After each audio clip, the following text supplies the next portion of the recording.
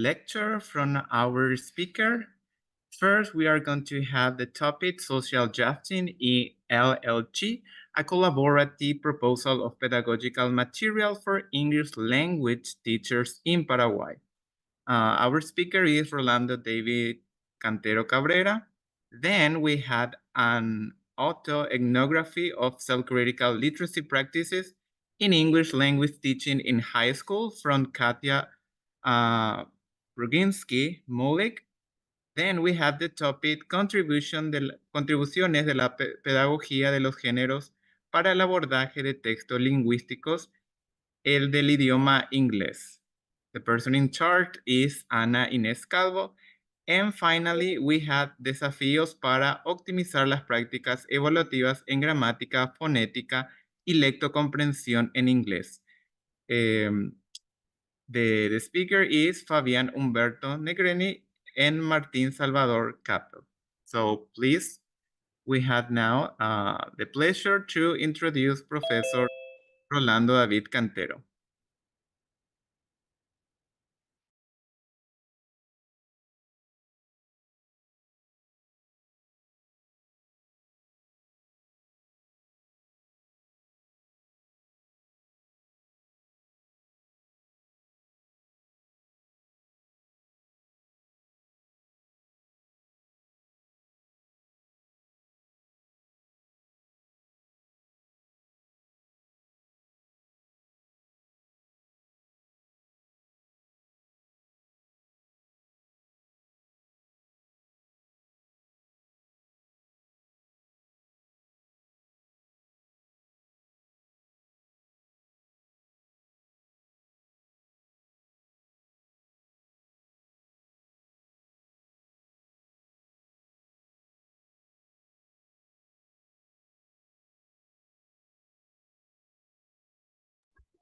And I think Professor Rolando has some issue for the connection, so we can move to the next topic, which is an autoethnography of self-critical literacy practices in English language teaching in high school. Professor Katia, please. Okay, good morning. Good morning, everyone. Morning. Is it possible to share the screen? Yes, yes. Let me. Because, yeah, you need to change the.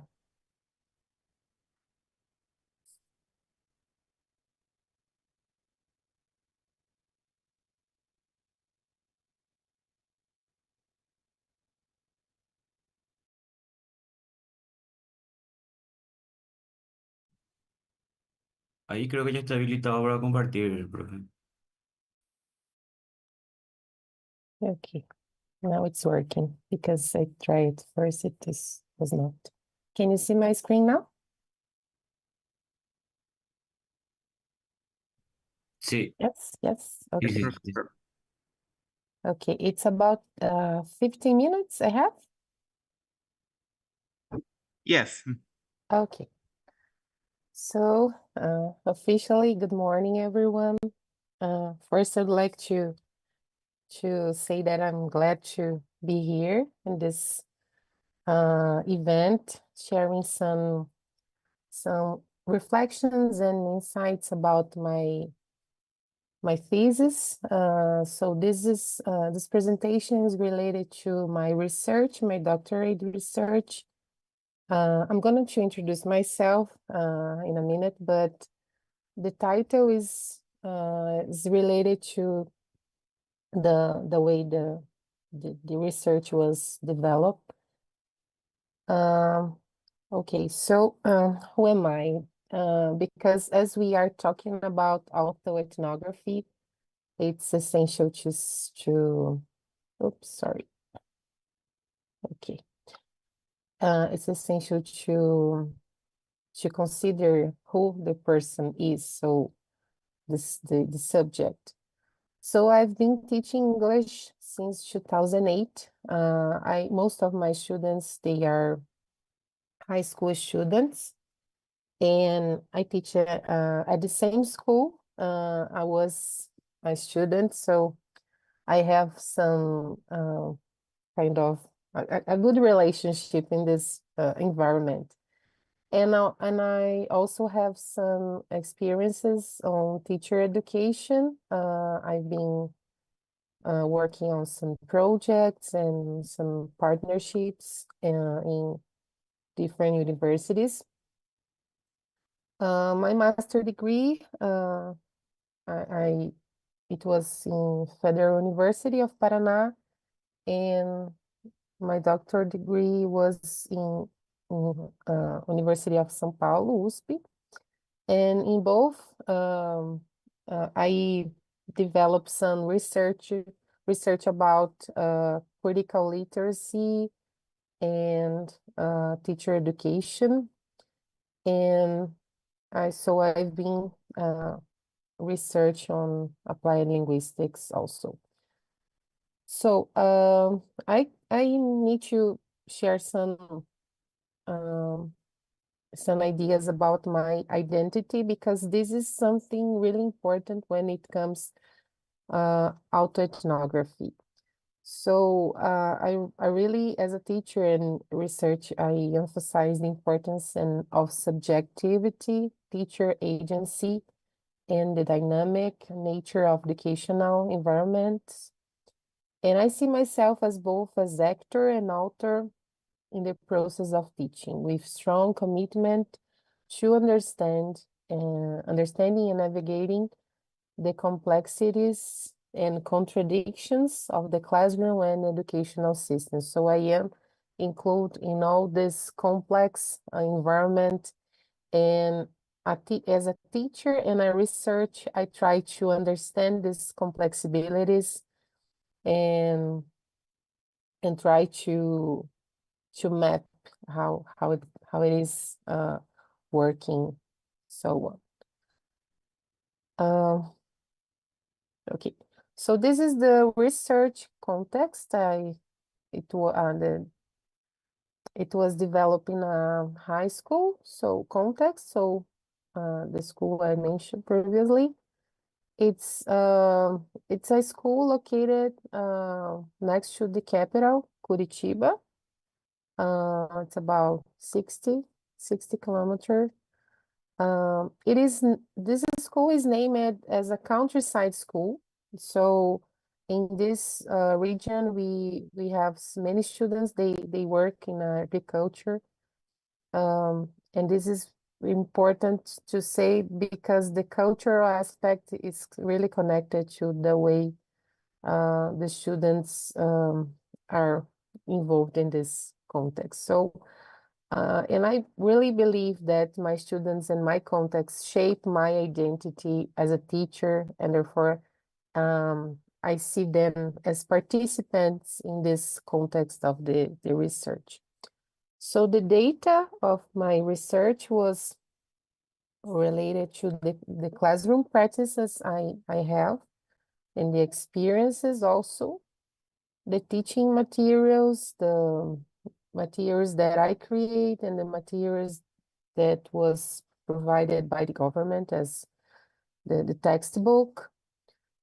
I include in the process and the research some dialogues and conversations I had with my students, narratives of memory as a teacher and a student, because as I mentioned, I study at the same place.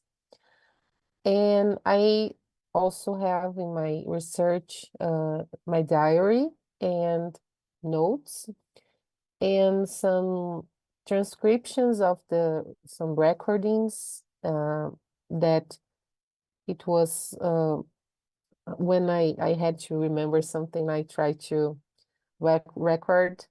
So I have some transcriptions on the research as well. So this is basically the theoretical background. I discuss about the autoethnography and how we construct the research in applied linguistics in this context. Language teaching and linguistic education. I have some authors here that I use on the research, literacies and critical literacy, teaching policies and official documents, and teacher education.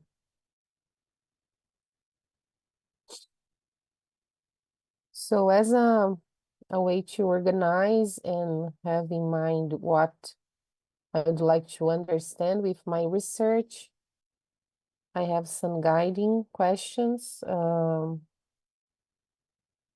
First of all, was to understand how, considering the current educational proposals focused on critical teaching, what knowledge is necessary today for the practice of teaching researcher in basic education and its specific context of high school. So first, I would like to understand what I need to know to put into practice this critical teaching approach. The second question, what pedagogical practices related to teaching of foreign language, in case English, are designed by the teacher research, myself? Are these practices impacted by the current educational policies, and what way? And what views of language and subject do these practices reflect? And the third question was, can autoethnography as a proposed research methodology assist the teacher education of the teacher researcher? So in this process, how autoethnography was a way to be my own teacher education process, including my own teacher education process. So this is the way the thesis was organized.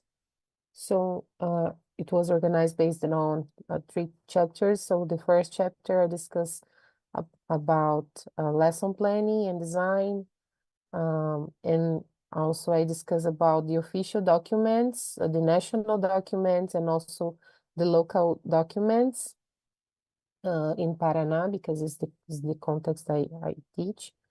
Chapter 2, I discuss about some epistemologies, ontologies, and ideologies that is related to the rationalities that constitute us and also the school. And chapter 3, it was about some tensions, practices, and self-criticism in the relationship between teaching and learning.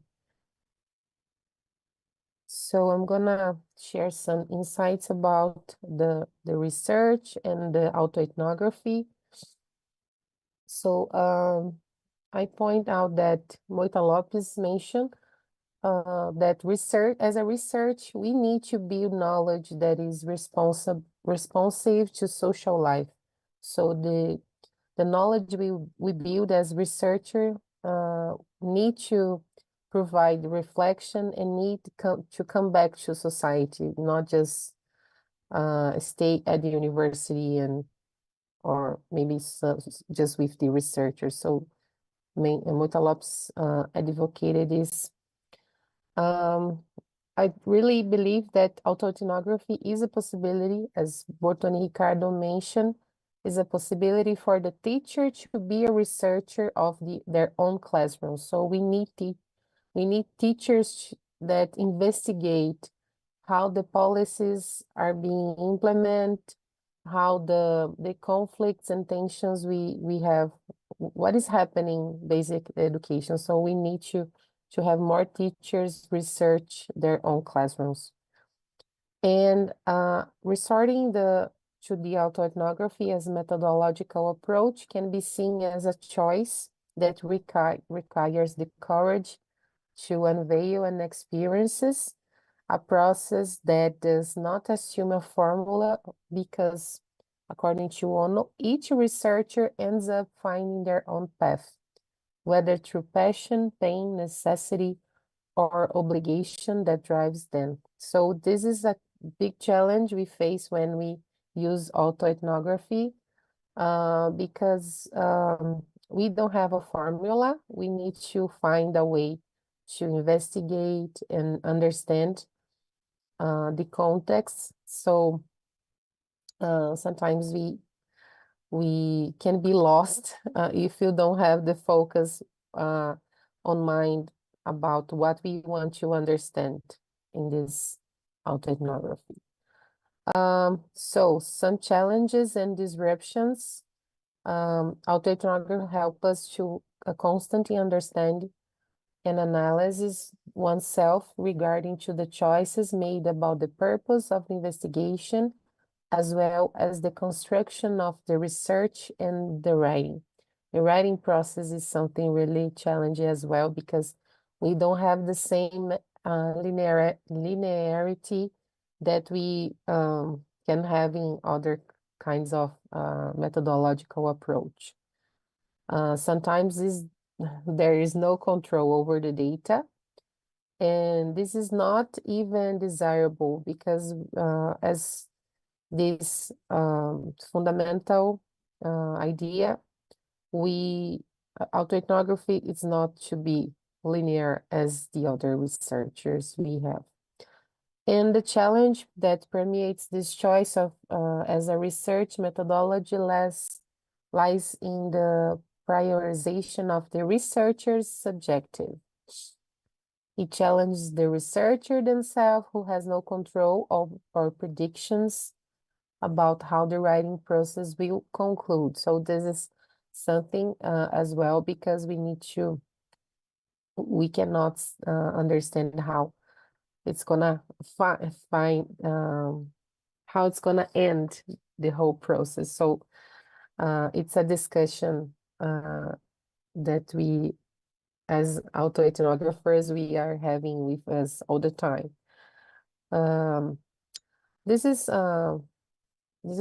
it's a quotation from my research. So as I was teaching in this context, and all my background as a researcher is related to critical approach. I use a lot the critical literacy to create and to teach in the classroom. So this is a conclusion I have related to critical literacy, combining with autoethnography. So critical literacy can be understood as an approach to understanding teacher education as well, taking into consideration reflections on the process of constructing and negotiating meanings, the shifting of the roles and problematization of and the deconstruction of ideas, teacher agency, and the recognition that our identities are fragmented, presenting itself as an alternative for dealing with inconsistencies of educational space. And related to autoethnography, I believe that autoethnography used as a methodological approach for research in the fields of education and applied linguistics can contribute to revealing the behind-the-scenes aspects of school environment, particularly with regard to the factors involved in the materialization of educational policies as perceived in everyday practices. So this is a important discussion I have because teacher in the basic education, in fact, is responsible for putting to practice this national policies, the local policies. So how it works, was a important discussion I provide on my research. And moving on to the learnings I have, and I am almost finishing. So with my research, I mentioned the god Janus. Janus is a god that have this look like this face, both face, looking at the present and the past. So it was an exercise to look back when I was a student and coming back to the same place as a teacher. And this movement, how how I construct my own identity as a teacher, of course, is connected to the way I was as a student, for example. This is a quotation. I'm so sorry, Professor, if you can make like a final conclusion because the time is it's over. So we Yes, can. yes, I'm So just sorry, Professor. okay, no problem. So this is the art of narrating subjectivity. It's important to share and to discuss the stories related to basic education. I was really inspired by bell hooks in this context of autoethnography as a place of healing.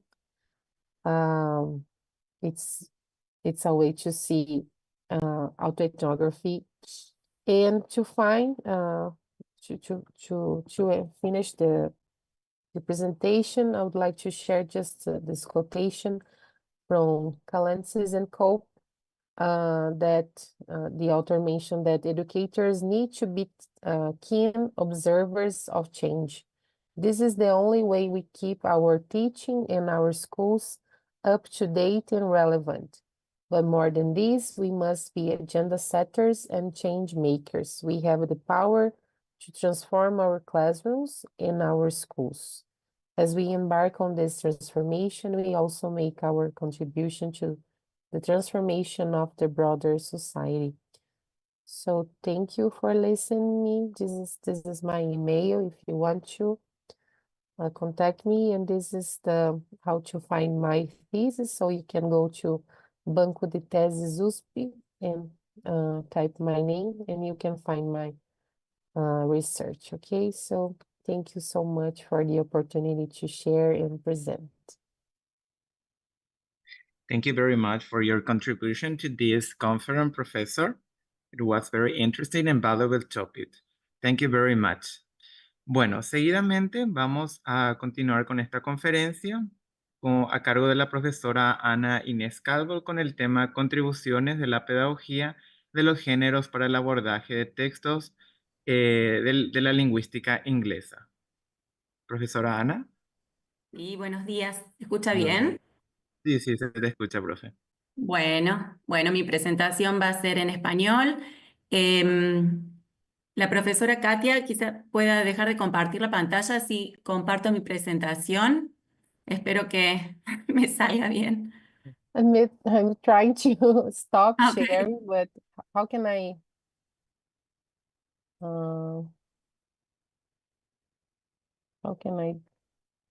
stop sharing this? Let me see.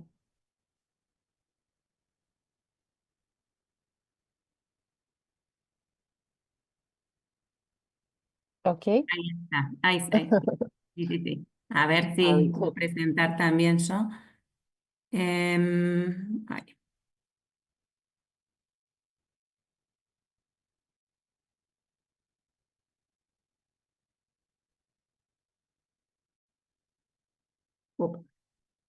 ¿Se puede ver?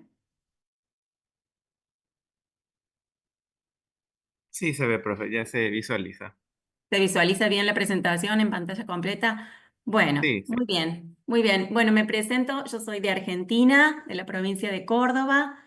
Me desempeño como docente en la Facultad de Lenguas de la Universidad Nacional de Córdoba y he traído para presentar una experiencia que llevamos a cabo con otras colegas en las cátedras de inglés, de gramática inglesa y de lingüística inglesa con nuestros estudiantes de la universidad.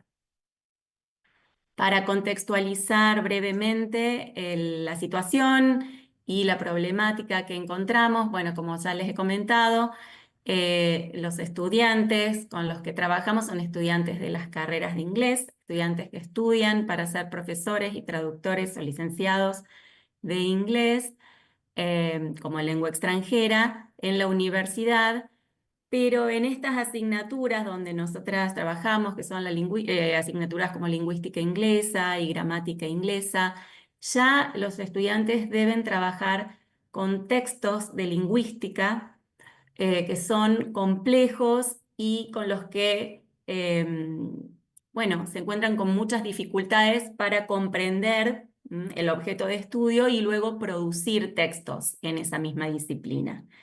Ya sea porque, esperen que voy a ocultar, perdón. Me está tapando la presentación perdón. Ahí me parece.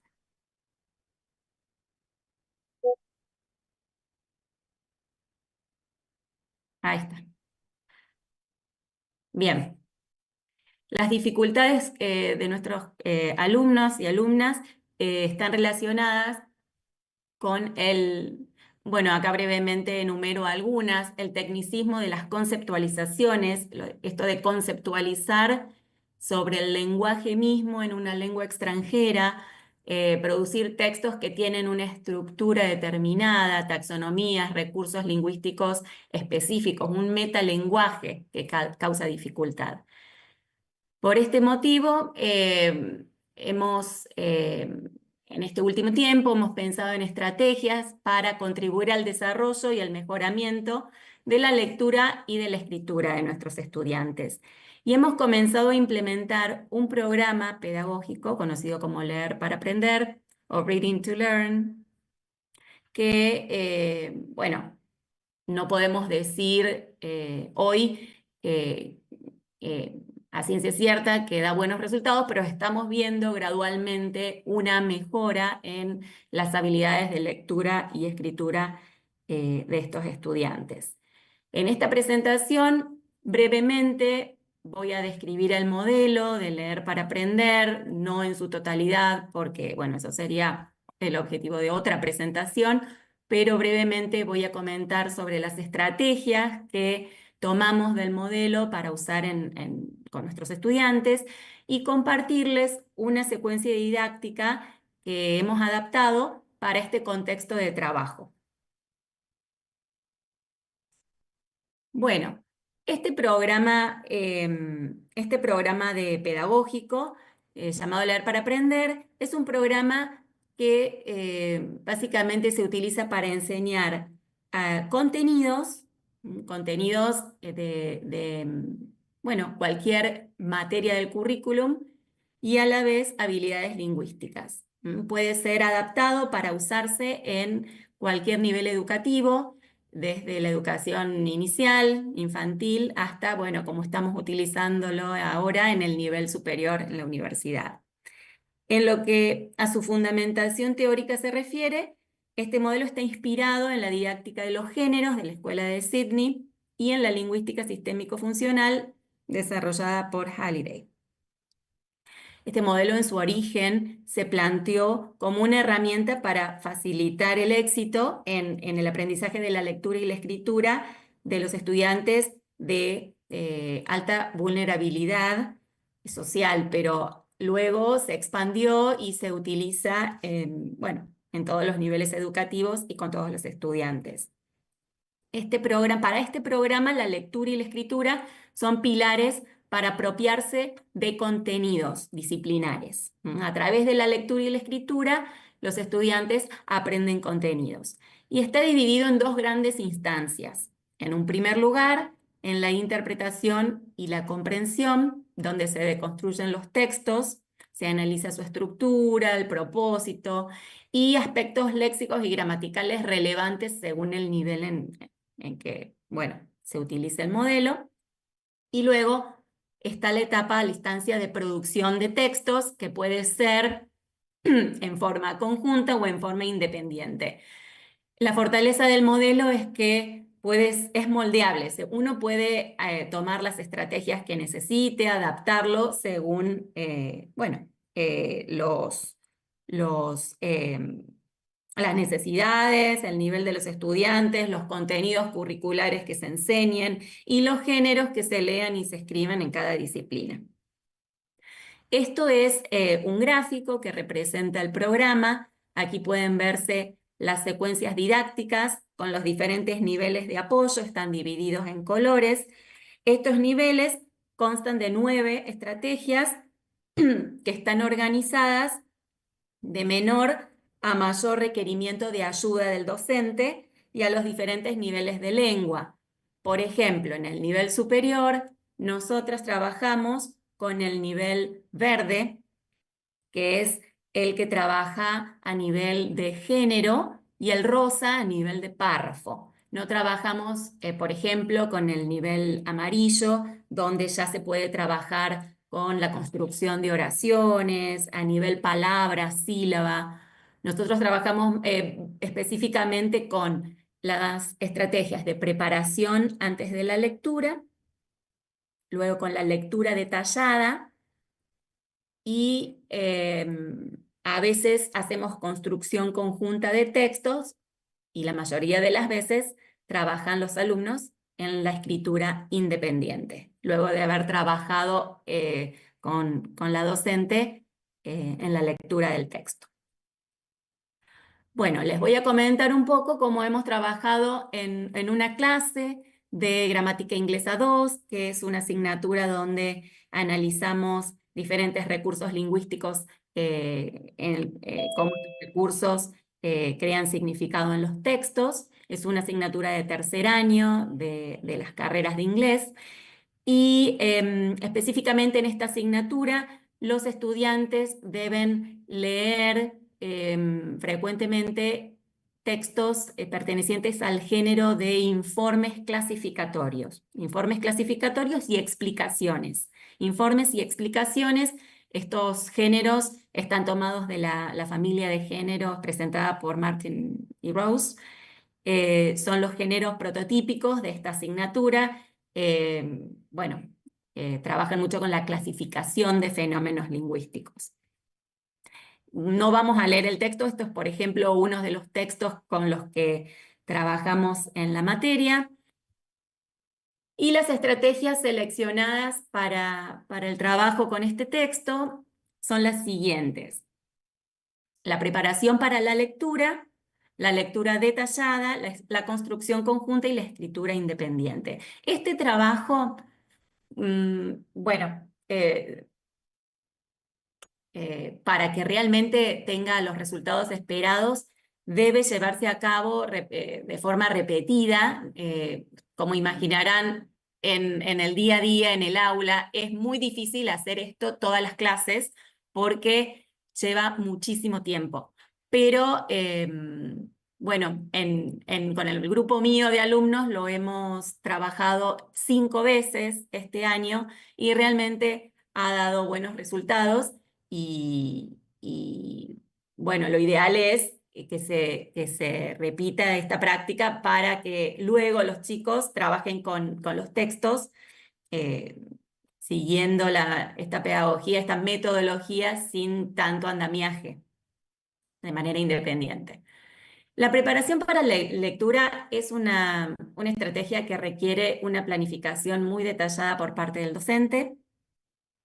Se compone de diversas microestrategias, como un resumen oral del texto, todo por parte del docente, de la docente, previo a la lectura. Se realiza un resumen oral del texto para activar conocimiento previo, para contextualizar el texto que se va a leer. Se habla mucho del propósito del texto, que está estrechamente relacionado al género textual. Se realiza la lectura en voz alta. Puede leer la docente, pueden leer los estudiantes, eso, bueno, se va viendo. Y se identifican las etapas y las fases del texto, que es, bueno, nosotros lo llamamos como el esqueleto o la estructura del texto, que también está estrechamente relacionado con el género. Por ejemplo, en la contextualización, el docente anticipa el contenido y su estructura esquemática antes de leer. Se comenta el propósito principal del texto. En este texto en particular es el de clasificar fenómenos.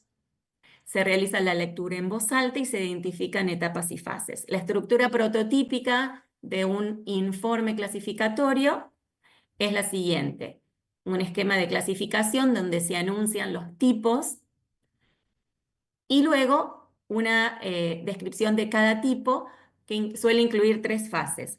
Conceptualización del tipo, en este caso, bueno, cuando me refiero a tipo pueden ser tipos de recursos cohesivos, tipos de, en este caso el texto que trabajamos son las metafunciones del lenguaje. Entonces hay una conceptualización que incluye una definición del tipo, ejemplificación y elaboración del ejemplo, que son fases que a este nivel los estudiantes, bueno, deben saber comprender y producir en sus textos, pero que les resulta muy difícil. Les resulta muy difícil ejemplificar, elaborar el ejemplo, todo esto para dar cuenta de su conocimiento en una lengua extranjera, entonces, bueno, puede resultar quizá muy guiado o no apropiado para este nivel, pero realmente sacan mucho provecho de todas estas estrategias de la preparación para la lectura. Les da muy buenos resultados y bueno, así lo Disculpe, creen profe. también los alumnos. Sí, nos Eh, quedan eh, 4 minutos. Ay, perdón, me voy a No apurar. te preocupes, profe, Esto, por disculpe. ejemplo, es un esquema, el esquema del texto que elaboramos en la pizarra o que los chicos escriben en el margen en sus propios textos. Luego de hacer la preparación para la lectura, trabajamos con la lectura detallada, seleccionamos, por ejemplo, un párrafo, no el texto completo porque no disponemos de tanto tiempo, y en un párrafo que pueda ser, bueno, que pueda causar dificultades, hacemos foco en el metalenguaje y en patrones de lengua, resaltamos palabras clave y elaboramos conceptos. Por ejemplo, hay un ejemplo de una oración extraída del texto y trabajamos con palabras clave haciendo preguntas guiadas como la siguiente. ¿Quién puede ver al final del segundo párrafo la palabra que se refiere a una de las 3 metafunciones que estamos describiendo? Entonces se resalta la palabra textual, por ejemplo, y se elabora en la construcción conjunta, luego de resaltar todas las palabras clave que nos interesan en el texto. Construimos un metalenguaje para hablar del texto. Anotamos esas ideas y luego escribimos oraciones con esas palabras, con las palabras claves, escribimos oraciones relacionadas con el texto, con esas ideas. Por ejemplo, transcribimos en una columna las palabras o las frases que hemos resaltado durante la lectura detallada y reformulamos el contenido de esas palabras entre todos. Por ejemplo, cuando resaltamos la palabra textual refiriéndonos a la metafunción textual y escribimos una oración nueva para conceptualizar sobre esa palabra clave. Esto lo hacemos con la clase completa. Y finalmente llegamos a la escritura independiente, donde luego de haber analizado un texto, un informe clasificatorio, damos una consigna para la escritura género. Por ejemplo, puede ser la clasificación de un recurso de cohesión gramatical, por supuesto, una consigna que demande la producción de un informe clasificatorio sobre un tema estudiado esa clase o en la clase anterior. Elaboramos en forma conjunta un esquema de la estructura potencial del texto, como ejemplo, tipos de cohesión gramatical, referencia, sustitución y elipsis, que son los 3 recursos que estudiamos en este curso, y aspectos para describirlos conceptualizando, dando ejemplos y elaborando los ejemplos. Y después los estudiantes producen sus textos de forma individual. Bueno, hemos observado avances importantes por parte de los estudiantes en el desarrollo de habilidades de lectura y escritura, específicamente relacionados con la estructura de los textos. La organización de los textos es típica de este género. Usan más frecuentemente las fases de ejemplificación y elaboración del ejemplo integradas en el texto e incorporan lentamente el metalenguaje esperado. Bueno, finalmente, como conclusión final, perdón por la rapidez para presentar, espero que se haya comprendido. Lo que quiero resaltar en esta presentación es la versatilidad de la pedagogía. Las estrategias pueden ser adaptadas para su uso en cualquier contexto educativo, donde el objetivo sea trabajar en pos del desarrollo de estrategias de lectura y escritura. Esto comenzó para ser utilizado en la escuela primaria, en el nivel inicial, y lentamente fue adaptado y fue llevado a los diferentes niveles, como, bueno, ahora estamos tratando de aplicarlo en el nivel superior. Creemos que la aplicación constante de esta pedagogía permite a los alumnos contar con las herramientas necesarias para la comprensión y la producción de un texto de contenido disciplinar. Lo que es más dificultoso quizá es formar a los docentes para que apliquen la pedagogía, porque depende mucho del docente. Es una pedagogía que bueno, está basada en el andamiaje, en la planificación muy cuidadosa del docente para guiar a los alumnos en cada una de las estrategias. Por eso es importante, bueno, que los docentes eh, la manejen y luego puedan aplicarla en cualquier asignatura de- del currículum. Bueno, dejo ahí mi contacto por si necesitan o si quieren que les comparta material o tienen alguna pregunta, no duden en contactarme. Bueno, muchísimas gracias. Muchísimas gracias, profesora Ana, y disculpe nuevamente por el tiempo limitado que estamos teniendo, pero muy valiosa No, su está bien. presentación. Muchas gracias por ser partícipe de esta conferencia. Bueno, seguidamente ahora estaremos participando del tema Desafíos para optimizar las prácticas evaluativas en la gramática, fonética y lectocomprensión en inglés a cargo de los profesores Fabián Humberto Negrelli y Martín Salvador Capper. Muy buenos días, profesores. Adelante. Buenos Buen días. día a ¿Pueden todos. ver la presentación? Sí, se ve bien. Sí, se puede visualizar. Bien, buen día. ¿Me pueden escuchar bien ahí? Sí, sí, se le escucha muy bien, profe. Bien.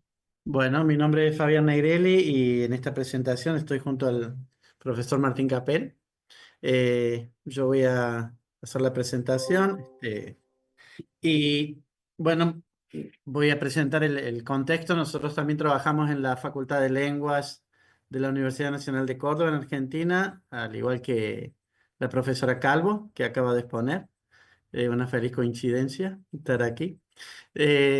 Y vamos a presentar un proyecto de investigación que se desarrolla en el marco de la Secretaría de Ciencia y Técnica de la Universidad Nacional de Córdoba y que comenzó este año, es decir, y tiene un periodo de 4 años, 2024-2027, y que se titula Las pruebas puestas a prueba. Es decir, que vamos a evaluar nuestros propios exámenes escritos en distintas asignaturas. ¿Podés pasar a la siguiente, Martín? El título en realidad del proyecto es Las puestas a prueba, evaluación de la calidad del diseño de las pruebas escritas en las asignaturas práctica gramatical del inglés, gramática inglesa 1, práctica de la pronunciación, lengua inglesa 1, teoría y práctica de la investigación y en el área de lectocomprensión en inglés, tanto en la Facultad de Lengua en el profesorado de español como en los módulos de idioma de la Universidad Nacional de Córdoba. Y nos concentramos en las pruebas escritas porque en alguna de estas asignaturas también hay pruebas orales, hay exámenes orales, como en lengua inglesa, en fonética. Pero en este proyecto vamos a analizar todas las evaluaciones escritas. Bueno, los integramos, yo dirijo el proyecto, el profesor Capel lo codirige y somos un total de 16 integrantes, docentes titulares, adjuntos, asistentes, adscriptos, ayudantes alumnos de las distintas asignaturas. Dado que el proyecto lo integramos o lo integran varias especialidades o varias disciplinas, varias asignaturas. Con respecto a la modalidad de trabajo, trabajamos en subgrupos donde hay distintos docentes de las asignaturas de lengua, otras de fonética, otros de gramática, y luego tenemos puestas en común mínimo 2. Este año tuvimos una en junio y vamos a tener otra ahora en diciembre para compartir todo lo que van haciendo los distintos grupos, los adelantos, el trabajo, los resultados que se vayan obteniendo. El objetivo general es indagar acerca de las fortalezas y debilidades del diseño de las pruebas escritas elaboradas por los propios docentes para optimizar el diseño de dichas pruebas en las asignaturas que ya mencioné.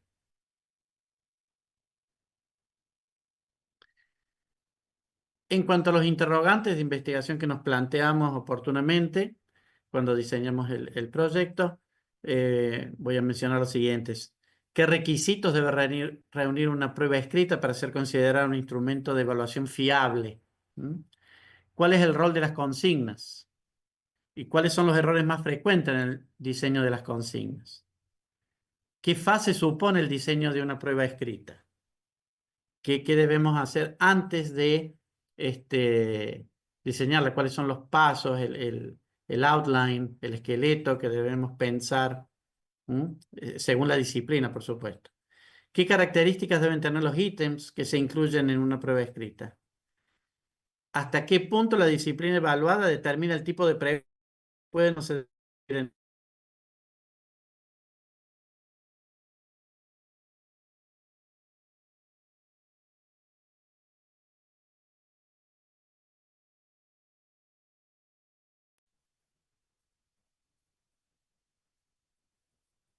Fabián, se debe haber cortado la...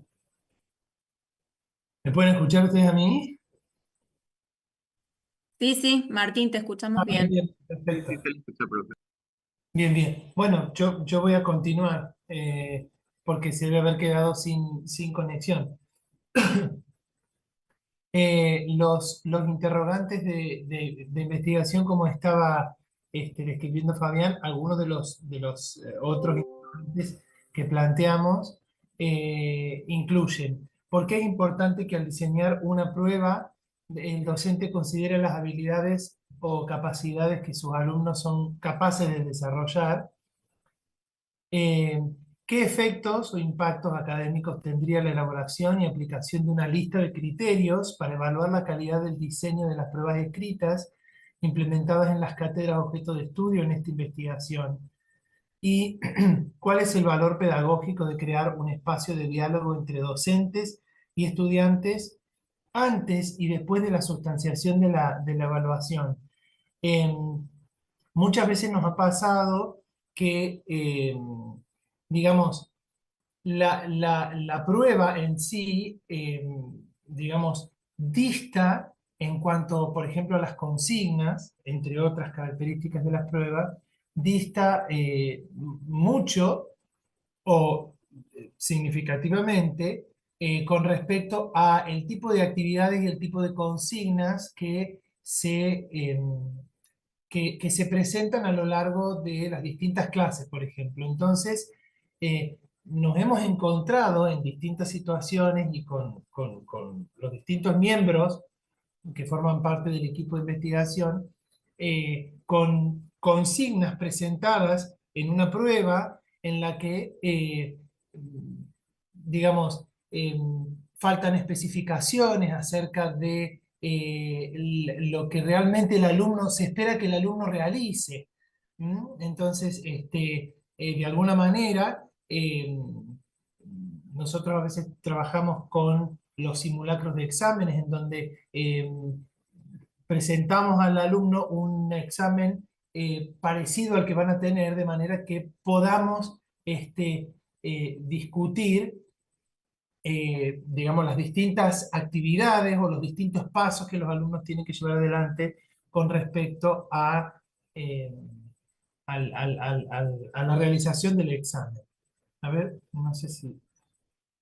Ah, dice Fabián que se le cortó la luz allá en su casa, así que, bueno, yo puedo continuar.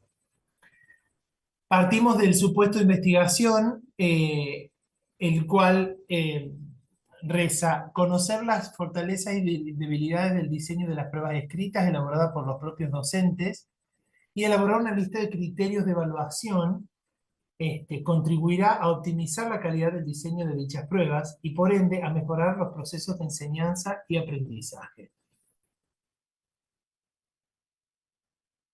Bueno, nosotros tenemos un cronograma que, como decía Fabián hace un momento, se lleva adelante a lo largo de varios años de investigación, los proyectos aprobados en el marco de los programas de investigación para docentes e investigadores de la universidad, establecen desde hace unos años que se llevan adelante en periodos de 4 años. Entonces nosotros hemos dividido todas las actividades a lo largo de los años de duración del proyecto. En el presente año hemos estado abocados a la lectura de bibliografía específica sobre el tema objeto de estudio. Hemos realizado un ateneo con presentación de resúmenes de informes de investigación relacionados con el tema objeto de estudio. Y digamos, en estos últimos meses hemos trabajado sobre cuestionarios para alumnos y docentes con el fin de indagar acerca del grado de satisfacción respecto de las características de las pruebas escritas en las diversas asignaturas. En este caso en particular, estamos terminando con el diseño de cuestionarios que en términos generales son el mismo cuestionario para todas las asignaturas. Por supuesto que cada uno tiene algunas especificidades que intentan obtener información específica acerca del área disciplinar, dado que, digamos, en el proyecto participan, digamos, varias áreas disciplinares, varias asignaturas. Y nos estamos abocando al análisis de las consignas. Con respecto a las consignas, ha sido verdaderamente un hallazgo para nosotros poder dar con autores que realmente las consideren un género discursivo en sí mismo, utilizado en el marco de un género académico macro, que es la prueba, dado que las consignas no se desarrollan en un vacío. También otros autores consideran que el par consigna-respuesta constituye un género propio del campo educativo. Es decir, justamente como las definiciones de género, si tomamos la escuela que mencionaba la profesora Calvo en la presentación anterior, una estructuración a través de una serie de pasos, y en cada uno de esos pasos se deben cumplir determinados requisitos. Entonces, justamente, muchas veces hemos dado por sentado que las consignas son digamos, un género que se puede diseñar fácilmente o presentar fácilmente a los estudiantes, y damos por sentado que los estudiantes, por haber estado en contacto con el contenido, van a entender la consigna y, más aún, van a poder responder sobre la base de la consigna.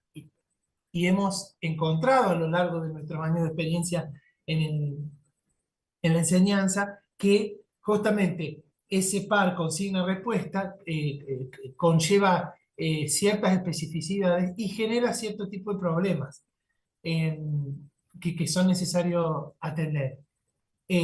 Con respecto a las funciones de las consignas, son mediadoras entre el contexto del aula, la propuesta del docente y el aprendizaje construido por los estudiantes. Favorecen la autonomía del alumno. Para ello es necesario que la consigna contenga toda la información necesaria que el alumno pueda resolver, para que el alumno pueda resolver la actividad sin recurrir a explicaciones extra por parte del profesor. Es decir, tienen que ser autocontenidas. Bueno, con respecto a la clasificación según la complejidad cognitiva, podemos indicar que existen consignas del tipo de complejidad alta, media y baja, según su funcionalidad. Si expresan valoración, o digamos, si están apuntadas a obtener una valoración por parte del alumno, o una instancia de creatividad, o una opinión. Entonces, según sea su funcionalidad, las consignas van a tener determinadas características, vamos a tener que utilizar determinados tipos de verbos. Nosotros hemos encontrado que existen una serie de inconsistencias y de dificultades que plantean las consignas, como por ejemplo la complejidad léxico-sintáctica. De repente hemos encontrado unas consignas que no, tienen 10 líneas, entonces el procesamiento de una serie de actividades que tienen que llevar adelante los estudiantes cuando tienen semejante complejidad se dificulta de manera ostensible. Otros de los errores frecuentes es la ausencia de explicitación respecto de la actividad cognitiva necesaria para resolver la tarea solicitada, ya sea que el alumno tenga que realizar una acción determinada como clasificar, relacionar, deducir, o lo que fuera que sea que el alumno tiene que realizar. Muchas veces pretendemos que el alumno realice una actividad, pero la secuenciación de lo que se espera del alumno está formulada de una manera que no queda explícita. Entonces eso genera una complejidad para la resolución de la tarea que intenta obtener la consigna. Falta de claridad suficiente en las instrucciones respecto del procedimiento, de los procedimientos que se deben realizar para el desarrollo efectivo de la tarea. Bueno, como les estábamos diciendo, el proyecto está en proceso y con respecto a los cuestionarios que habíamos mencionado anteriormente, estamos en la fase de diseño, terminando el diseño de los cuestionarios sobre las dificultades que han encontrado los estudiantes con respecto a la resolución de las consignas y tenemos planificado ahora en los exámenes finales de noviembre y diciembre llevar adelante esos cuestionarios y para luego poder tabularlos y poder obtener la información y así seguir con la próxima fase.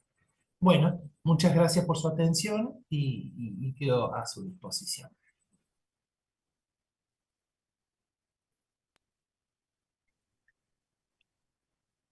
Muchísimas gracias a los profesores Martín Capel y al profesor Fabián Negrelli por esta excelente presentación. También agradecer a nuestros anteriores expositores, a la profesora Ana, muchas gracias nuevamente, y a la profesora Katia también. Bueno, de esta manera culminamos, damos cierre a este segundo encuentro de este día cuarto de nuestra conferencia. Ya nuestros expositores nos han dejado la información por si alguien quiere hacer un seguimiento, más preguntas sobre los temas que estuvieron compartiendo con nosotros. Y bueno, muchísimas gracias a todos. Thank you very much and see you soon.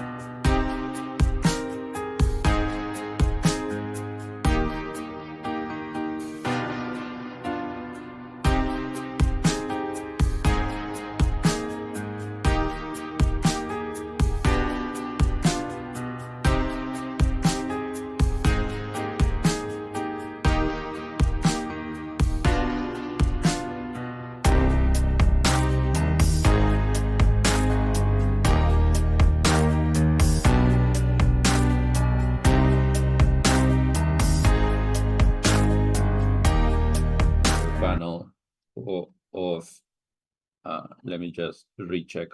Exploring contemporary texts through the lens of trauma and representation. Yeah.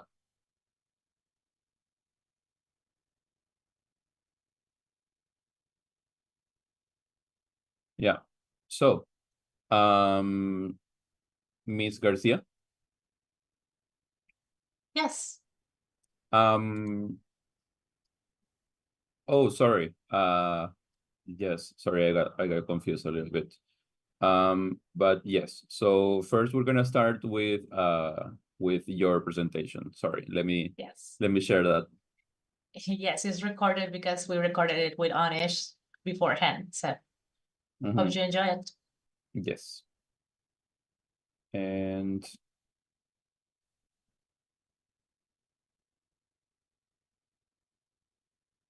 make sure things work. There we go.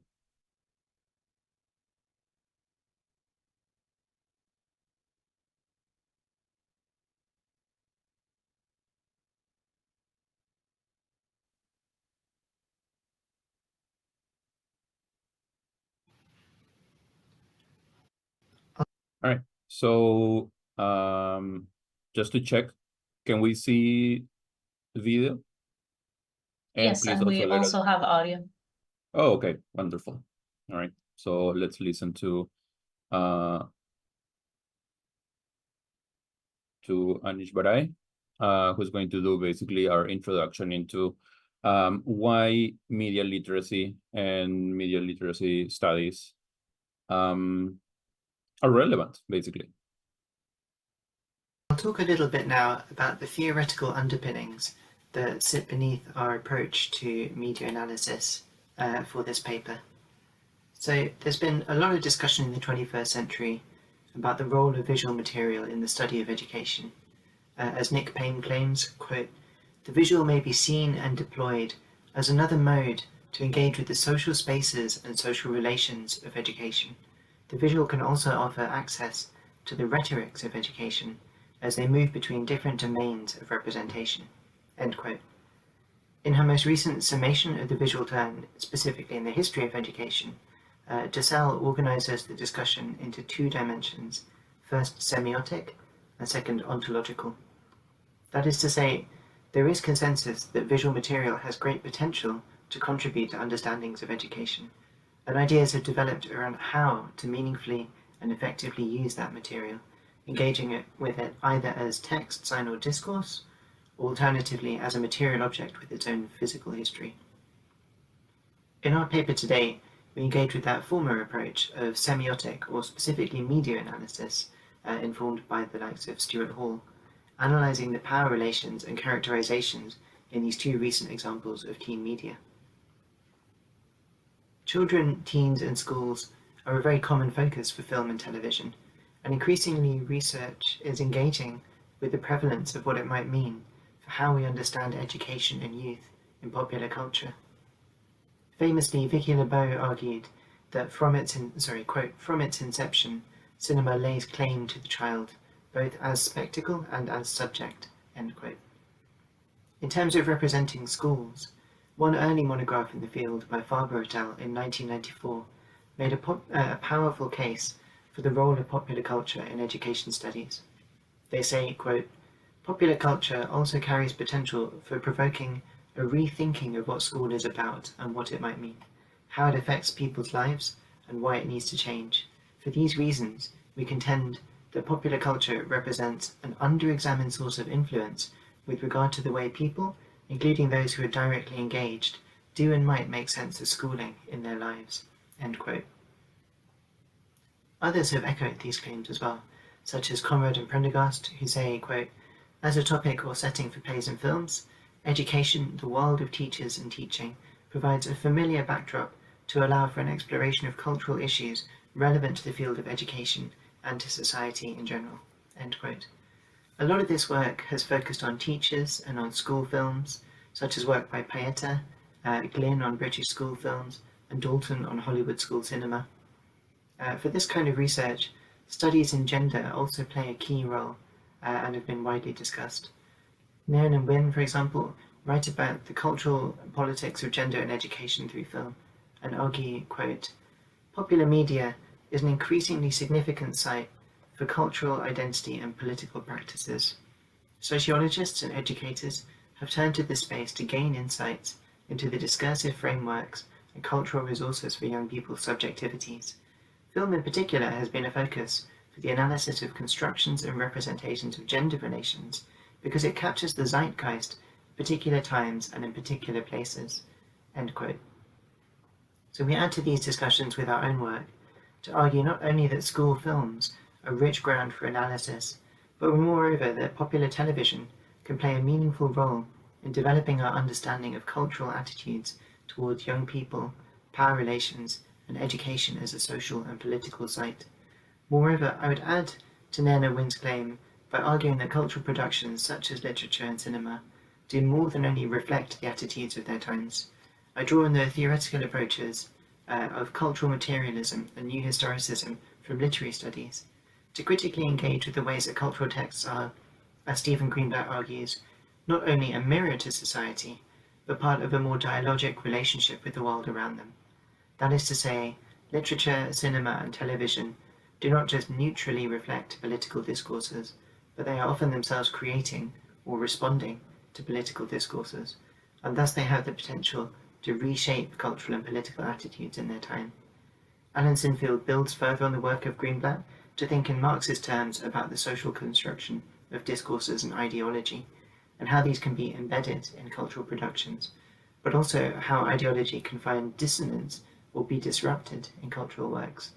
So when we look at teen media now, in the light of these theoretical groundings, we aim to analyse the challenges to dominant social discourses and authorities that they provoke, and the ways that marginalised voices critically speak back to education and political narratives.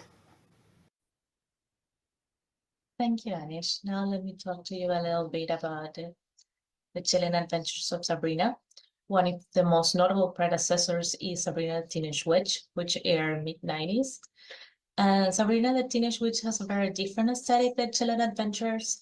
It has a likable and clueless Sabrina in a comical setting, while Chilling Adventures takes a darker approach, positioning it closer to the horror genre. Sabrina the Teenage Witch was an early introduction to feminism for a lot of girls. Along with Buffy the Vampire Slayer and Charm, it was an introduction to free-thinking, independent young women, albeit very girl power kind of girls, feisty, but without being off-putting. However, Chilling Adventures shows young women being, according to Hennessy, politically active, outspoken teens who are conscious of the patriarchal system around them. Chilling Adventures follow the story of Sabrina, a half-witch by her father's side, with her upcoming dark baptism, where she has to choose between her mortal life and being a witch. She's not sold on the idea. She questions why should she sell herself to the Dark Lord, stating, quote, "Why does he gets to decide what I do or don't do with my body?" End quote, and asks to talk to someone to make an informed decision. With this request, she sediments her willingness to question tradition. To her questions about why she cannot have both the freedom to continue being a mortal and the power of being a witch, a sister witch responds that, quote, "The thought of you, of any of us, having both, terrifies the Dark Lord. He's a man, isn't he?" End quote, setting the antagonist firmly as a patriarchal figure terrified of empowered women that can disrupt the network of oppression. The coven that Sabrina is a part of has witches and warlocks. So from the start, the different status between men and women is patent in the use of different nomenclatures. The hidden premise being that the kinds of magic that men and women practice are somehow different. Although all its members have untold powers, girls are encouraged to take classes on the womanly arts, like midwifery, while classes like conjuring are reserved for boys. The knowledge is nominally available to every student. However, girls and boys are strongly encouraged to take certain subjects and not others. In the mortal world, Sabrina responds to the bullying of Theo by starting a club called Wicca, the Women's Intersectional Cultural and Creative Association. positioning Sabrina and her friends as aware of feminist jargon and the associations of Wicca and femininity. In addition, Ross, the only woman of color in town, demonstrates her awareness by stating they are forming the club to, quote, topple the white patriarchy, end quote. These instances provide a template of beliefs and behaviors for the audience. Some critiques to the series are that it pays little attention on how social groups people belong to immensely affect the prospect available to them. And this can be seen in Sabrina's Coven, a group someone is born into. Only they have the possibility of magic, and it's easy to make a parallel with the real-world predetermined privilege of white feminism, often restricted to white, middle-class women. Another criticism is the fact that Sabrina herself is a dainty blonde that comes and saves the day of her queer and Black friends. This puts her as close to a white savior figure as to be problematic. To end this up, the characters' reactions to the narrative reinforce in viewers the idea that Sabrina and others are in a horrifying situation, making it easier to ask ourselves, why do these powerful women are subservient to a system designed to oppress them? From the system is rigged of intersectionality to the you can do it of post-feminism to the Me Too movement of today, feminism has been on this question for years. Questions like this should be further explored in similar media in order to expand the repertoire of examples of young girls questioning and rebelling against oppressive systems. Even if Sabrina is not a perfect feminism, the horror of Chilling Adventures beg questions that feminism can answer. Thank you. Back to Anish. Moving on now to talk about Wednesday, and thank you to Sarah for that discussion of Sabrina. So the Netflix series Wednesday has parallels to Chilling Adventures in how it has rebranded a popular series that began in comics, was celebrated as popular viewing in the 1990s, and like Sabrina the Teenage Witch, at its core presented an unconventional family. Focusing this latest iteration of the Addams Family universe on the eldest daughter, Wednesday, emphasizes the feminist shift to this story, and the show makes explicit engagement with racial dimensions to the Addams Family story that were unexplored in earlier versions. This production casts a Latina actress to play the role of Wednesday, and through time-slip narratives, explores histories of racist violence and prejudice in North America. Further, while the series director Tim Burton has been rightly criticized for anti-black racism, the initially two-dimensional black characters in Wednesday develop complex storylines over the first season and grow in their appeal to audience sympathy. The Addams Family 1964 TV show parodied and undermined the conservative norms of the nuclear family of the 1950s, as discussed, for example, in the work of Morovich, and the sequel film of the 1990s continued to challenge mores and propriety, both in the passionate love of Gomez and Morticia, and the culturally critical voice of their daughter Wednesday. Famously, in the film Addams Family Values 1991, Wednesday hijacks a Thanksgiving play to stage the revenge of the Native Americans and expose the slaughter and cruelty that the American holiday is based upon. The film was the breakout performance for Christina Ricci, who made Wednesday's role rise prominently in popularity. Unlike these earlier television and film versions of the character, Wednesday brings us out of the family setting, and for the most part isolates Wednesday from the Addamses as our central focus, evident both in the show's title and in the boarding school narrative taking her out of the family home. This in itself is a feminist move to refocus the story on a heroine. A second key change to this Netflix adaptation is that we're given a different cultural background to the Addamses. Morovich explains that in the 1960s television series, quote, the Addams Family may be seen as Eurotrash, Gomez, John Astin, and Morticia descending from Spanish and French aristocracy respectively. Thus, race has not been a part of the stories told in television and film about this family in quite the prominent way that it is in Wednesday. Not only is the actor for Wednesday herself Latina in this version, unlike previous stars in the role, but the time-slip narrative that plays a central part in the story brings to the fore the intersectionally racist and sexist subjugation that her Mexican ancestor Goody Adams experienced, and it effectively positions Wednesday as the inheritor of that trauma. Kim Wilson, in her book of 2001, critically notes that time-slip narratives for a younger audience will often minimize the effects of sexism in the past, or anachronistically present a strong-willed woman who can supposedly overcome the sexism of her time. In the case of Goody's story, however, we are made to bear witness to the cruel and inescapable violence of the 17th century puritanical purging of otherness, and there is no shying away from the USA's blood-soaked foundation in racism and sexism. A final point of intersectional feminist development comes in Wednesday in the characters that surround our protagonist, and particularly the roles that black characters play in the story. Initially, Bianca Barkley and Lucas Walker are presented as antagonists, in one case a rival inventing in love, and in the other a leader of a group of boy bullies who are roundly defeated by Wednesday. And their representation led to a return to earlier criticisms placed against director Tim Burton for his poor record on representing racial diversity. Burton has previously called including racial diversity in films and television merely, quote, political correctness, and defended how whiteness dominates his cinematic vision. However, in later episodes of Wednesday, we are granted an insight into the complexities of both Bianca and Lucas, understanding their individual struggles better and the nuances that build up their characters. This is particularly evident and powerful in a scene where the two characters talk over coffee, separate from all other main characters in the show, an insight into their lives that forms part of the shift of the show from centering on Wednesday herself to becoming an ensemble cast and telling us more varied stories. Ultimately, Bianca and Wednesday reconcile, and Wednesday further finds friends and allies at the school in her roommate Enid and the beekeeper Eugene, played by Musa Mustafa.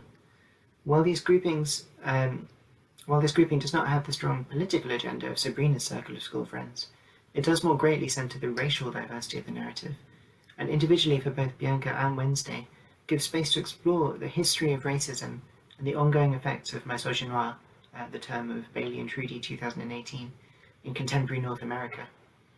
Wednesday, through these stories, and particularly through the fantastical affordances of the time-slip narrative, therefore, raises critical questions about the forceful construction of whiteness and white Christian patriarchy as dominant features of the Western world today. Thank you.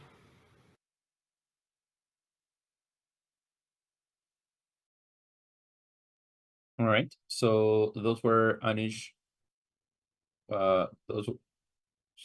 those were Anish and Sarah presenting the work that they've co-written and presented before. And now I want to move on to, I want to say similar work that two of our last year English language students are working on, basically. It's not finished work, but they are going to be sharing what they have been doing. And there we go. First, we have our contribution from our student, Dalila Ramirez, who will be using thematic criticism for her final project. So let me make sure that everything's in place. And yes. Hello. There we go. Hello, everyone. My name is Dalila Ramirez. I am a fourth-year student of the English language undergraduate program at the Instituto Superior de Lenguas of the Universidad Nacional de Asunción. I am super, super happy to be here and super excited to share with you a little bit about my research that I will be doing as my final project of in order to obtain my bachelor's degree in English language. And let me just tell you a little bit about myself. I am 22 years old. I have been an educator for the last 3 years at an elementary level, but at the same time, I have been a teaching assistant in the subject of British social studies at the ISL. So I have some experience teaching and doing critical analysis and writing. So I am here to talk to you about Descending Through Darkness, Suffering, Guilt, and Redemption as trauma representations in Hozier's Unreal on Earth album and Dante Alighieri's Inferno. The main question that surrounds this is how is trauma represented in Hozier's Unreal on Earth and Dante Alighieri's Inferno. But first, let's see a little bit about why I am doing this. So let's talk about the relevance behind this work. First, Inferno and the Divine Comedy is one of the most influential texts in Western culture. It continues to shape modern perceptions that we have of sin, hell, and heaven, and it continues to influence different forms of media. It was first written in, it was one of the first works written in Italian, so it was super revolutionary by the time because everything was written in Latin. So Dante, in a way, shaped the way so other authors of different languages could also write works in their own language, the language of the people. And in that way, they promoted literature among everyone and promoted literacy at the same time by making literature more accessible for everyone, not only those who spoke Latin. So yeah, that happened back in the day, and to this day, he continues to influence media in many different ways.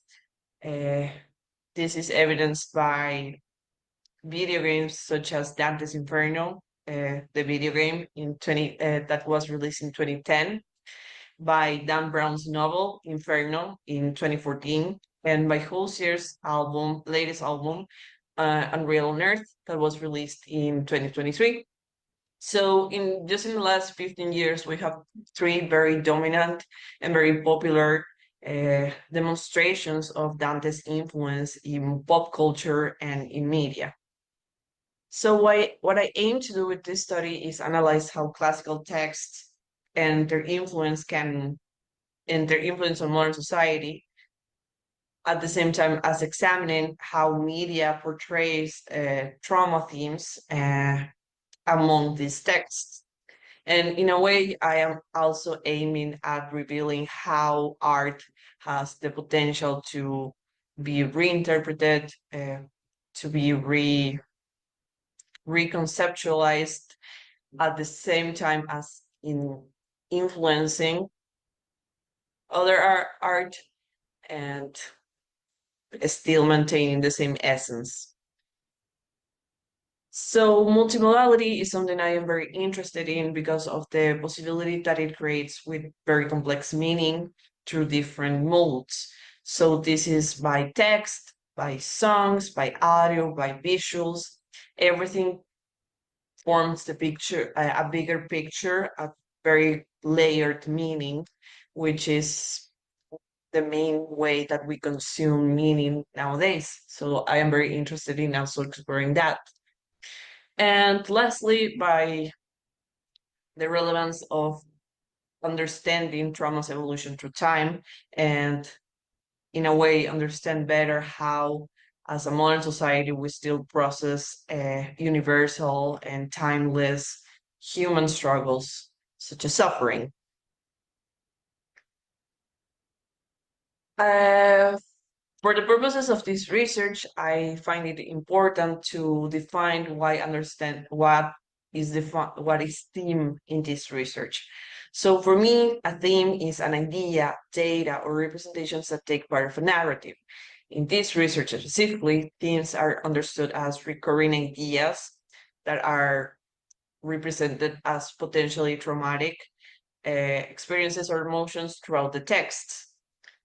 In this case, this will be guilt, suffering, and redemption. These three themes, I think, encompass very well what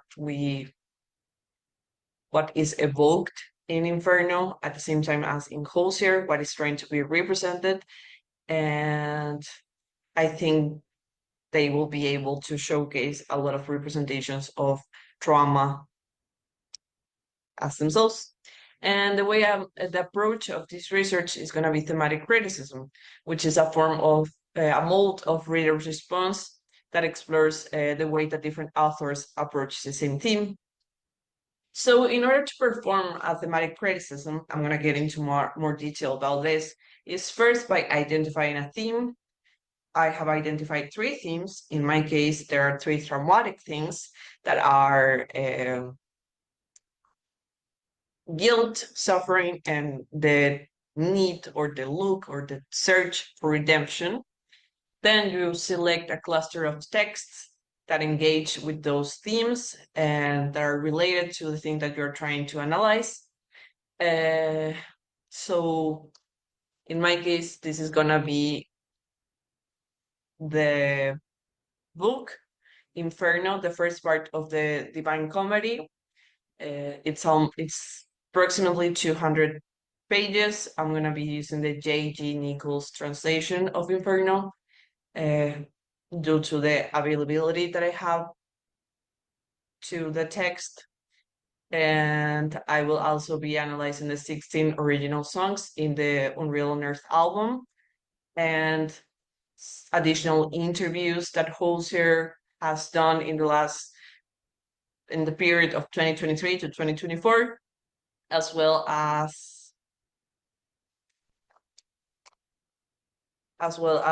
being analyzing 4 music videos that accompany the album, some of the album's songs. So this is my cluster, and now I will proceed to analyze the relationships between the text.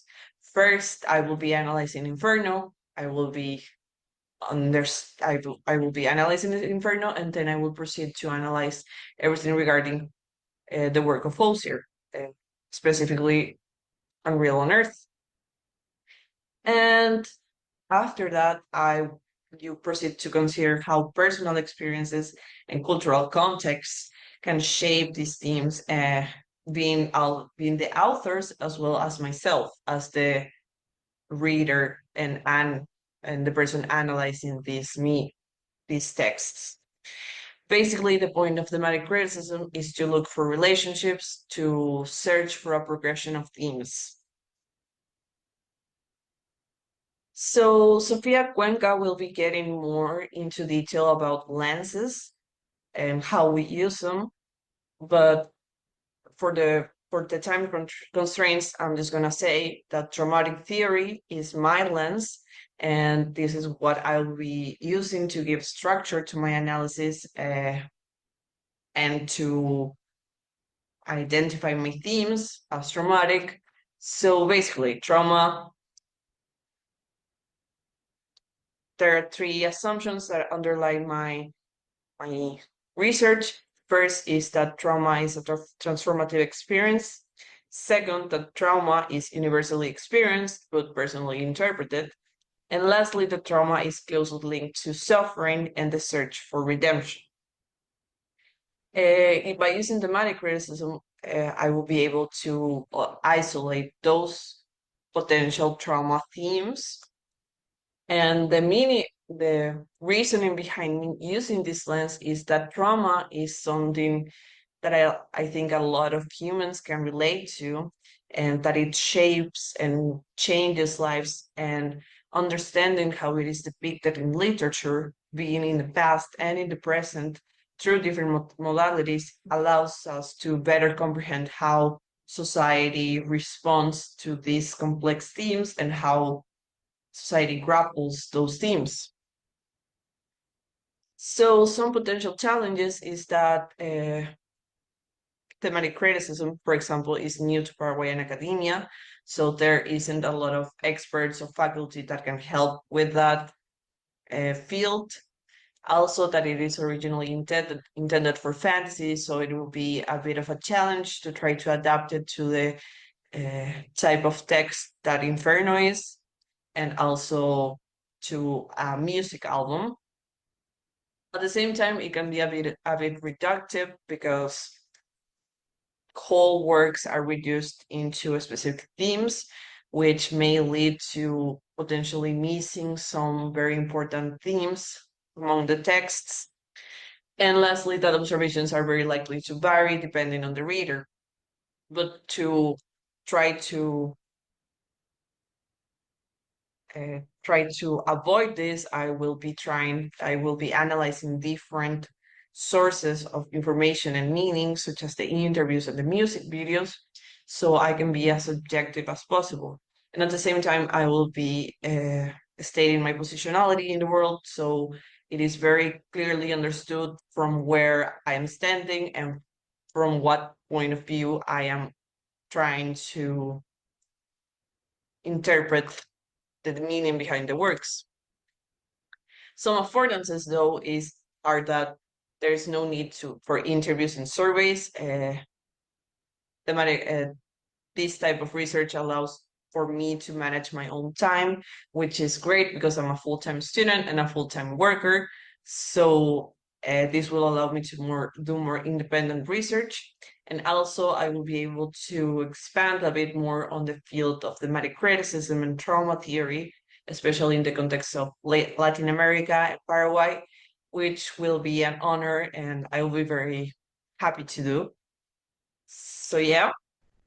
And to end this presentation, I just wanted to state the gap of the research that I am covering again, and basically that there is limited literature exploring how trauma is represented in Inferno, and even less on how those themes persist in works inspired by Inferno, especially in the modern context. So hopefully with my research, there will be a better understanding of how media works, how media interprets historical pieces of work, and we can aim at analyze media more critically and better. And at the same time, we can try to understand a bit more about trauma and how it is represented in literature and media, and try to understand better how people grapple with the concept, with the complex themes of trauma. And yeah, that was basically it. Thank you so much for listening to my presentation. I hope it was informative, and yeah, it was an honor.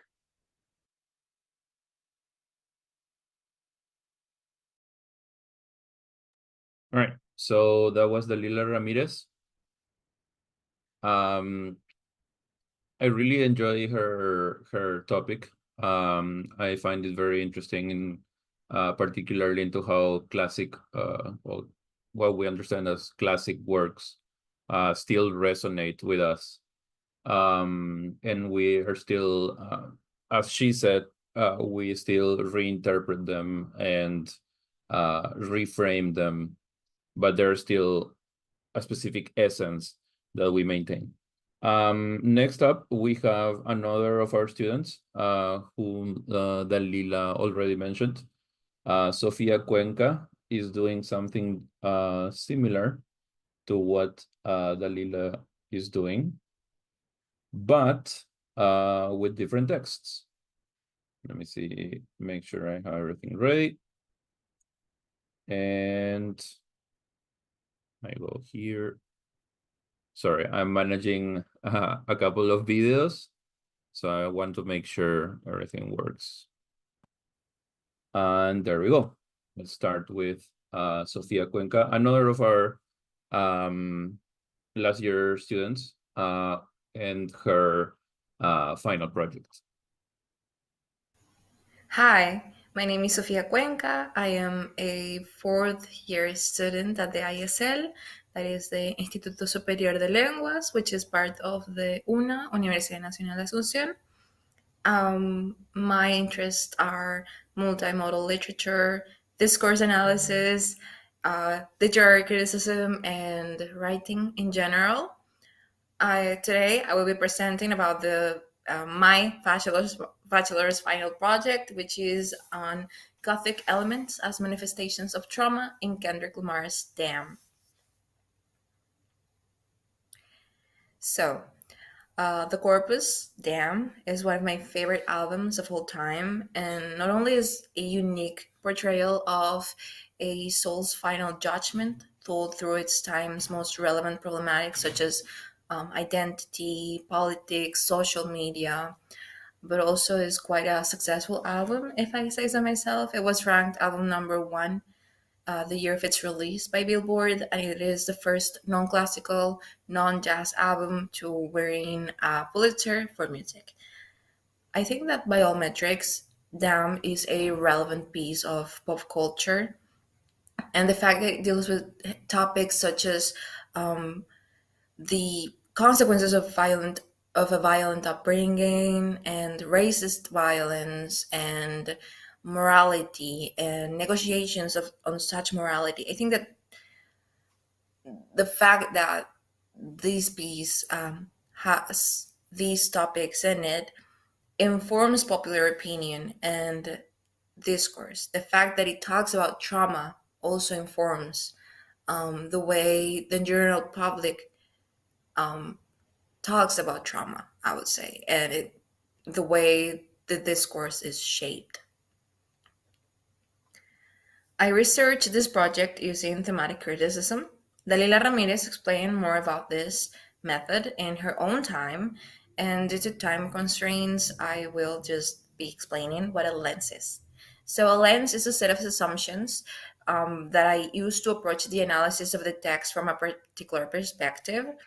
There are infinite ways someone can approach the text with. However, a lens allows for more focused reading.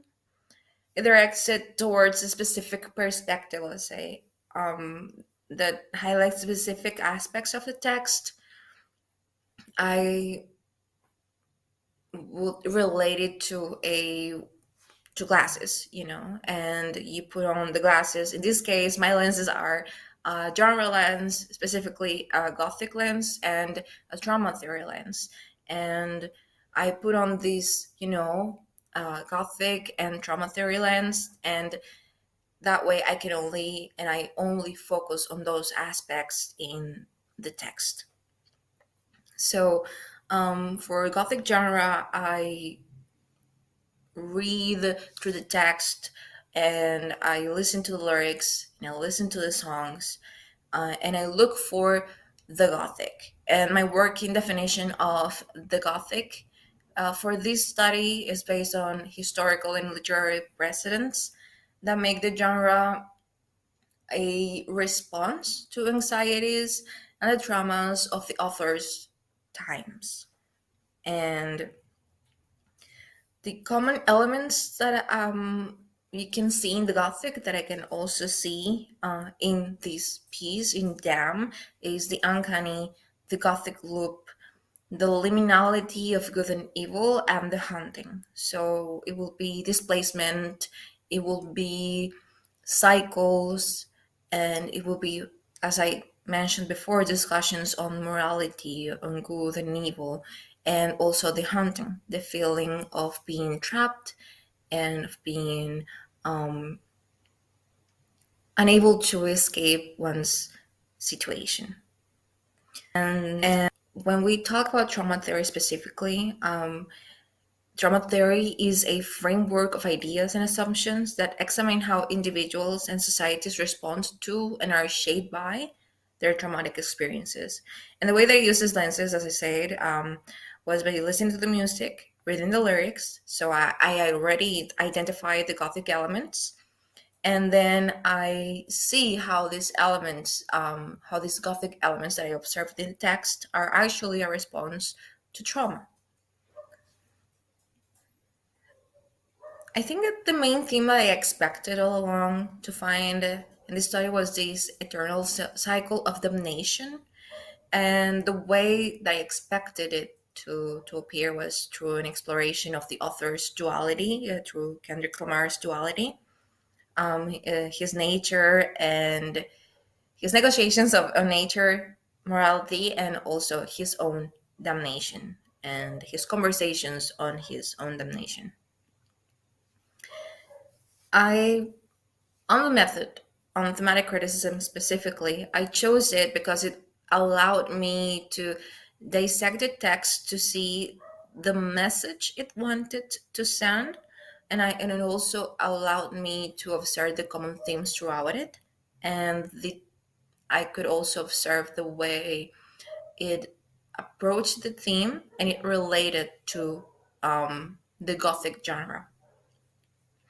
I think that it also allowed me to have a more independent, self-reliant research, I would say. And I would also say that is very budget friendly. One of the most difficult parts of this whole project was defining the Gothic. The genre is so wide, which makes it a little bit hard to put it into words. Many scholars refuse to give the Gothic a specific definition. However, I look at the common themes across different studies, and I identified elements that eventually formed a concise working definition. Another issue was the method, as Dalila mentioned before. Thematic criticism is quite a new method in Paraguayan academia, and also it is usually applied to the fantasy genre, so it was a challenge to apply it to an independent, singular piece of literature, of multimodal literature, and it was also a challenge to apply it to a non-fantasy text, but it was very effective. And I think that I was very lucky to find scholars that were more experienced with this methodology, and I'm very thankful for that. And if we're going to talk about gaps on the literature, I was able to identify the fact that there was little to no research on trauma in the hip-hop genre. There wasn't any sort of exploration of the Gothic genre as it relates to hip-hop either. And I think it has a lot to do with the fact that there is such a blurry definition of what the Gothic is. And I think that actually constricts our understanding of the Gothic and does not allow us to consider unconventional depictions of what the Gothic could be or already is, such as this specific album. I think that this specific issue applies to Black narratives, current Black narratives that talk about our current context. And I would love to keep talking about this, but unfortunately I time constraints, and I would love to answer your questions, but unfortunately I cannot be with you all today because I am, besides being a full-time student, I am also I also have a full-time job, so I have to go back to it. It has been a pleasure, and goodbye.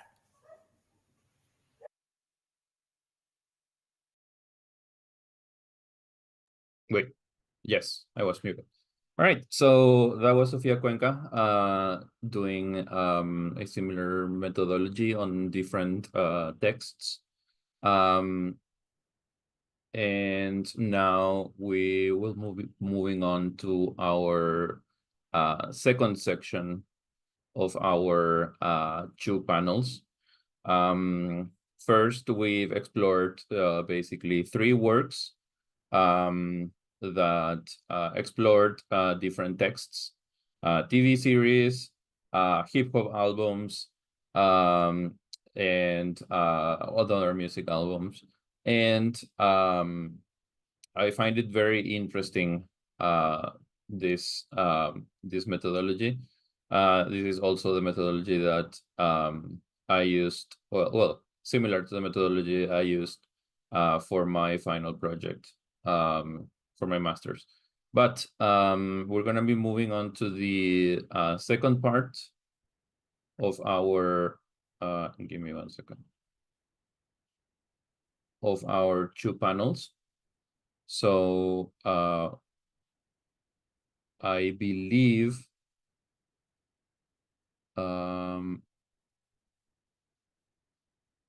Sarah, would you assist me? I believe Yes, I've lost. I believe Dr. Angela Colbert is the first in our list, followed by Dr. Bramley and last EP. All right, So, fantastic. hello, Angela. Hello, thank you very much. Thanks for the opportunity to speak with you today. I'll just get my slides up for a moment. I'm going to share my screen. I'm going to do this one here.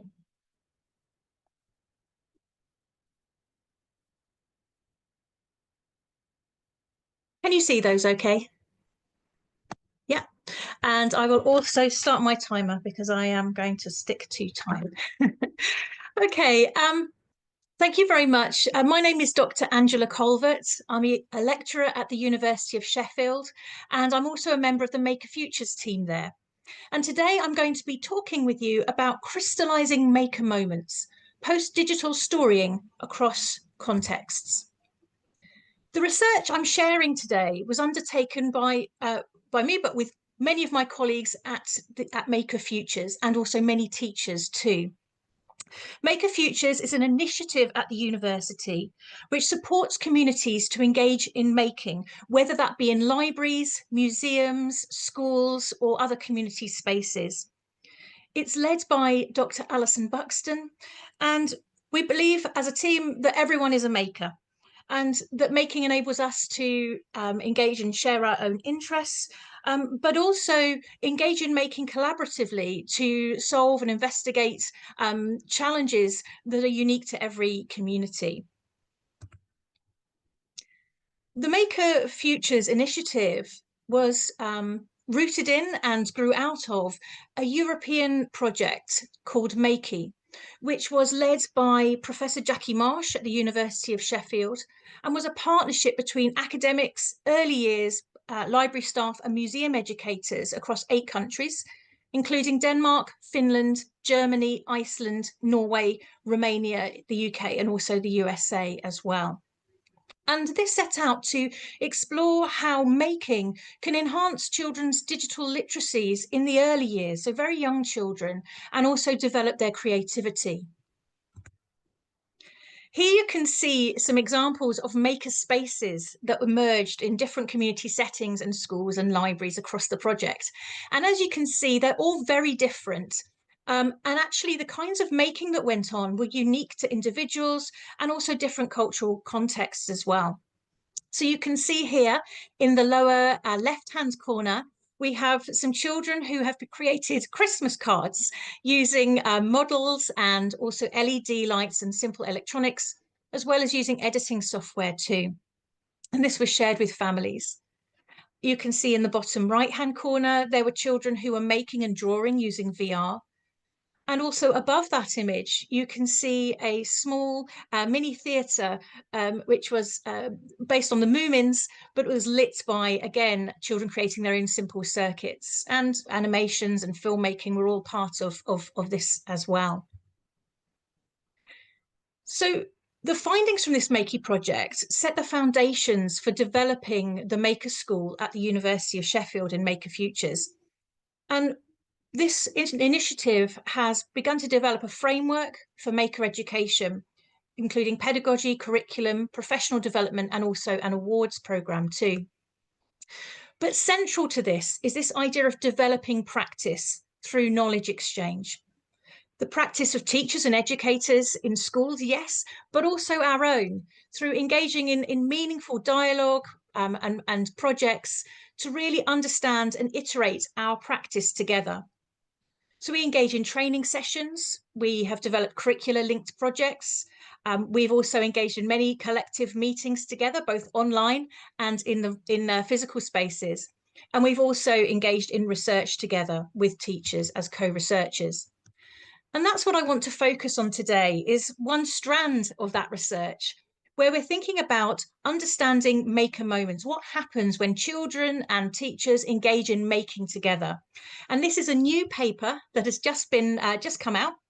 So if you're interested in reading it, it's there, it's open access, freely available, written by myself, Jennifer Rousel, Alison Buxton, and Emma Horton.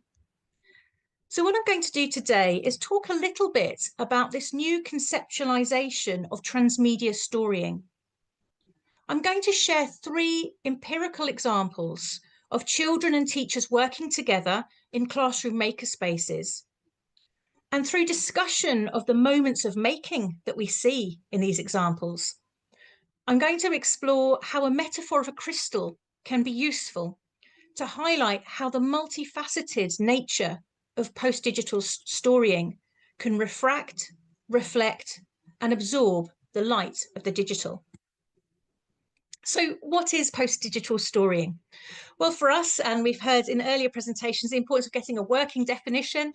Well, we're talking about an improvised and effective process. So it's deeply felt, it's improvised, it's iterative, in which children and adults interact. And we're calling it interact because it's not just to do with interacting with other humans, but also materials, spaces, and time in socially meaningful literacy practices. Why post-digital? Why not just digital? Why are we putting post in front? Well, a simple definition here is that post-digital is more than digital. It's more than screens, more than just software, more than just watching or playing or interpreting multimodal text. From a pedagogical perspective, we have the assumption that digital practices are lived experiences. They are practices. And we also believe that you cannot be digital without also thinking about and engaging with matter and physical spaces. So materials and spaces are all part of what it means to communicate and be part of a digital world.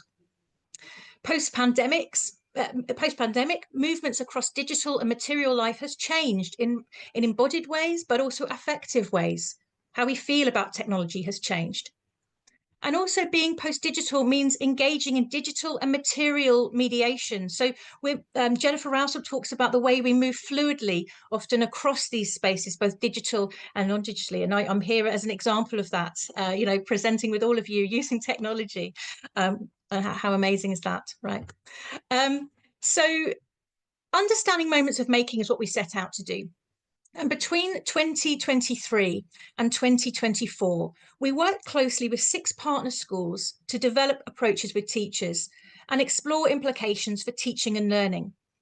All the schools were located within a city, with 4 in the north of England, in the UK, one in the Midlands and 1 in the south of England as well. In each school, we worked with groups of teachers across all year groups, as well as senior leaders. And what we asked teachers to do was to gather evidence of moments of making and gather those that they felt were significant or interesting or surprising in some way. And then we discussed these together reflexively to understand what was shaping and affecting the learning and literacy practices there. So methodologically, we were drawing here from the work of McClure, thinking about the potential for wonder. She talks of data that glows. So when we're thinking about data, thinking about occasions where something like a comment in an interview, a fragment or a field note, or a strange facial expression seems to reach out to us. We wanted to think about data that really surprised us or stood out or made us wonder in some way. And this was really central to the way we approached data collection. We were also influenced by the work of Richardson and this idea that we weren't trying to investigate and find a specific answer. We weren't trying to triangulate data in a fixed point for validity reasons. What she talks about is this idea of this crystal, the idea of crystallizing. She said, crystallization provides us with a deepened, complex, thoroughly partial understanding of the topic. Paradoxically, we know more and doubt what we know. Ingeniously, we know there is always more to know. So this idea that we're looking at a crystal from different angles, we're bringing our lived experiences, our knowledge to what we see, and that will change what we see according to how we hold and look at the data. So then, let's dive into these moments of making. So what did this look like in classrooms? Well, here's one example of a maker moment, a moment of making. This was a short film that was created by a 7-year-old child, that's year 2 in the UK. And they had created this box, this artifact, a monster. They'd been inspired by a book they'd been reading with the teacher about monsters and had chosen to make this. But in order to share with the teacher, they created a short film. And what's interesting is the narrative they used to tell that story. It begins, "Don't scream or he'll hear you. This is a monster. He has one set of googly eyes. This is the brain and sharp teeth. And at the back, inside, he has a baby monster. And they pan round to the back. You can see the screenshot there. Oh no, I'm not going to do anything. So the baby monster is stuck inside like a little house. So tell me if you like it. And what was interesting for the teacher and why they wanted to share this is this idea of time here. The child had spent a long time making this artifact, had found the resources across the classroom. But then also there's the time that was taken in filming and how they use time as a slow reveal. You don't get the sense here, but what they're doing is they're panning around the box to show the little baby monster as the reveal at the end. And also there's the time, interestingly, that the film enabled them to share this asynchronously. So the teacher could watch this film afterwards. And you can see at the end, the child saying, tell me if you like it. So this is an offering to the teacher. Tell me what you think. All right, what's the second then? The second moment of making was actually recorded by a researcher. And the researcher took a photograph because they were interested in the way the iPads, you can see there on the floor on the right, are next to the cardboard and everyday materials. So the digital and the non-digital are both resources for making. And she was interested how the children would use this. And actually what you see here on the table is a photograph that the researcher took because the iPad just sat there unused for a long, long time, for actually a couple of hours, I think maybe more, as the children engaged in making what was here a tree. And then later, they then decided to use that iPad to add film and augmented reality effects onto their creation.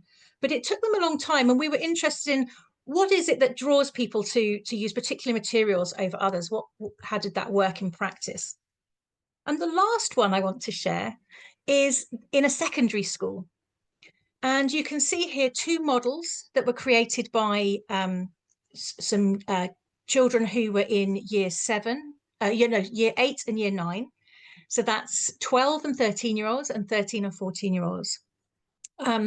And what they had been asked to do, and what they decided to do, is create models based on the Olympics, 2024 Olympics. And on the right, you can see a basketball court where you are throwing things through hoops. And on the left, you can see what is called a pony chop. Well, it was called a pony chop. And it drew on the child's interest in My Little Pony and horses. And what they've done is they've created a connection or a circuit whereby the pony will lift up the bar there and chop fruit. And every time it chops, a little micro bit, a bit of technology is used to count how many times. And what we were interested here is the way that technology, in terms of microbits and battery packs and circuitry, were built into this creation by the young people. So maker moments then are numerous. They could take place over several long periods, but also they all included an original idea. They brought in digital effects and animations with materials, and occasionally they also integrated electronic components into those artifacts. And there was always a negotiation between technologies, tools, materials, and software, which typifies this type of post-digital communication. We expanded the use of this metaphor of crystallization to think about what would happen if we thought of the digital as light and holding up these moments of making as crystals. And we thought what filtered through this crystal as different forms of light invited different kinds of experiencing. When holding a maker moment up and rotating it to view different angles, people saw the way that the technology worked across the moments of making. We saw in the analysis 4 facets. So the first was materiality. Maker moments involve matter and materials combined in ways that are meaningful for designers. Documenting materialities means working with and reflecting on the agency of matter, asking questions like, what will the cardboard let me do? How will LED light enhance my story? How does matter make me feel? In terms of spatiality, the spaces in which this post-digital storying and making take place are not neutral contexts. They actively affect the processes and meaning-making that occur.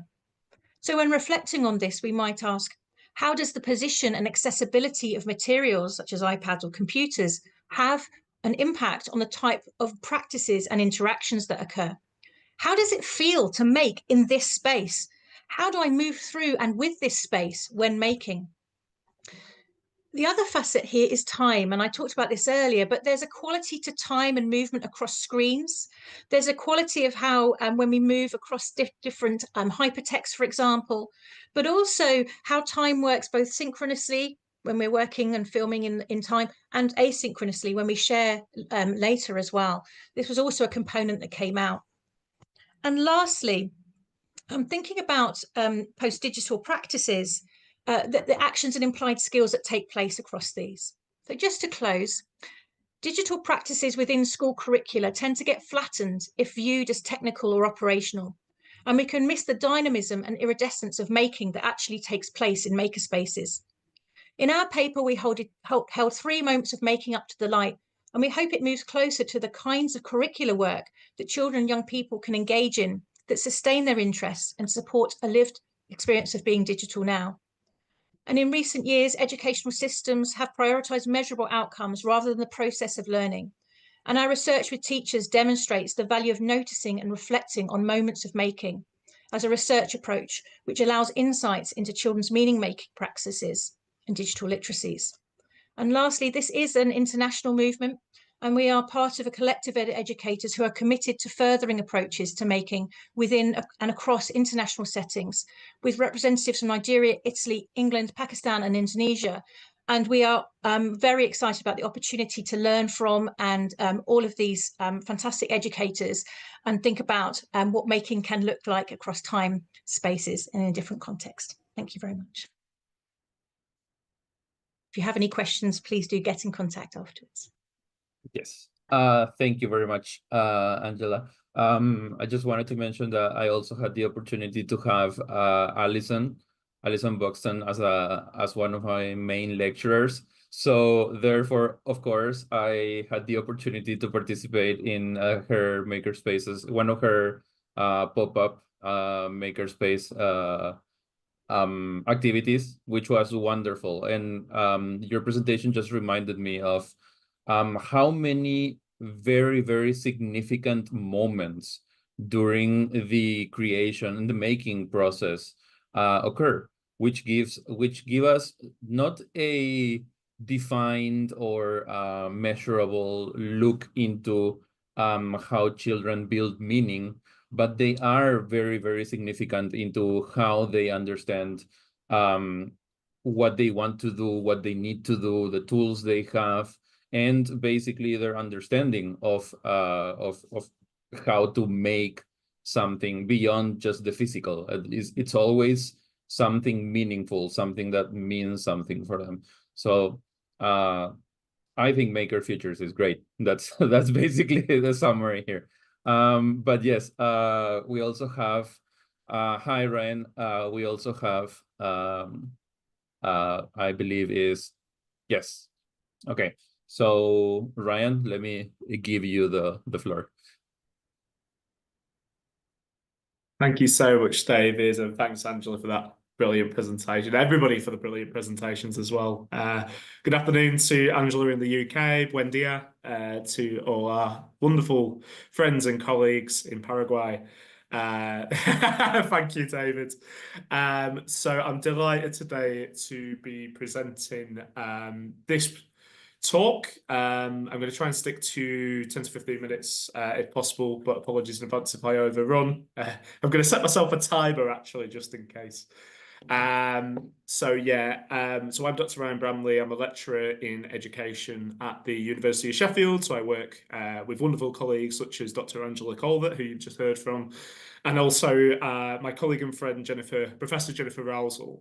Jennifer sends her apologies. She unfortunately can't be here today. She's at a very important funding panel, but she has very kindly sent a few audio notes. So you'll be hearing from Angela as well as myself today.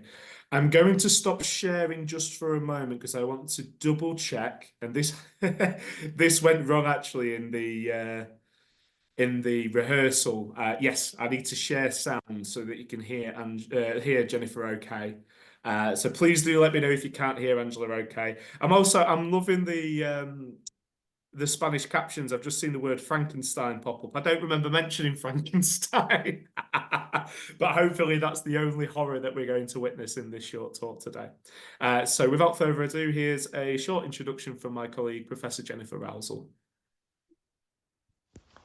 Hi everyone, it's Jennifer Rousel here, and I'm really sorry I'm unable to be a part of the presentation. And thank you, Ryan, for presenting on our behalf. I really enjoyed writing this paper with Ryan and just sharing how filmmaking has enlivened our research in a variety of ways, and also just the sitting beside youth and thinking about film together. So I told Ryan that I would speak to three aspects of our presentation in a short amount of time. So that's what I'll do.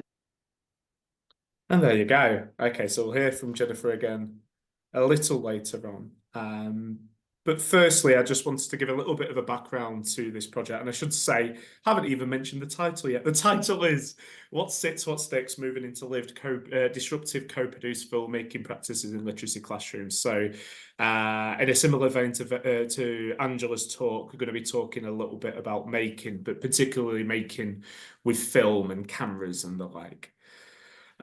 So myself and Angela came together as researchers who've applied co-production with young people in various contexts, and Jennifer's done a lot of work in Canada, where she used to work and where she's from, which is going to feature in some of our vignettes a little later on.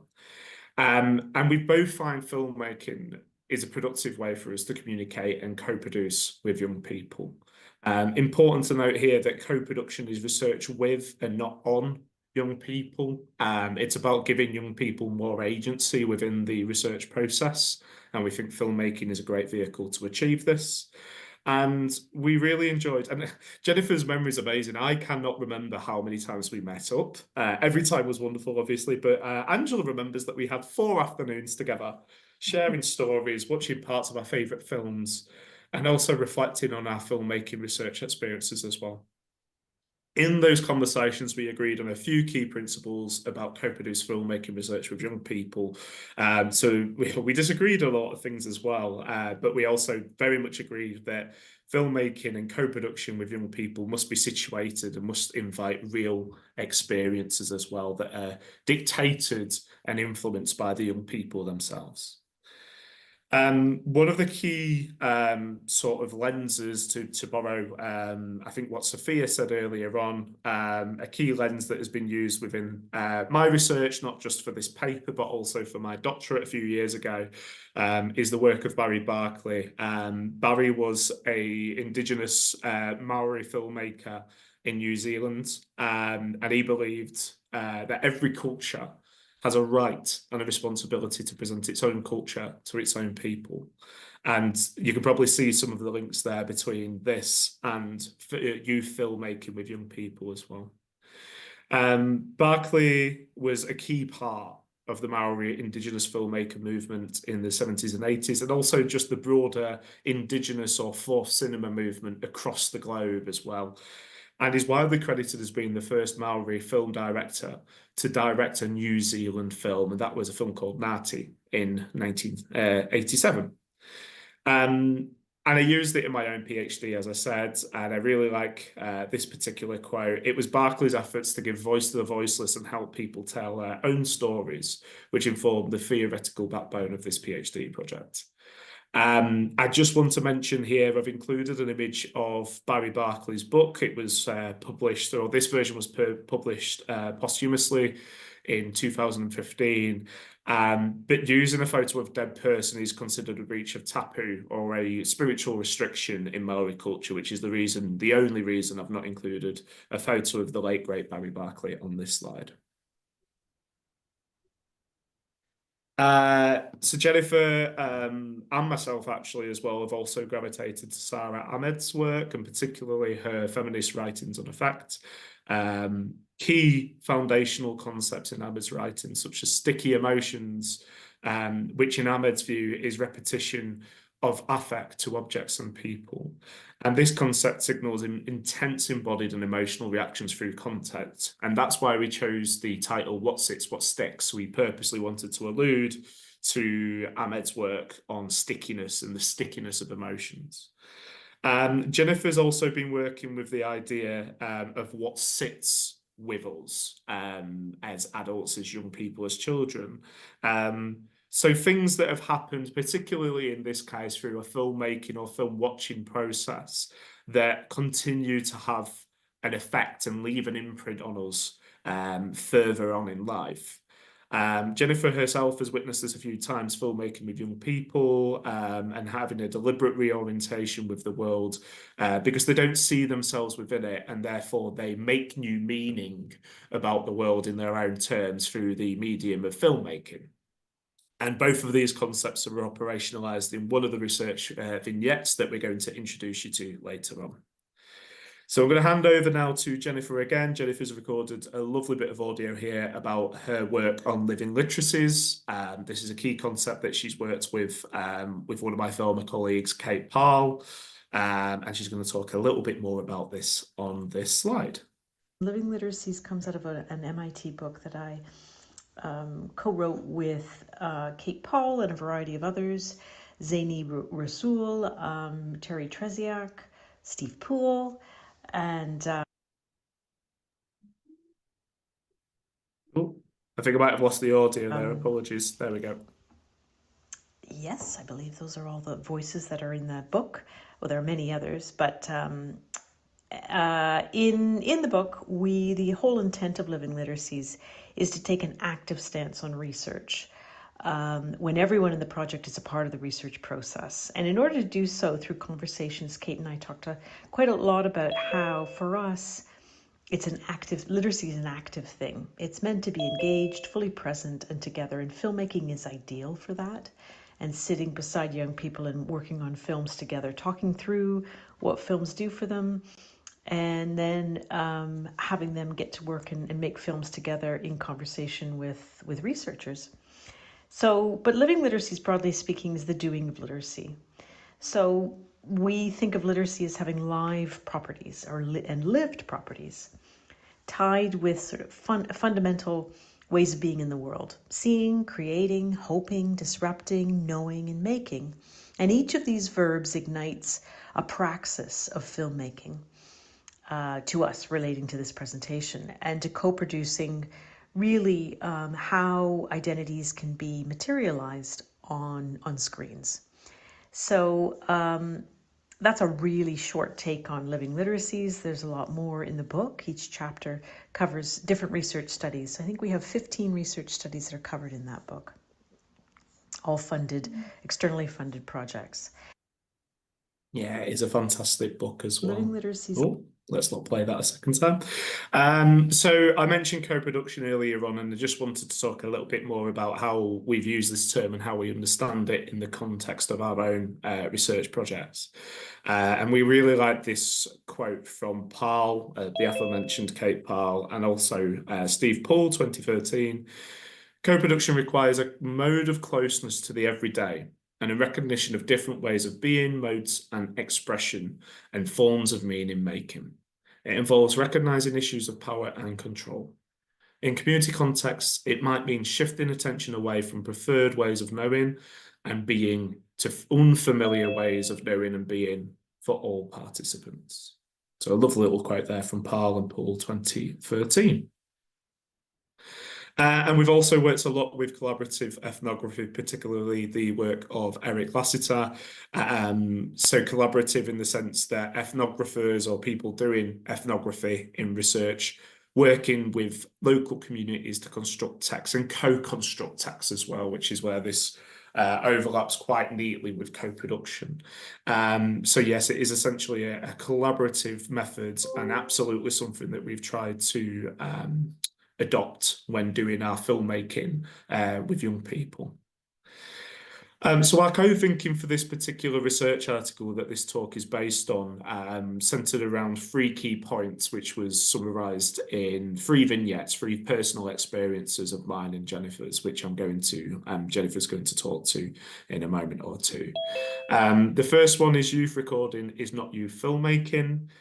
So basically, youth filmmaking is not just about giving young people a camera, and this is absolutely something that Barry Barclay believed in terms of Indigenous filmmaking as well. You don't just give somebody a camera and say, here you go.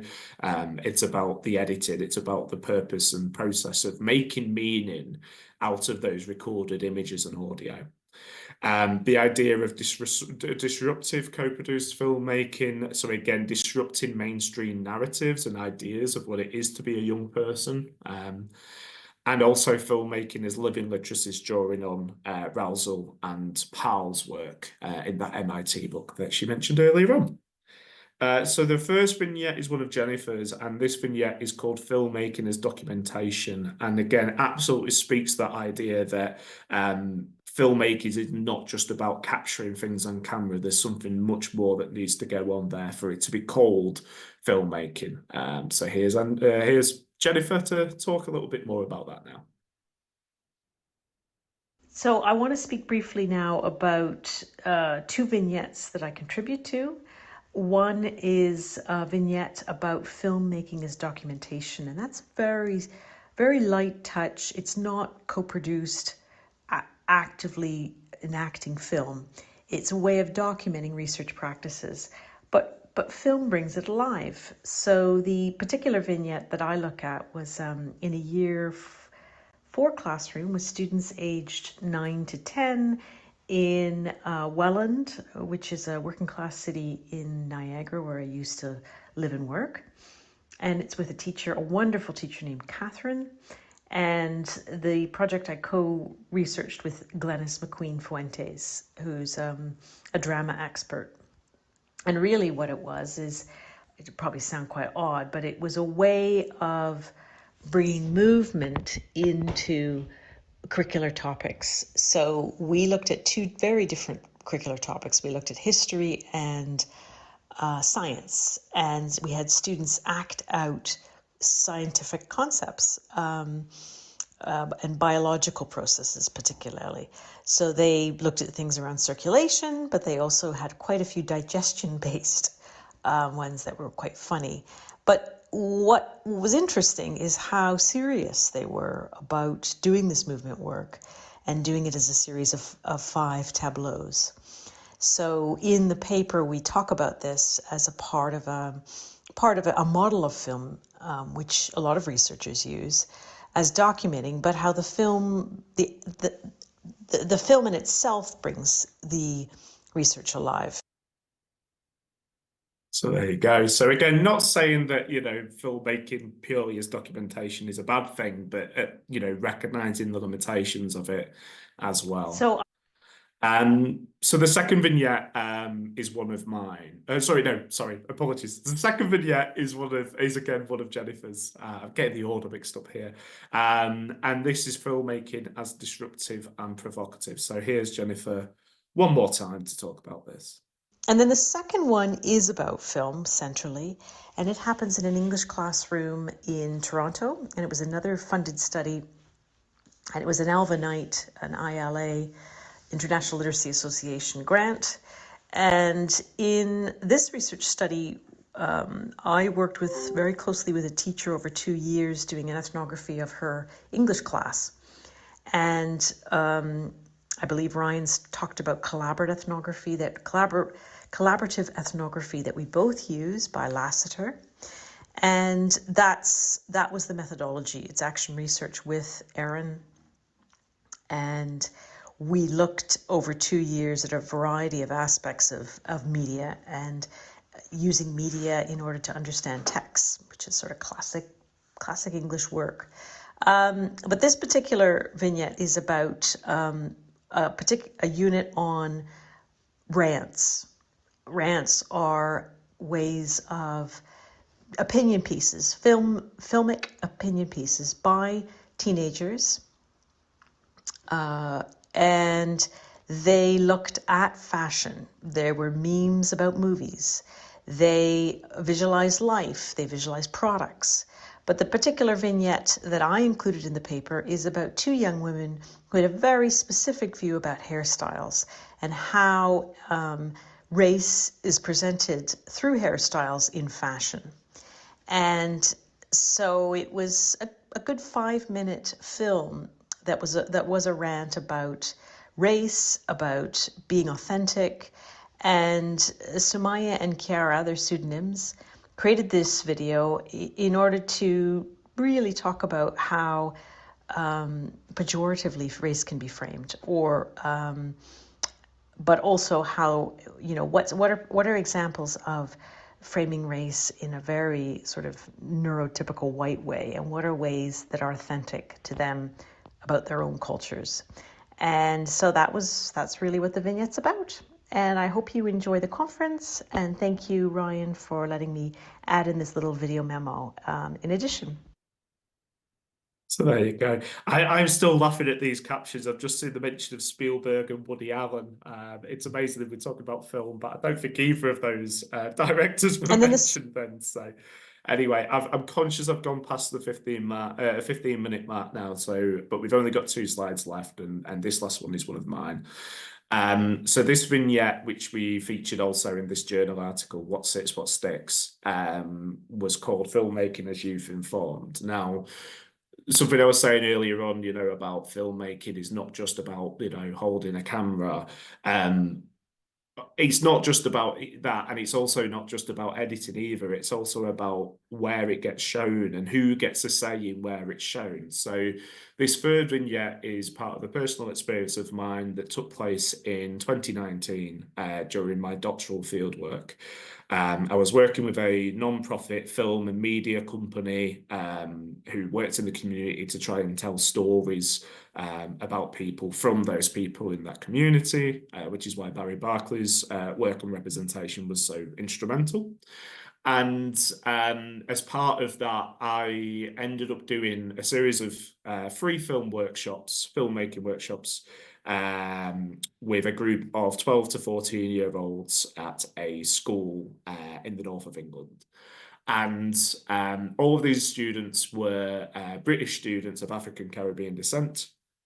And we were essentially giving them basic filmmaking training so that they could produce short films on their own identities, histories, legacies. So we're focusing particularly on the idea of the Windrush generation, so people who were invited to come to the UK and settle here from African Caribbean nations from 1948 until the early 1970s, but who received a lot of racism and racial prejudice when they came here, and people still do to this day, unfortunately. So basically we told the students, right, what you produce is up to you. You can do what you want. We'll support you in it. So they went home, they did homework by basically talking to their families, their grandparents, their parents, their carers.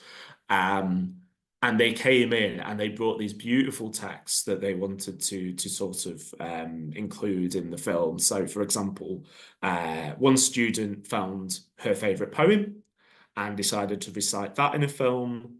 And another student actually wrote a poem from scratch all about their own sense of belonging and identity in a white patriarchal English context as a young Black person.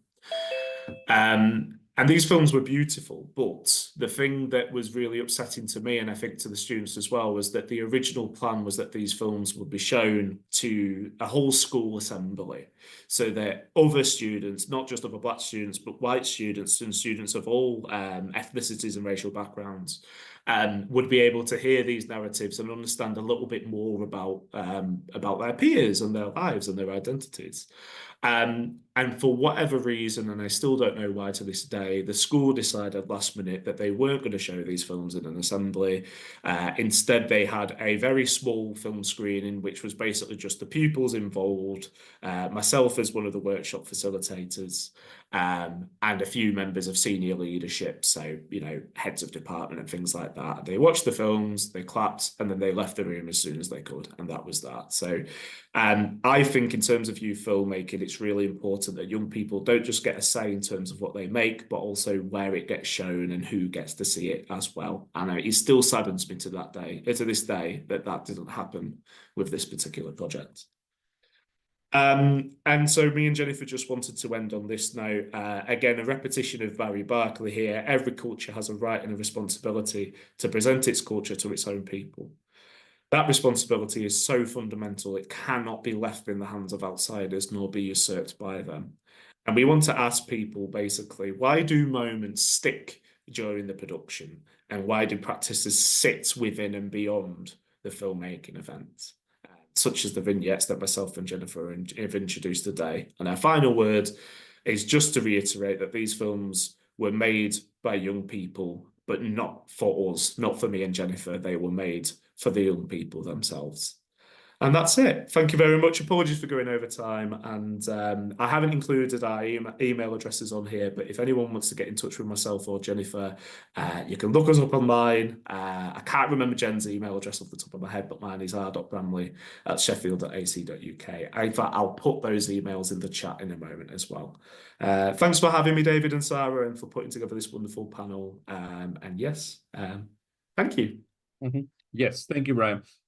Just not to steal too much time from the next presentation, I just had a couple of questions for some of you, and then we can close up our panels. So first thing I wanted to ask was, Ryan, like in your experience, your general experience in teaching filmmaking and non-traditional modes of qualitative inquiry, what are some of the ways that you found that artistic practice, like filmmaking, can broaden our understanding or the students' understanding of their world, of their social world?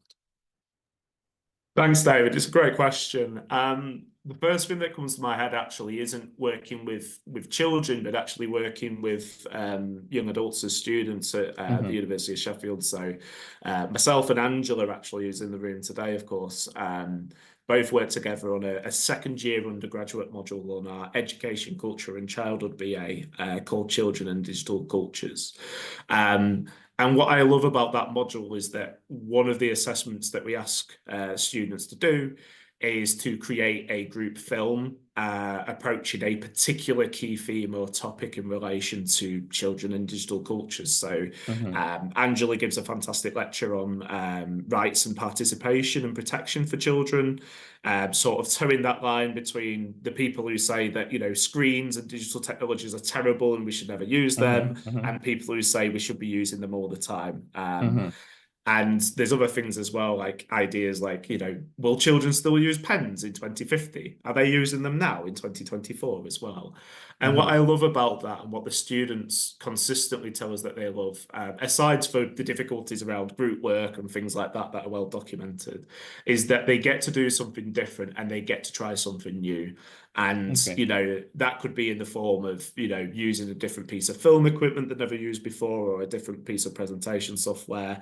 That could be in terms of performing. We had one group I remember from last year who did it as a sort of news broadcast style thing, and that was really fun. We had another group that did a video on Pokemon Go, and each of the presenters held a little Pokemon plushie whilst they were presenting, and it was adorable.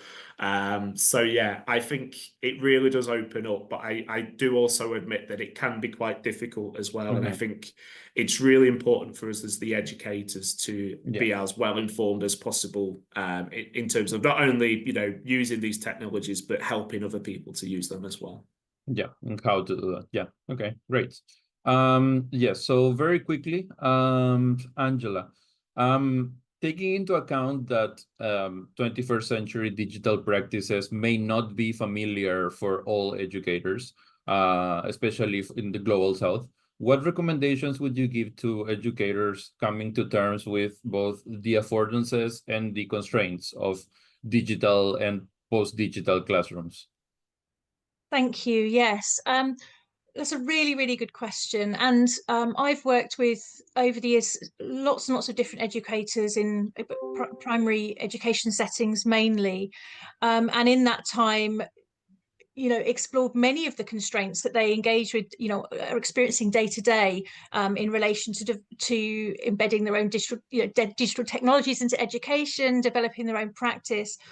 And I think one of the constraints that we often feel, and I include myself in this, is educator confidence, but also educator kind of knowledge. I mean, things are changing so much, you know, all the time. You know, there are lots and lots of areas that we that we feel we don't understand fully. So if we don't understand, how can we possibly, begin to teach this? And I think what's really important, it actually is one of the affordances, and one of the things I explore with educators, is that actually engaging with digital technologies is an opportunity to bring children's lived experiences into the classroom. We've heard a lot about, popular culture, but also, a chance for children to bring their cultural experiences, their understanding into media making.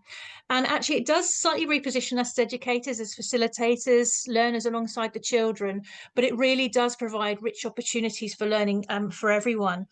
And in terms of the resources, of course, that's a constraint as well. But I think we've seen across all of these that actually there are different ways of engaging in making and digital technologies. If you have Wi-Fi connection, there are lots of materials online that that enable you to make, not just watch and analyze, but also make as well. And in terms of time and curricular constraints, we are often pressurized as educators to think about achievable outcomes and what we're demonstrating at the end. But we know, as learners ourselves and with the students and with the children we work with, that actually looking at the process of making and what we learn in that process is so important, and that really is an opportunity for learning through making. As opposed to just measuring results in standardized tests. Yeah. Wonderful. Fantastic. And just to close up, and since I have the opportunity, thankfully I have Dalila with me, just a very, very quick question. How did the interest in your topic come about? Well, I am a fan of Hozier, and I assumed, heard yes. yeah, so I heard about the album and I started to listen to it, and I saw that there's so much to unpack because it's not a thematic album. It is not fully inspired, a concept album, I'm sorry. It is not fully inspired on Inferno. It takes inspiration on different topics. And I thought it was very interesting how Hozier is agnostic, but he still took inspiration from something such as the work of Dante, who was super Catholic. And yeah, I thought it would be a very interesting contrast to analyze. Wonderful. So I'm just gonna leave my email here in the chat.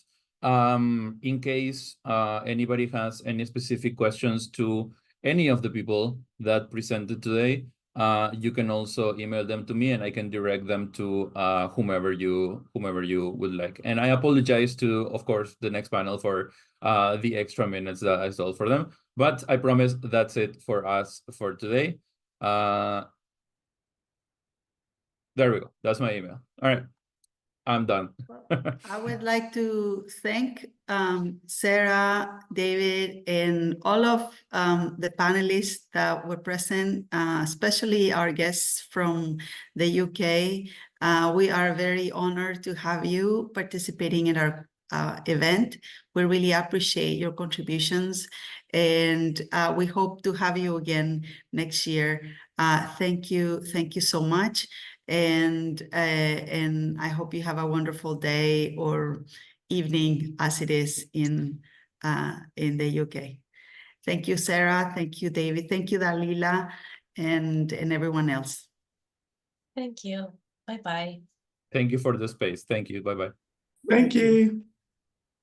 Thanks all.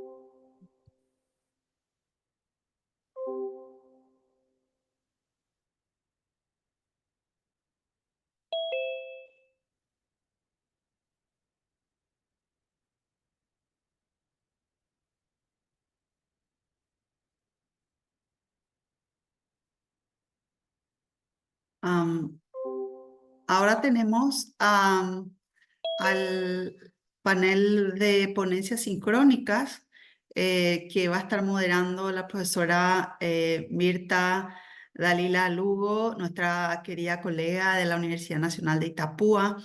Tenemos varias ponencias interesantes y si es que por ahí tuvimos un problema de confusión de horario de colegas de Rusia esta mañana, así que quizás se conecten si es que consiguen leer el correo que le estamos enviando en este momento antes de cerrar este espacio, para darle la oportunidad también a ellas de presentar su trabajo. No sé nomás si es que es en inglés, pero igualmente yo puedo mantenerme atenta para cualquier eventualidad. Muchas gracias, Mirta. Muchas gracias a los ponentes por estar aquí con nosotros. Muy bien, gracias Valentina. Muy buenos días a todos. Maite. Entonces es el espacio de las ponencias sincrónicas 10 dentro de este quinto Congreso Paraguayo de Lingüística Aplicada que, bueno, lo organiza el Instituto Superior de Lenguas de la Universidad Nacional de Asunción y colaboramos desde las instituciones que estamos también relacionadas a través de la Asociación Paraguaya de Lingüística Aplicada. Entonces, en este espacio de ponencias sincrónicas vamos a tener 4 presentaciones de diferentes temas interesantes también. Y si está en la sala ya el compañero Raúl Felipe Schmidt Machado, él nos presenta a Lingua Guaraní en la Universidad Nacional de Asunción. Es el trabajo entonces de Raúl Felipe. Si es que ya está con nosotros en la sala. Recordamos, entre tanto, que tenemos hasta, 1 hora para las 4 presentaciones que se van a dar en esta sala.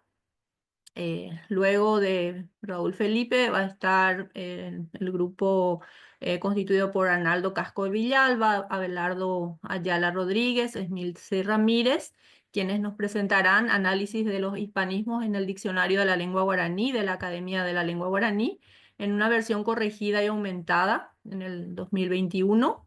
Seguidamente, desde la Universidad Nacional del Nordeste Argentina, Carolina Gandulfo y Tamara Alegre nos presentarán la Cátedra Guaraní de la Universidad Nacional del Nordeste, una propuesta universitaria para la revitalización lingüística del guaraní en Corrientes, Argentina.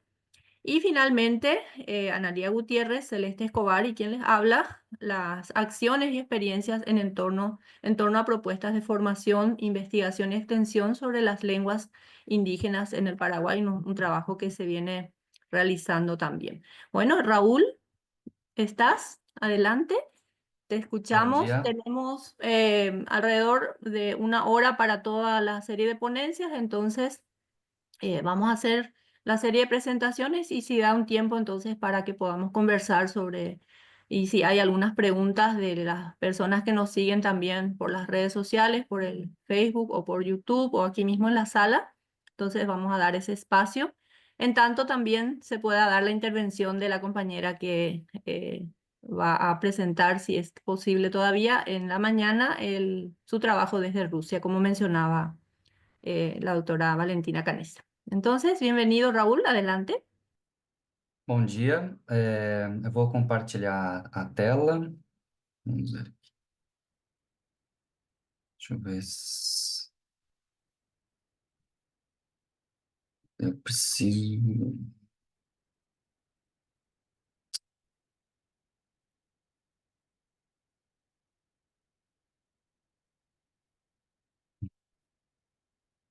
Abajo, Aí. ¿ya lo ves? Ahí Sim, está. Ok, ahora ya agora está. tá. Perfecto, adelante. Então, bom dia. A minha pesquisa, o título dela, então, é A Língua Guarani na Universidade Nacional de Asunción. Deixa eu ver só se eu consigo. Aí.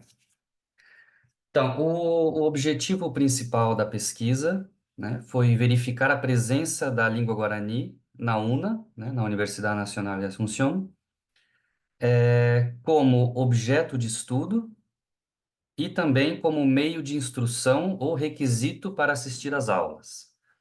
Então, a proposta da pesquisa foi buscar em documentos oficiais dos cursos de graduação da UNA, nos planos de estudo, a presença da língua guarani.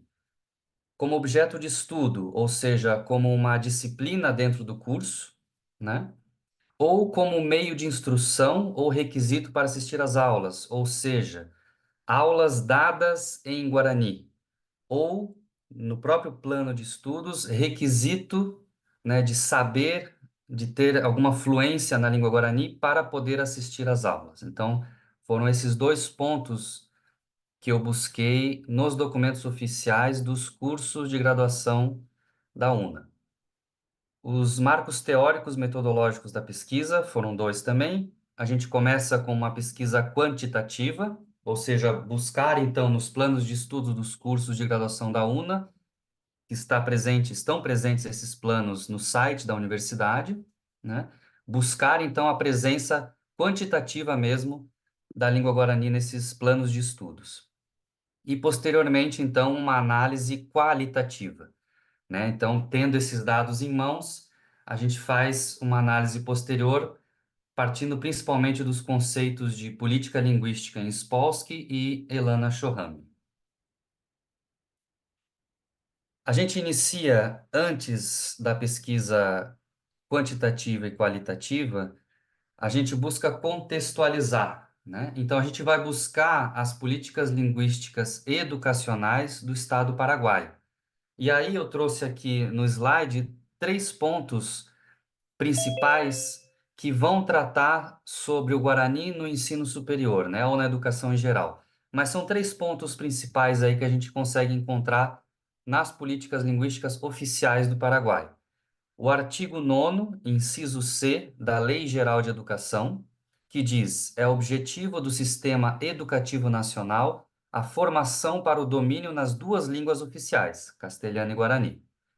O artigo 10, inciso 1 da Lei de Línguas, que diz: é direito linguístico da comunidade nacional contar com um plano de educação bilíngue guarani-castelhano em todo o sistema educacional, da educação primária à educação superior, né? Um artigo, então, importante para a minha pesquisa, que diz, então, desse direito linguístico de uma educação bilíngue não só na educação primária, mas até a educação superior. E, por fim, eu trago o artigo 30 também da Lei de Línguas, que diz: os centros de formação docente devem preparar educadores bilíngues guarani e castelhano. Então, com isso como um breve contexto, né, uma base, ou seja, para a gente entender que as 2 línguas oficiais do Paraguai devem estar presentes no ensino superior, a gente parte, então, para a pesquisa em si, né? A presença da língua guarani na UNA, Universidade Nacional de Asunción. Então, a gente encontra no site oficial da UNA 78 cursos de graduação. Desses 78 cursos, apenas 2 pedem claramente o Guarani como requisito para assistir às aulas, né? Ou então o Guarani como meio de instrução. Desses 78 cursos, apenas 2 pedem. E são eles o curso de língua guarani, óbvio, né? E o curso de ciências da educação. Desses 78 cursos de graduação, apenas 12 contêm, dentro do seu plano de estudos oficial, alguma disciplina em Guarani, né? Destes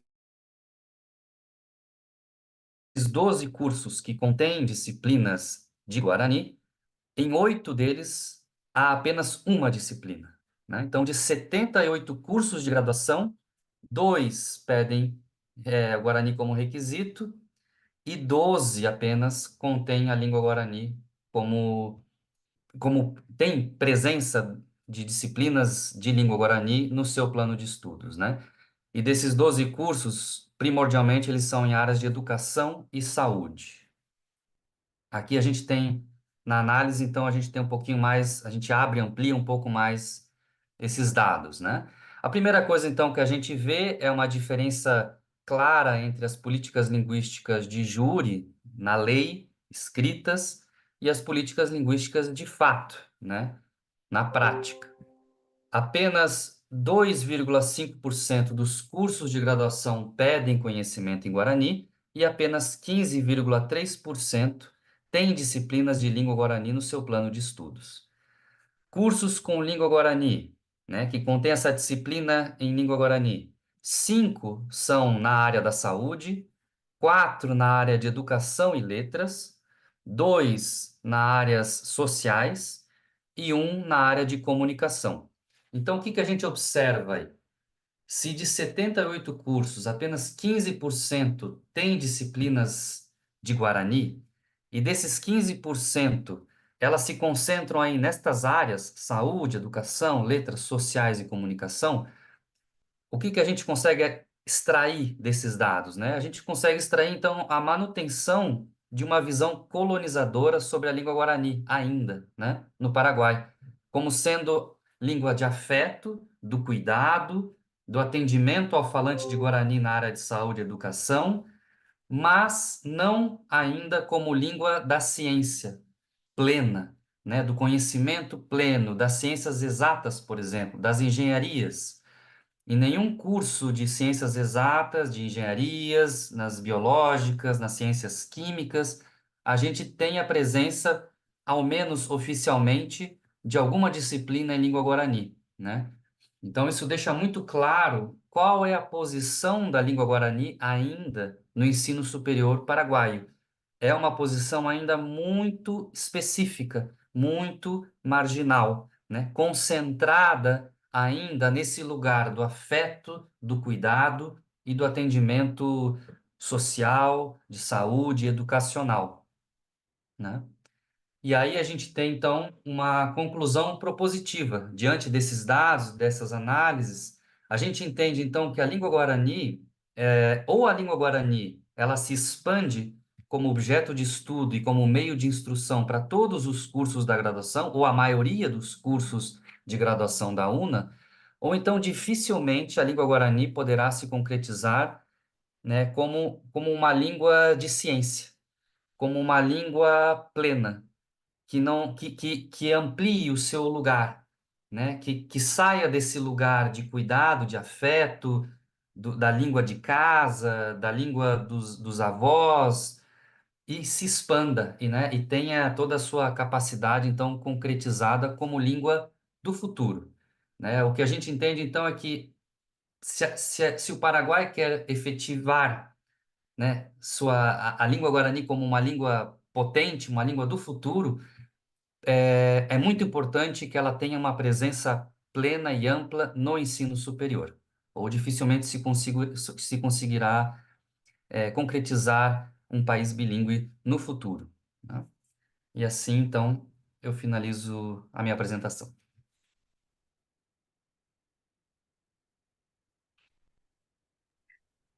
Muy bien, Raúl, muchas gracias. Interesante tus análisis. Nos interpelan también como universidad en general en Paraguay. Y bueno, vamos a discutir a lo mejor los resultados y con los compañeros que están en esta mesa para continuar. Entonces, está Arnaldo Casco. Si estás, Arnaldo, Buenos entonces, días, Maite. No sé si sí, me escuchas, Mirta, te ¿sí? escuchamos muy bien, Qué suerte, Maite. perfectamente. Maitei, Baishapa. Y puramente, me sumo a tus palabras de que realmente nos interpelan estos análisis que nos acaba de presentar el compañero.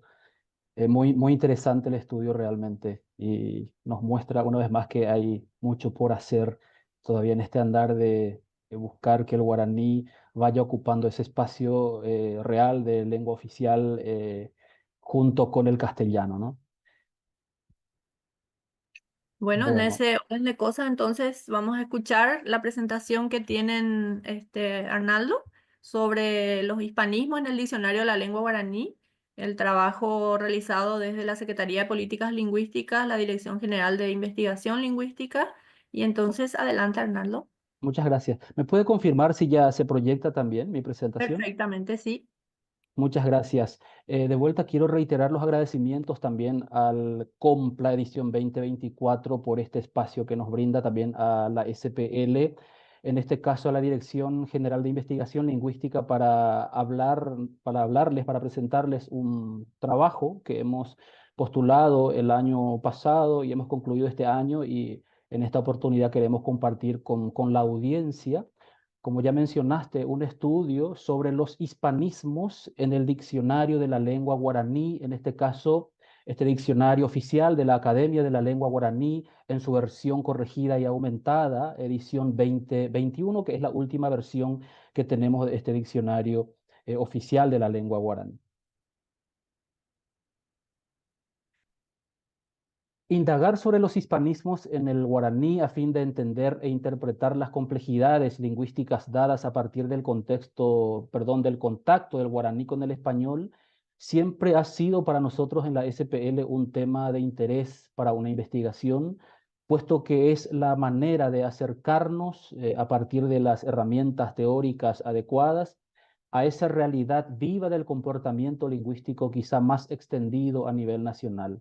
Entender de qué manera el hablante, en este transcurrir de casi 500 años ya de contacto lingüístico-cultural,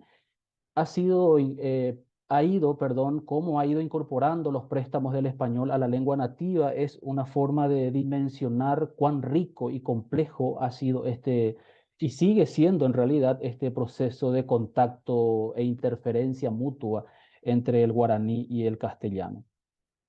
Nos propusimos 3 objetivos básicamente para encarar esta investigación. Por un lado, obviamente identificar todos los casos de hispanismos hallados en este diccionario de la lengua guaraní, de la Academia de la Lengua Guaraní. Por otro lado, determinar la etimología de cada uno de estos vocablos que del español ingresaron a la lengua guaraní. Y por último, y que es la parte más rica, la parte realmente más sustanciosa de esta investigación, nos hemos propuesto también analizar caso por caso qué tipos de préstamos, qué tipos de cambios lingüísticos se han generado en cada uno de estos casos de hispanismos que hemos hallado en este diccionario. La metodología aplicada es cual y cuantitativa, con ese enfoque. La técnica es un análisis documental. Hemos utilizado una matriz de análisis como instrumento de estudio. Luego vamos a ver en los ejemplos cómo hemos encarado el estudio en esta matriz. La población estudiada es todo este diccionario, todas las entradas que hemos hallado en este diccionario estudiado, en su versión corregida y aumentada del año 2021, como ya mencioné, de la Academia de la Lengua Guaraní. Y la fuente teórica principal que hemos utilizado ya para la clasificación de los tipos de préstamos, en este caso del español al guaraní, hemos utilizado un trabajo muy interesante de la lingüista Natalia Krivoshein de Canese, donde ella hace una clasificación minuciosa de hispanismos en guaraní, un trabajo que publicó en la revista Ñemitún, número 34 del año 1997. Y ya para hablar de los resultados, por un lado cuantitativos, y luego vamos a entrar a analizar los ejemplos de los hispanismos y los tipos de cambios, etc. Como números podemos mencionar que en total hemos hallado primeramente 2.105 entradas en este diccionario estudiado de la lengua guaraní, de la Academia de la Lengua Guaraní. Y de este total de 2.105, términos hallados en este diccionario, nosotros hemos confirmado un total de 247 casos de hispanismos, que hacen a un total del 12% del global de entradas de este diccionario estudiado. Para la confirmación de estos casos que provinieron del español al guaraní, que ya son de uso corriente, uso común en la lengua hoy en día, nosotros hemos utilizado 3 fuentes, 3 diccionarios oficiales de la lengua española en este caso. Como primera fuente, obviamente, nos remitimos al Diccionario de la Lengua Española, en este caso en su versión digital 2022, que en su momento era la última versión cuando estábamos haciendo el trabajo. Y en esa fuente hemos confirmado un total de 234 casos de hispanismos. Y luego, los casos que no hallábamos en este primer diccionario consultado, en esta primera fuente, nos íbamos al diccionario de americanismos, que es un poco un trabajo lexicográfico más regional, y en su versión 2010, digital también, y ahí hemos confirmado un total de 9 casos de hispanismos.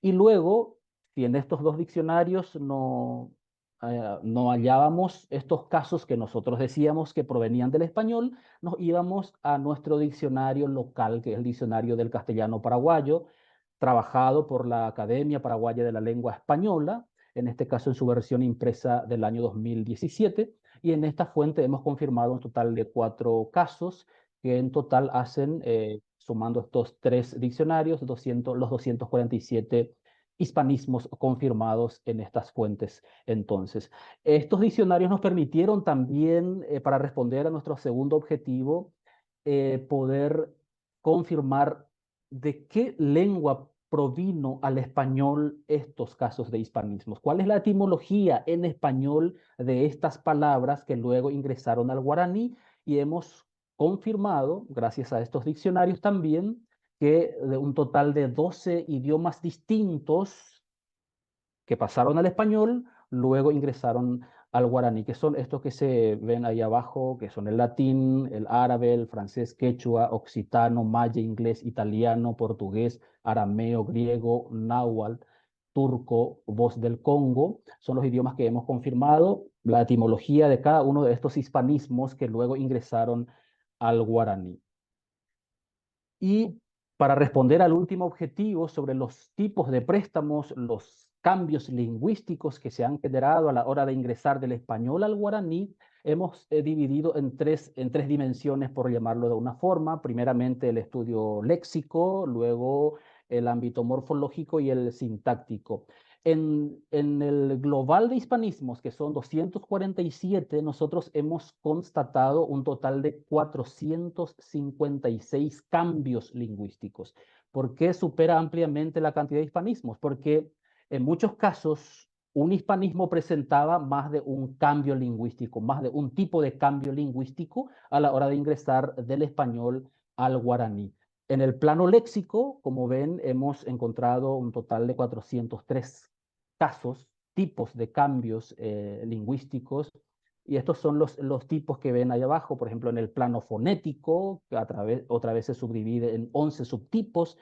Luego tenemos los préstamos por cambio de significado, que sigue siendo en el ámbito léxico. Y otro caso, otro tipo de cambio, que es el uso masivo, equivalencia fonológica y semántica. Estas son clasificaciones que corresponden a la lingüista ya mencionada anteriormente. En el plano morfológico hemos hallado 51 cambios lingüísticos que hacen a estos tipos de cambios morfológicos: el uso de artículos y pronombres del español, palabras españolas con afijos del guaraní, palabras del guaraní con afijos del español, palabras compuestas con raíces del español con otras del guaraní o dos raíces del español, y por último hispanismos con afijos del español. Y en el plano sintáctico hemos hallado solamente 2 casos que responden a un solo tipo de cambio lingüístico, que es el hispanismo con origen sintáctico. Estos serían los números si miramos desde el estudio cuantitativo, y ahora quiero mostrarles con algunos ejemplos cómo hemos hecho el estudio. Esta es nuestra matriz de análisis. Como ven, en una columna tienen la numeración de los casos de hispanismos. En la siguiente columna tenemos la entrada de estos hispanismos, de estos casos de palabras que provinieron del español, que están incorporadas en el diccionario estudiado. Y luego tenemos en la siguiente columna el origen español de esos términos, y por último el tipo de préstamo, los tipos de cambios lingüísticos que se dan ahí. Tenemos el primer caso, que es, esto es dentro del cambio léxico, estos 5 ejemplos. El primer ejemplo es buricá, que como sabemos viene de la palabra borrica, del español. Como ven, tenemos las informaciones que ya he mencionado anteriormente. Al lado de la palabra borrica ven el origen etimológico del término, la fuente consultada para confirmar el caso del hispanismo. Y aquí al lado tenemos el caso, el tipo de préstamo, que en este caso es la sustitución de unos fonemas por otros. Este tipo de préstamo se da en el caso de Buricá. Se da una sustitución de unos fonemas por otros, y vemos que eso se da con el fonema, la letra B larga en el español, que pasa como B en guaraní, como verán, y la R del español pasó como RE en guaraní, como verán.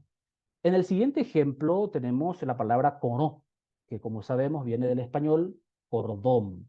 Aquí se aplica el tipo de préstamo supresión de consonante, por un lado, y también se da en este ejemplo la adecuación a la estructura silábica.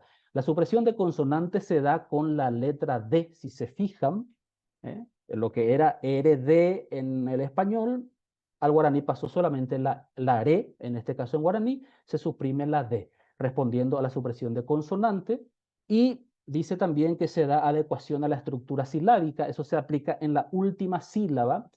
Como sabemos, la estructura silábica del guaraní no permite, no acepta, digamos, la terminación consonántica, y en este caso lo que hizo al adaptarse al guaraní fue suprimir esa última consonante final, que es la N, y se aplica ahí una nasalización de la vocal que la antecede, que es la O, y en este caso se convierte en O. Esto se aplica en varios ejemplos, como por ejemplo lo que es avión, la terminación ON pasa como avión, lo que es cordón pasa como corón, en este caso lo que es televisión pasa como televisión, camión, camión, es decir, se aplica con varios otros casos este mismo ejemplo, que es la adecuación a la estructura silábica de la lengua.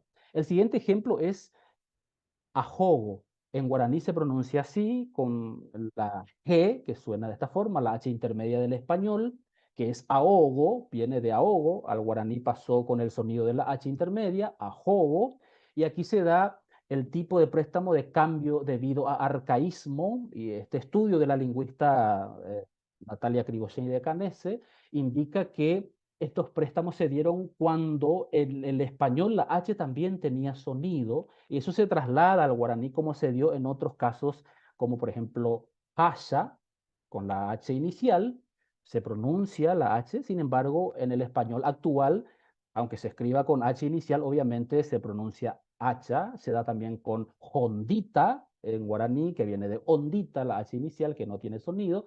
Entonces, aquí se da un tipo de préstamo de cambio debido a arcaísmo, es decir, hablando del español arcaico. Luego tenemos el otro ejemplo que es vaca. Suena en guaraní, que viene de vaca, del español, y aquí se da un cambio de acentuación, el tipo de préstamo. Es decir, lo que era en el español una palabra grave o llana, en este caso pasó al guaraní como aguda, cargando la voz en la última sílaba, una característica propia de la lengua guaraní que tiene mayormente palabras agudas. Por último, tenemos cambio de significado y se aplica en este ejemplo, rambosá, que viene de almorzar, es decir, cuando pasó del español al guaraní cambió de significado esta palabra y sabemos que rambosá significa desayuno en guaraní y en el español significa almuerzo, en este caso, la comida del mediodía. Luego vamos a pasar a ver los cambios en el plano morfológico. Tenemos el ejemplo de tucae, que viene de tú y caes, y aquí se aplica un tipo de préstamo que se llama uso de artículos y pronombres del español. Como ven, el pronombre personal tú, como se traslada al guaraní, inclusive uniéndose a otra palabra y se convierte en una nueva palabra con nuevo significado. Luego tenemos el ejemplo de mentaí, que en su raíz, como verán, es una palabra del español menta, y se aplica aquí palabras españolas con afijos del guaraní, es decir, a la raíz del español se le agrega un afijo, en este caso un sufijo, el pusó con la i indica diminutivo, se agrega esta base del español que es menta y se convierte en una nueva palabra. Menta y es una planta medicinal como conocemos. Luego tenemos el caso de breza, y ahí tenemos un sufijo del español que es esa, y en este caso ahí responde al tipo de préstamo palabras del guaraní con afijos del español. Viro, que es la base del guaraní, se agrega este afijo que es esa, que responde al sustantivo abstracto principalmente del español.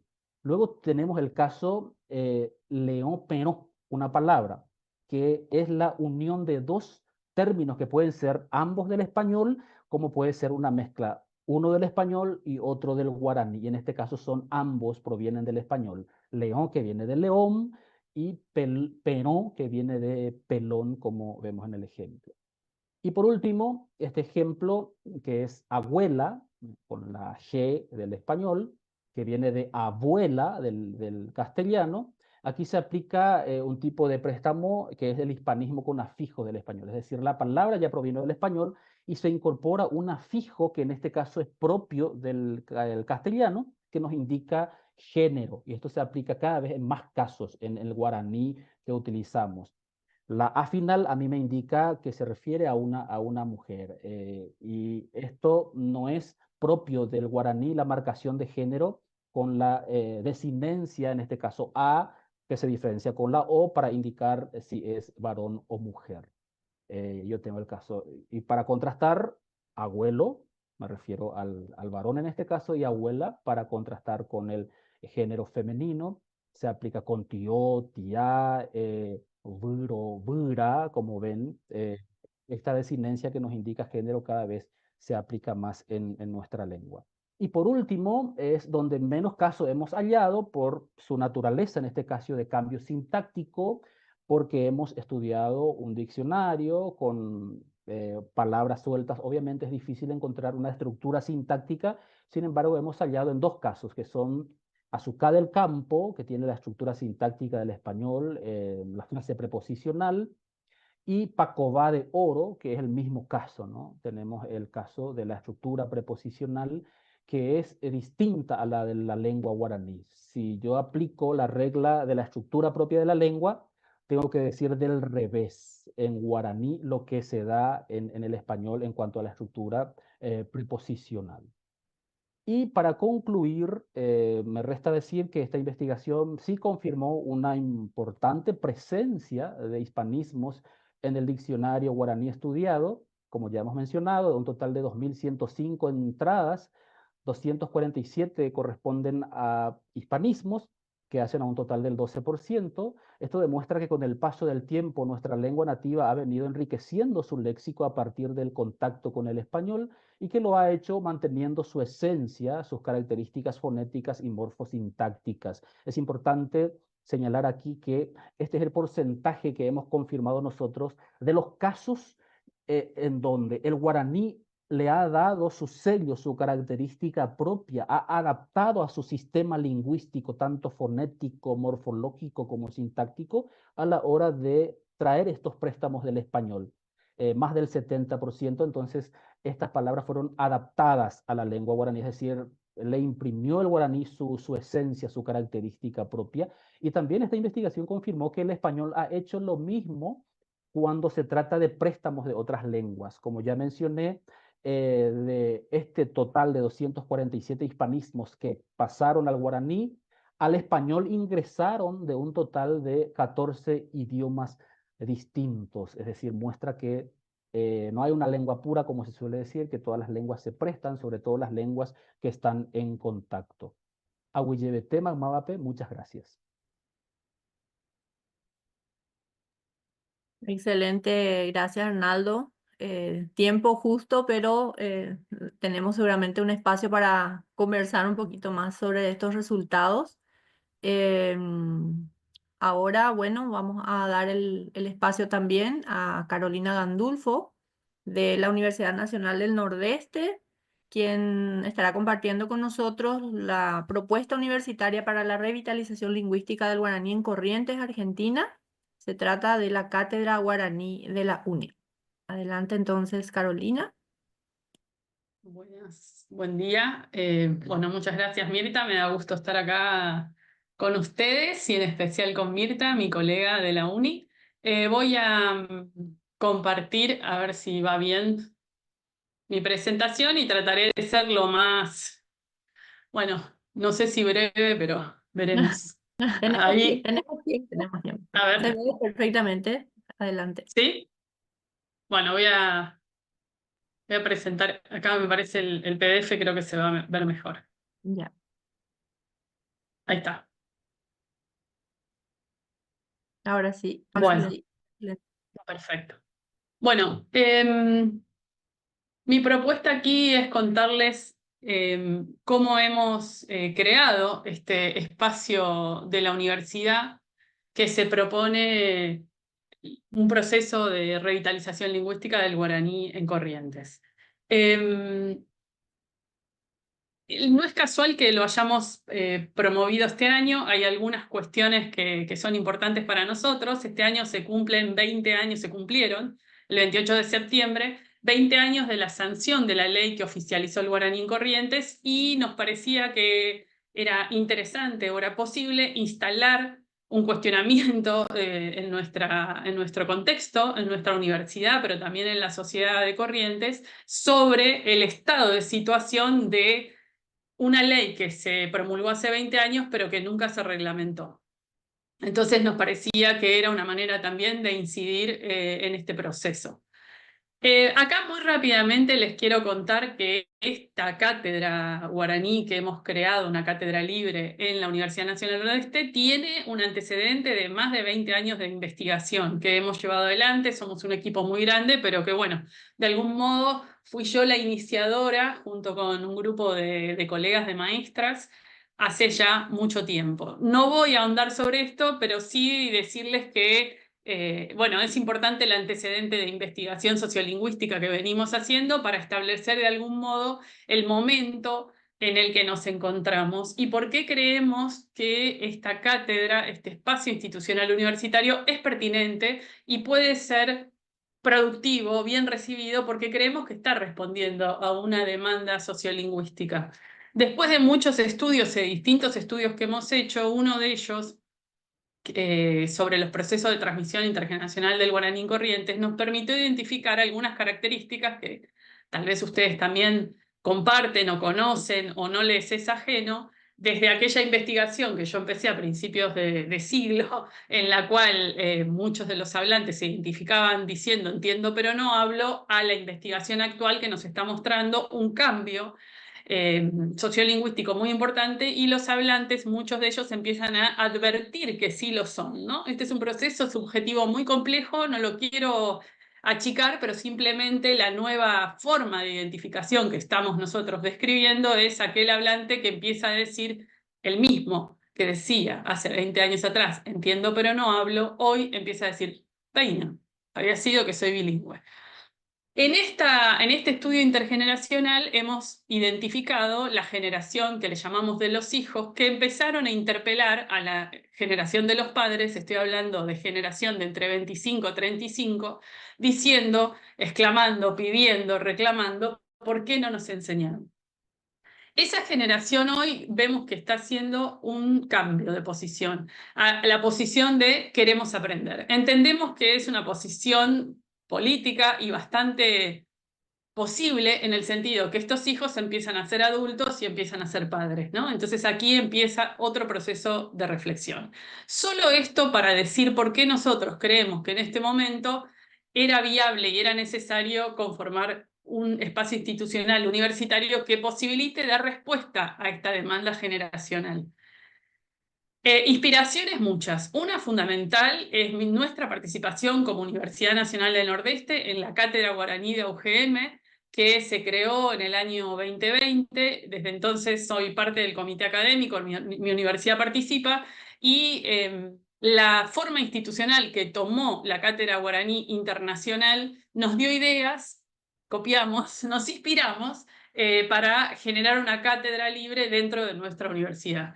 También toda una experiencia de formación que tuve la gran oportunidad de realizar en el pueblo vasco, en Euskal Herria, el año pasado, me permitió observar el proceso de recuperación lingüística de un pueblo en 40 años. Eso me abrió la mente, la posibilidad de imaginar un futuro diferente para Corrientes. Por lo tanto, aquí estamos, ¿no? Hemos fundado un espacio institucional que se propone o se pretende ser un articulador de agentes y organizaciones que vienen trabajando con el guaraní. Conocemos mucha gente que hace muchas cosas y que tal vez se conoce entre sí, pero que no articula.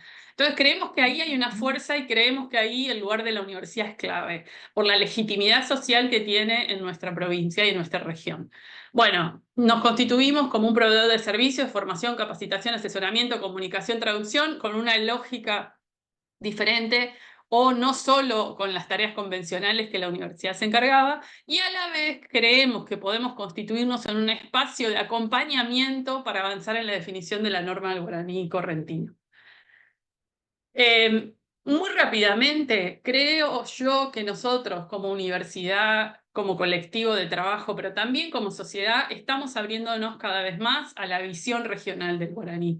Esto dentro de la cátedra de guaraní de UGM es algo muy importante que venimos reflexionando y que a mí me permitió estar en contacto permanente con colegas que hablan guaraní paraguayo, en vía guaraní, sobre todo, y bueno, necesariamente pensarnos como región es mucho más potente que pensarnos en nuestro caso como provincia exclusivamente, porque nos miramos y somos pocos, y si vemos la región somos muchos, ¿no? Y entonces, bueno, hay una cuestión de potencia que creemos que podamos aprovechar. La cátedra es relevante por sí porque no hay un espacio, un agente articulador de estas características en nuestra provincia. Está destinado a todo hablante de guaraní, pero también a quienes no son hablantes y se identifican con el guaraní, cosa que pasa mucho en mi provincia con los correntinos, las correntinas, aun cuando no viven en la provincia. Tienen una identificación muy fuerte con el guaraní, creemos que eso es una potencia. Y también aquellos quienes quieren acercarse al guaraní correntino, aunque no hayan nacido en Corrientes, ¿no? Entonces la idea es como una cuestión bien abierta. Nos hemos propuesto líneas de acción para organizar los proyectos de la cátedra. Voy a pasarlo relativamente rápido. Acá podría detenerme en cada uno y hablarles de los proyectos. Hay muchos en curso. Y centralmente hoy les quiero compartir un poco el trabajo del año y cómo ese trabajo del año de instalación de la cátedra, de inauguración de la cátedra, desembocó en la organización de un evento que consideramos articulador, que es el Día Provincial del Guaraní en Corrientes, que es el 28 de septiembre. Entonces, dentro de las líneas de acción y en la formación, estamos abocadas a un proyecto de investigación para la formación de nuevos hablantes en guaraní. Esto es muy importante para nosotros, justamente por esta apertura, lo que nos estamos proponiendo, y porque pretendemos colaborar en el diseño de una metodología con enfoque comunicativo, sobre todo para que quienes no hablan guaraní, porque en su casa se dejó de hablar o no se transmite, puedan y tengan un espacio institucional para que efectivamente puedan recuperar el guaraní en su forma oral, escrita, en fin, en sus usos cotidianos. Y para eso también hemos pensado en diseñar estrategias, grupos de conversación, internados lingüísticos, talleres de reflexividad sociolingüística que consideramos fundamental, jornadas, las cosas que venimos haciendo habitualmente. Avanzo. En la línea de asesoramiento pretendemos acompañar a los profesores de guaraní, que muchas veces están muy solos, hacen su tarea cada quien por su lado, y bueno, potenciar ese espacio institucional también, desarrollar, acompañar las propuestas didácticas bilingües para escuelas, uso y elaboración de materiales didácticos bilingües y sobre todo elaboración, ¿no? Muchas veces escuchamos a los maestros, no hay materiales, no hay materiales. Bueno, los tenemos que hacer. Entonces nosotros queremos estar en ese rol de acompañar, tenemos experiencia y hemos aprendido mucho en estos años para ayudar y colaborar en esto.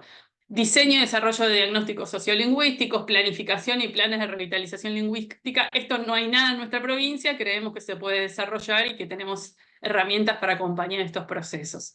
Una línea muy fuerte para nosotros hoy, creo que es evidente, que es la comunicación. Que todo lo que hacemos necesita ser comunicado, difundido por distintos medios. Este año empezamos con 2 programas de radio, uno en guaraní, otro sobre el guaraní.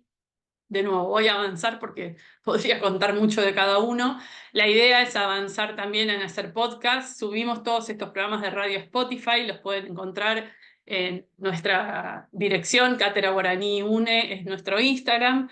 Pretendemos hacer una página web, también un archivo oral del guaraní correntino, que ya empezamos con registros. La idea es hacer producción audiovisual. Este año ya avanzamos con un material que está en YouTube, ahora les voy a mostrar.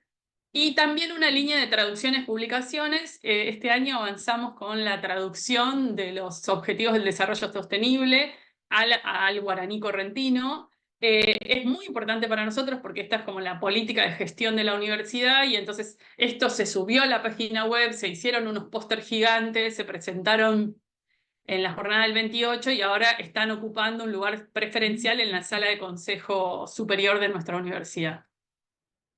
Armamos un equipo de traductores, algo que era muy, no sé, inimaginable en nuestra provincia, cada quien hacía sus cosas por separado, entonces empezamos a construir un equipo, a consensuar variedades, o no variedades, pero sí distintos aspectos del guaraní en distintas zonas de la provincia, entonces los traductores provienen de distintas zonas. Fue muy interesante ese proceso y bueno, prometedor, ¿no? Aparte, este próximo año se prevé en la editorial universitaria abrir una serie que se llame Serie Guaraní. Esto también sería inédito para la historia de nuestra universidad. Y bueno, estamos muy entusiasmados también con eso. El plan de trabajo de este año, que trato de compartir muy rápidamente, pero que fue sumamente intenso, muy interesante. Se inició de algún modo con la presentación del proyecto de la cátedra guaraní al Consejo Superior de nuestra universidad en marzo, y en mayo fue aprobada la cátedra. Ahí está nuestro Instagram, porque parece que lo que no está en Instagram no existe, así que tenemos un perfil de Instagram donde estamos ahí comunicando nuestras tareas. En el primer cuatrimestre trabajé con mis estudiantes de tercer año de la carrera de Ciencias de la Educación. Toda la materia se convirtió en una investigación, en un relevamiento de agentes del guaraní, con esta idea de articular, pero sobre todo de conocer. Fue una investigación súper interesante que hicieron mis 20 estudiantes y que después dieron a conocer, difundieron en los medios de comunicación, hicieron informes, en fin. Y terminaron el 28 de septiembre presentando los resultados de esa investigación a un gran auditorium. Hicimos charlas, talleres, cuando me di cuenta fueron 11, es mucho. Viajamos al interior de la provincia, viajamos a Asunción, a Encarnación también, a contar nuestro proyecto, a darlo a conocer, a escuchar cómo lo veían, qué les parecía, a escuchar sugerencias, invitar a la gente al 28 de septiembre a nuestra jornada en el Día del Guaraní. En esa jornada se trabajó también con estudiantes de diseño gráfico de la cátedra de tipografía, que hicieron una exposición espectacular, muy grande, muy interesante, sobre los contenidos que las estudiantes habían investigado en el primer cuatrimestre. Estos estudiantes eran como 500, así que fue muy impresionante la exposición, y también con los programas de radio Cheretaihuañé que habíamos producido durante el año. Son 24 programas, se los recomiendo, están en Spotify, se pueden escuchar. También trabajamos en la traducción de los ODS con el fin de que se pudieran presentar el 28 de septiembre, cosa que logramos. Y también armamos un documental que se llamó Rostros del Guaraní Corrientes, que está disponible en el YouTube del colectivo Tsuru, que es nuestro sello editorial, que fueron las mismas personas que participaron del relevamiento. En el relevamiento habría aproximadamente unas 48 personas, 50, y terminaron participando unas 36 personas en el documental. Así que bueno, una participación muy, muy activa. Y el 28 de septiembre, que es el Día Provincial del Guaraní en nuestra provincia por ley, organizamos el Yachotopá Bañé Árape.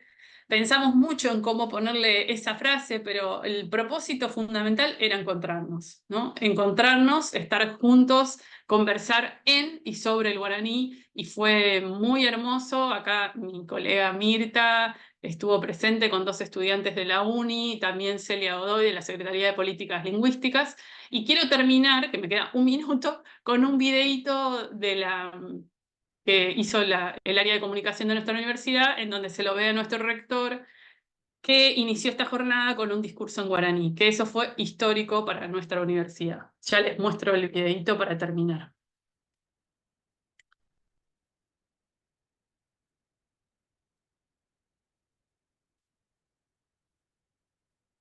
¿Se ve? Sí, sí, perfecto, perfecto.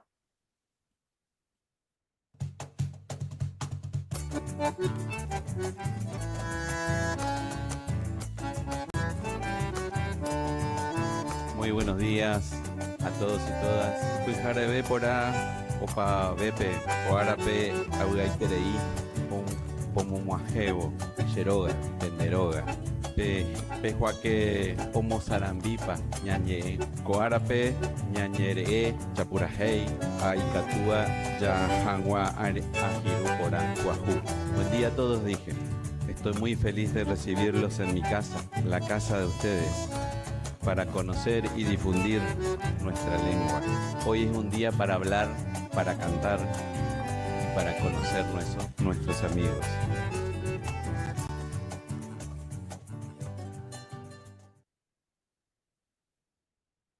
Bueno, gracias. Aguille. Excelente, excelente. Muchas gracias, Carolina. Y bueno, vamos a ir cerrando entonces con el último trabajo que, bueno, nos toca compartirlo con Analía Gutiérrez hoy. Entonces voy a intentar hacer la presentación yo. Un minutito.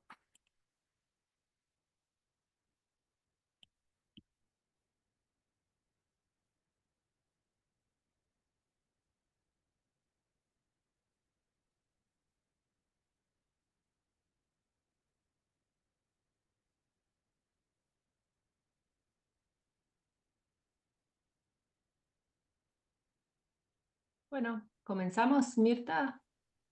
Creo que, no sé si están viendo. Habría que quizás ampliarlo. Un ratito, ahí vamos. Ahí, creo que ahora sí ya se ve mejor. Perfecto. Bueno, Bueno, ahí estamos entonces. Bueno, esto se trata de las acciones y experiencias en torno a propuestas de formación, investigación y extensión sobre lenguas indígenas del Paraguay. Y es una propuesta que, bueno, se viene construyendo en un equipo, pero principalmente está Analia Gutiérrez con ICETU Argentina, Celeste Escobar por el Departamento de Lingüística del Centro de Graduados de Estados Unidos, donde está participando de su doctorado, y bueno, el grupo que estoy, digamos, de cara dura yo, pero bueno, hay un grupo interesante de compañeros que estamos también trabajando en ello. Bien, bueno, hacemos entonces la introducción, Analía, y luego continuamos. dale. Muchas gracias, Mirta. Bueno, muchas gracias a todas y a todos. A modo de introducción de esta presentación, queremos llamar la atención sobre la situación de la diversidad lingüística en el mundo. Aproximadamente se calcula que se hablan alrededor de 7.000 lenguas, pero que esta cifra estaría descendiendo drásticamente durante el siglo XXI. Particularmente la situación de lenguas amenazadas afecta aproximadamente entonces al 50% del total de las lenguas en el mundo, y particularmente la mayoría son lenguas indígenas. La siguiente es justamente entonces en el marco, la siguiente diapo sería. Gracias. En el marco de la alarmante pérdida de lenguas indígenas en todo el mundo y la necesidad de adoptar y coordinar medidas urgentes a nivel nacional e internacional, es que la UNESCO declaró el Decenio Internacional de las Lenguas Indígenas, con el objetivo de fomentar la documentación, preservación, revitalización y promoción de las lenguas indígenas y apoyar los derechos de sus hablantes, entre los que queremos destacar justamente el acceso a una educación inclusiva y equitativa de calidad, y el acceso a las tecnologías digitales. Siguiente.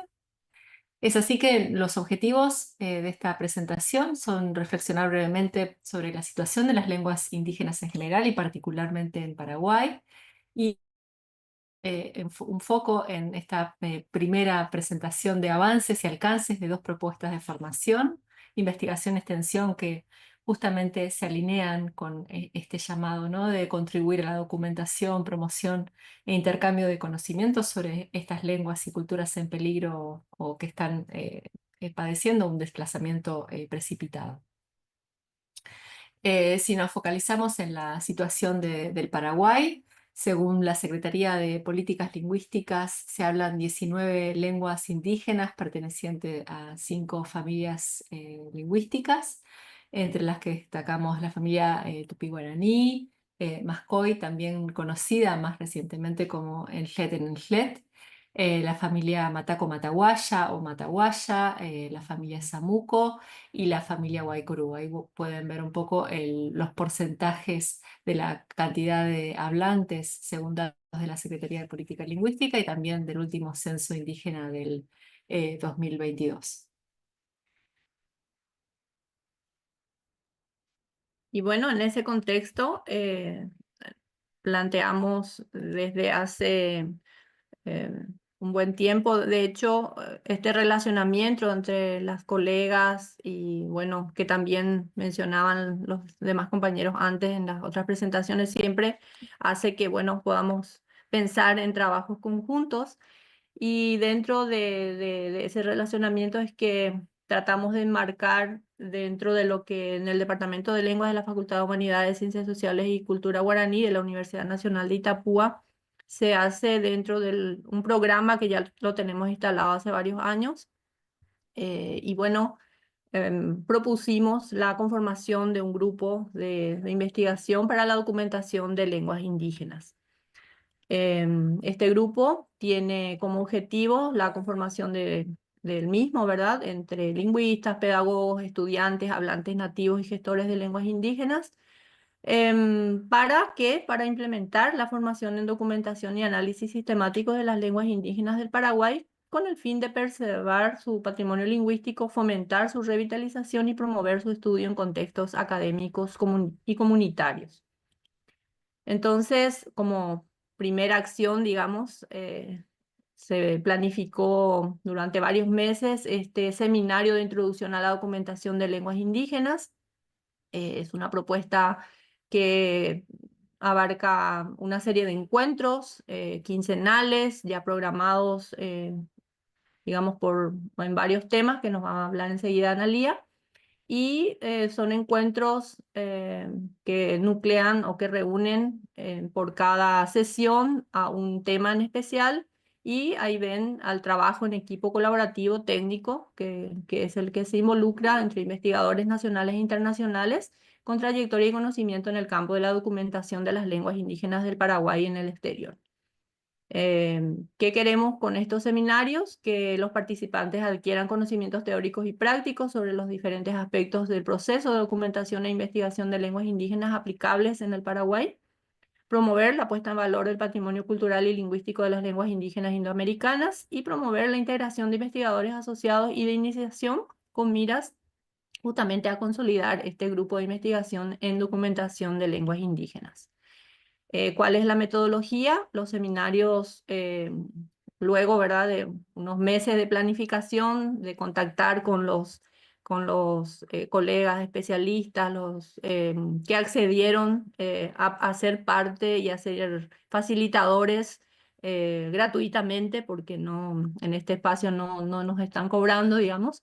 Y bueno, procedimos a organizar un formulario para la inscripción de los interesados, la conformación de un grupo en una red social luego de la inscripción, para las comunicaciones y el seguimiento, de manera que en esta serie de cursos, sobre todo cuando son encuentros virtuales como este, si no hay un seguimiento y un acompañamiento, pues la deserción es siempre un peligro, ¿verdad? Entonces se desarrolla en cada encuentro virtual programado en 2 fases. Hay una presentación preparada para el grupo, especialmente pensada en el grupo inscripto, y luego se abre un espacio para preguntas y debates sobre los temas que se plantean.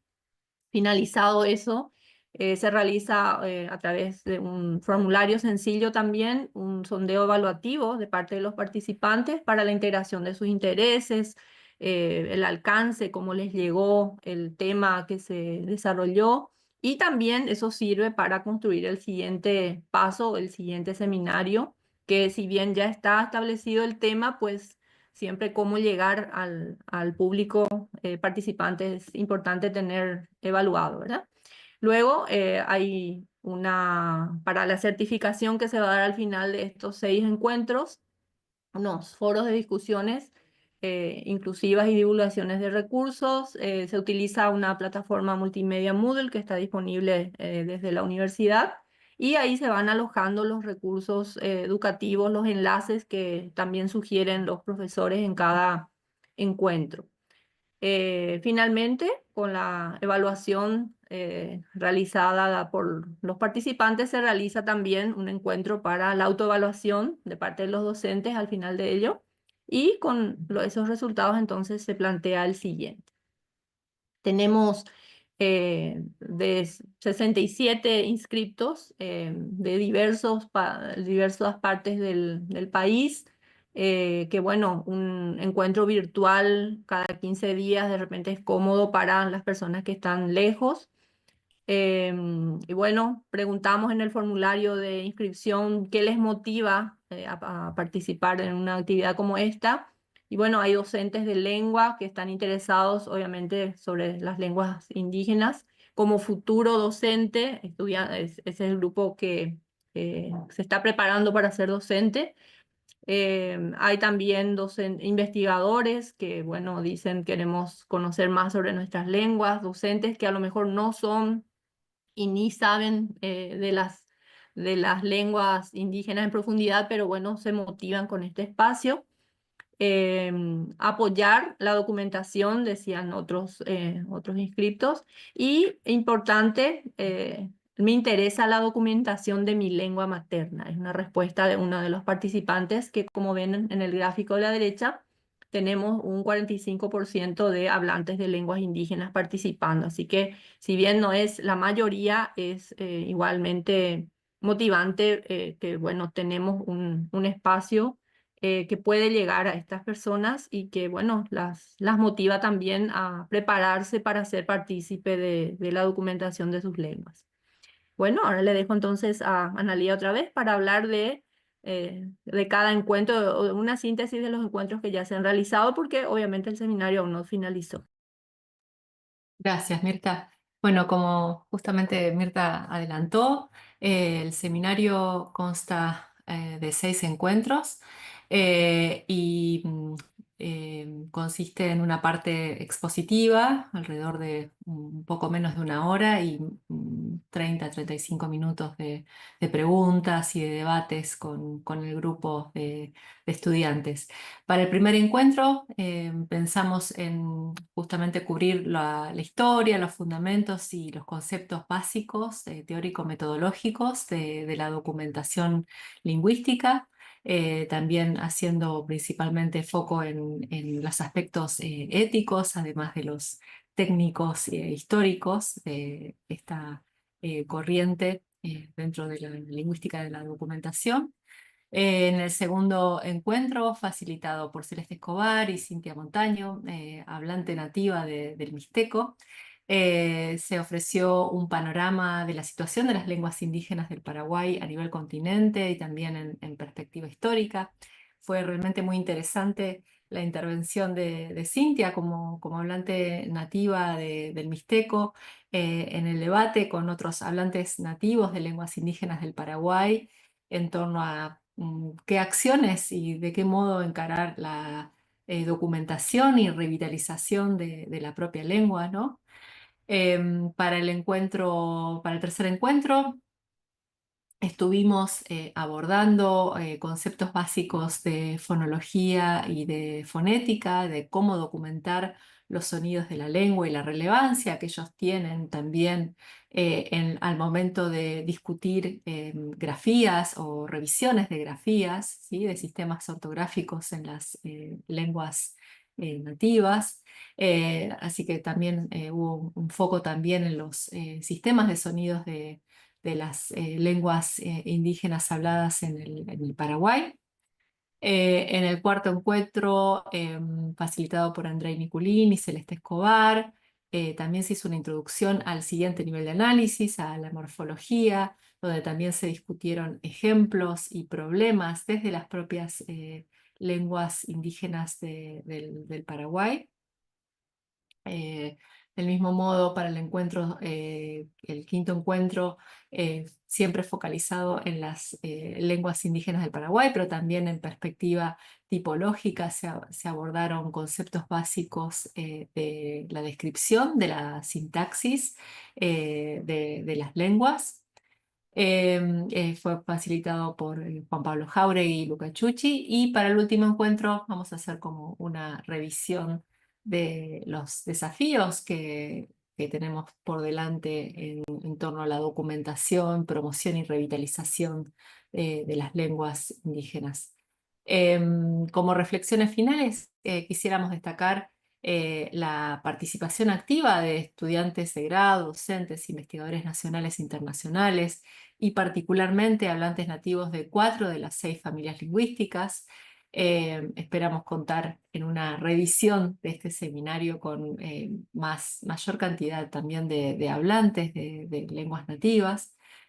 También destacar la diversidad del alcance territorial que ha tenido este seminario a nivel nacional, abarcando zonas del oriente y occidente del país, presencia desde contextos rurales y urbanos, entonces también destacando las facilidades que ofrece la virtualidad, si bien ojalá podamos en algún momento ofrecer este seminario de modo presencial, y también con fines de poder abarcar a mayor cantidad de hablantes de comunidades indígenas que muchas veces no tienen acceso a internet y una conexión estable, ¿no? Lo cual nos da también ideas de proyecciones para seguir adelante con este tipo de iniciativas, con el fin de contribuir al camino de la investigación y la formación colaborativa en el Paraguay, involucrando tanto hablantes de las comunidades como de la academia y las universidades. Y ya por último también, vemos que como modo destacado la necesidad de desarrollar seminarios de formación en la documentación y análisis de lenguas indígenas en el Paraguay.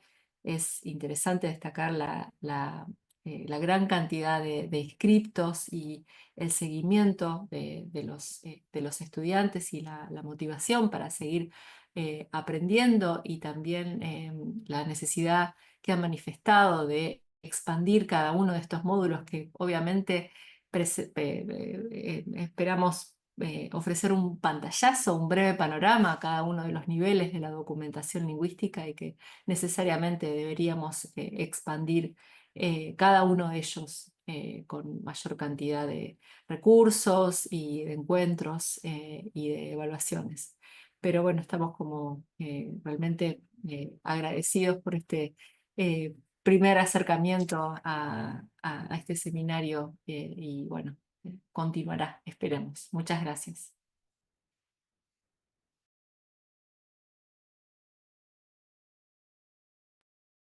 Ahí creo que dejó de compartirse. ¿Sí? Bueno. Gracias entonces, Analía. Y bueno, tenemos unos minutitos si es que me confirman las compañeras de la organización, si no ingresó la persona que iba a participar desde fuera. Entonces tenemos unos minutos para conversar un poco, si les parece. Somos la última de las actividades de la mañana del COMPLA. El programa continúa en horas de la tarde, por supuesto, y bueno, cierra hoy. No olviden estar presentes en el programa que siga por la tarde en las dos salas. Tenemos también el cierre y las conclusiones al final del día, así que bueno, unos minutos. A mí me pareció muy importante el comentar así a grandes rasgos el contexto y las razones que motivaron el trabajo del compañero de Brasil, pero veo que ya no se encuentra en sala. Igualmente, como decíamos con Arnaldo, ¿verdad? Nos interpela un poquito que una persona de Brasil, sobre todo, se interese por la situación de la enseñanza de la lengua guaraní, sobre todo en las universidades y en el nivel universitario. Era una consulta que le quería hacer, seguramente en algún momento vamos a encontrarnos de nuevo, ¿verdad? Entonces, ¿por qué estudiar desde fuera la situación de la enseñanza de la lengua guaraní en la universidad?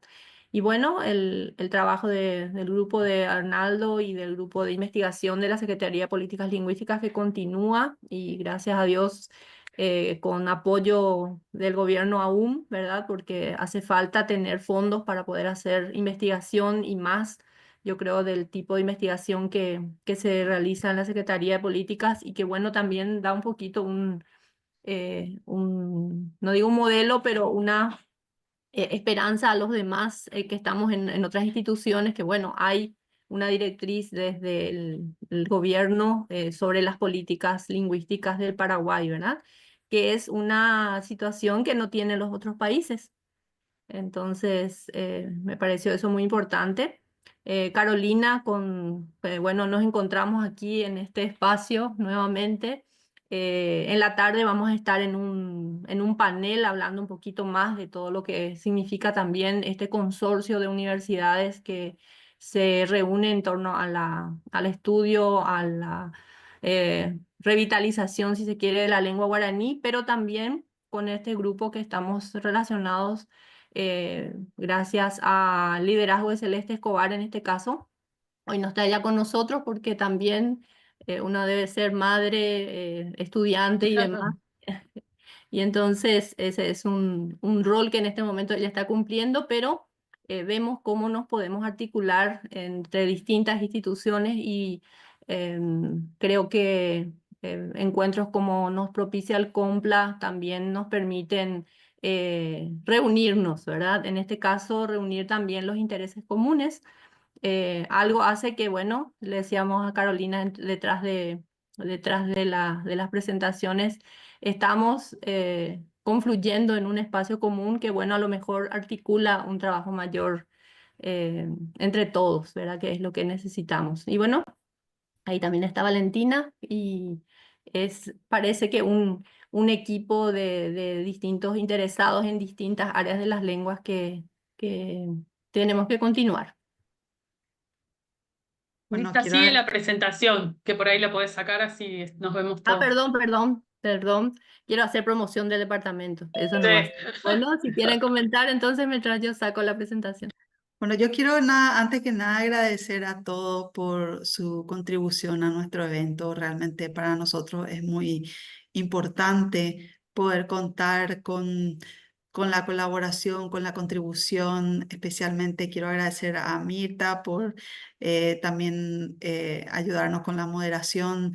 Arnaldo, que siempre nos ha ayudado desde los inicios de nuestro congreso. Ahora desde su nueva función en la Secretaría de Políticas Lingüísticas, a Carolina especialmente también y a Analía, todos realmente porque para nosotros es muy importante. Y así como estoy haciendo en todos los paneles, invitarles a enviar sus trabajos completos a nuestra revista. Queremos poder publicar. También si se animan a editar un dossier temático sobre alguna temática, por ejemplo, revitalización o lenguas indígenas o sea, lo que sea que a ustedes les parece que sea una buena temática. Por ahí alguien se prende creo que Mirta ya tiene uno que está por salir, A punto. están en ¿cómo se dice? No, todavía no, está en el proceso industrial, está en la cinta esta de la línea de producción y está en una de las estaciones y está por llegar ya dentro de poco al lugar indicado para que pueda salir. Si es posible, vamos a tratar, Mirta, de que salga ya en este número de diciembre y va a ser para nosotros realmente una gran alegría poder contar con esa aportación también. Y bueno, eso nada más quiero decirle, disculpen por no hacerles preguntas ni comentarios de su trabajo, pero para mí es muy importante agradecerles realmente. Bien. No sé, Carolina, Analía, Arnaldo, si quieren aportar. Yo quería hacer un comentario del trabajo de ustedes, chicas, que presentaron, que me pareció, bueno, nada, me parece muy interesante. Yo estoy lejos de lo que es el mundo de la documentación lingüística y más de cerca de la sociolingüística, pero lo que sí me parece fundamental en un trabajo como el que encaran es esta cuestión de que los mismos hablantes de las comunidades sean los que se forman, ¿no? Sean los que tengan los elementos y las herramientas para hacer esa reflexión. Bueno, ni hablar en términos científicos, que considero que es fundamental para la producción de conocimiento en esa línea, pero lo pienso más en términos políticos y en términos de revitalización lingüística, porque creo que la formación hacia adentro, ¿no? Por eso también un poquito como que nos hace ruido, o al menos a mí, me hace ruido un planteo como el del colega brasilero, ¿no? Ya es como que a esta altura del partido me hubiera gustado mucho que esté presente, para entender sus motivaciones, ¿no? Es decir, parece ya raro esa investigación tan externa, como no aliada con la gente con la cual trabajamos, ¿no? Y con los mismos protagonistas de los usuarios, ¿no? De las lenguas, en este caso no sé, los profesores serían de las universidades, en fin, o la Secretaría de Políticas Lingüísticas. Pero creo yo que es fundamental, ¿no? Y ustedes que tienen como toda esa tradición, ustedes no, yo también la antropología, ¿qué tengo para decir, no? Si tengo que hablar de mi tradición, me tiro del Zoom. Pero quiero decir, justo estaba pensando en la documentación lingüística, que es algo que yo no conozco, desconozco el procedimiento o estoy alejada de eso. Y pensaba, ¿no? Cómo la documentación lingüística en algún momento vino a, de algún modo, muy bruscamente lo voy a decir, ustedes me van a corregir, decir, bueno, la gente se muere, documentemos las lenguas, ¿no? Un poco el origen, ¿no es cierto? Así como la antropología fue colonial para entender cómo dominar mejor, digamos, ¿no? No me quiero correr de ese lugar. Pero creo que es fundamental para nosotros en esta época redefinir, pero reformular pragmáticamente, ¿no? No en términos discursivos, que bueno, que uno se acomoda, sino decir, bueno, cómo esas prácticas de investigación, esas prácticas de producción de conocimiento, efectivamente son otras y efectivamente nos sirven para los procesos, bueno, llamémosle de coloniales si quieren, no importa, pero para los procesos en nuestro caso, decimos de revitalización, de apropiación de las lenguas, de cambio de subjetividad de la época, y en el caso de ustedes, bueno, comunidades que se hacen cargo de decir, bueno, queremos documentar nuestras lenguas, ¿no? Ahí había unos testimonios de algunos participantes del seminario. Así como lo veo a Arnaldo, digo, bueno, qué copado Arnaldo que está haciendo todo eso con su guaraní castellano que tendrá dentro de él, ¿no? Y cómo hace esa ida y venida, en fin. Entonces, eso a mí me resulta muy interesante para pensar y para dialogar, ¿no? Porque a la vez las escucho a ustedes y nada, me gusta, me quiero meter, quiero saber cómo lo hacen, quiero ir ahora a esos seminarios que organizan, pero a la vez miro mis propias prácticas, ¿no? Mía, cuando digo mío, lo digo en términos colectivos, nuestras prácticas de producción de conocimiento. Lo planteo porque parece como una época que está correcto decir colaborativo ahora, ¿no? Lo digo en primera persona, ¿eh? Entonces, a la vez digo, bueno, ¿cómo efectivamente todos decimos colaborativo, pero cómo es esa colaboración, ¿no? ¿Cómo la producimos? Y bueno, ustedes ahí muestran investigadores de distintos países, investigadores locales, creo que Mirta es una hacedora fundamental de esas articulaciones, calladita, nadie se entera, pero alrededor de ella siempre hay gente de todos lados, de todo tipo, y entonces eso es lo que a mí me interesa, ¿no? Es decir, y lo que valoro mucho, y por eso estoy cerca y quiero hacer cosas con ella. Pero, y después esos inscriptos que tienen ustedes, que también no, bueno, me parece súper potente lo que contaron, ese trabajo, que a su vez lo veo a Arnaldo y pienso que él mismo está haciendo ese proceso como hablante también, ¿no? Desde una posición institucional determinada, en fin. Bueno, nada, me pareció muy interesante, me resultó muy interesante lo que escuché. No eran Bueno, preguntas, eran genial, genial. comentarios. Bueno, No, y no sé, Analia. no, muchísimas gracias, Carolina, y también me pareció sumamente interesante tu trabajo y estemos conectadas también porque creo que Sí, tenemos total. muchas líneas de diálogo que podemos, bueno, ir alimentando en el tiempo, ¿no? Totalmente. También ya Mirta nos había comentado sobre el encuentro que habían tenido, creo que fue en septiembre, ¿no? Que fuiste para allá Sí, también. Así nuestra que gestora, nuestra sí, gestora qué bueno, articuladora internacional. coincido con el rol fundamental de Mirta para Total. hacernos encontrar a todos y dar este impulso. Y con respecto a lo que mencionás, sí, claramente tenemos que reflexionar sobre lo que es la colaboración, ¿no? Y bueno, el giro que ha dado la lingüística de la documentación desde, bueno, planteada en términos colaborativos con los hablantes nativos de las lenguas y también distintos giros que ha dado la disciplina en cuanto a que la documentación no solamente debe ser hecha en colaboración con los hablantes nativos, sino para, con y desde las comunidades. Claramente tiene que haber un diálogo y una agenda en común entre investigadores y hablantes Total. nativos, y que ellos mismos sean los que realizan la documentación lingüística y quienes tienen la agenda de qué y de qué modo y para qué, ¿no?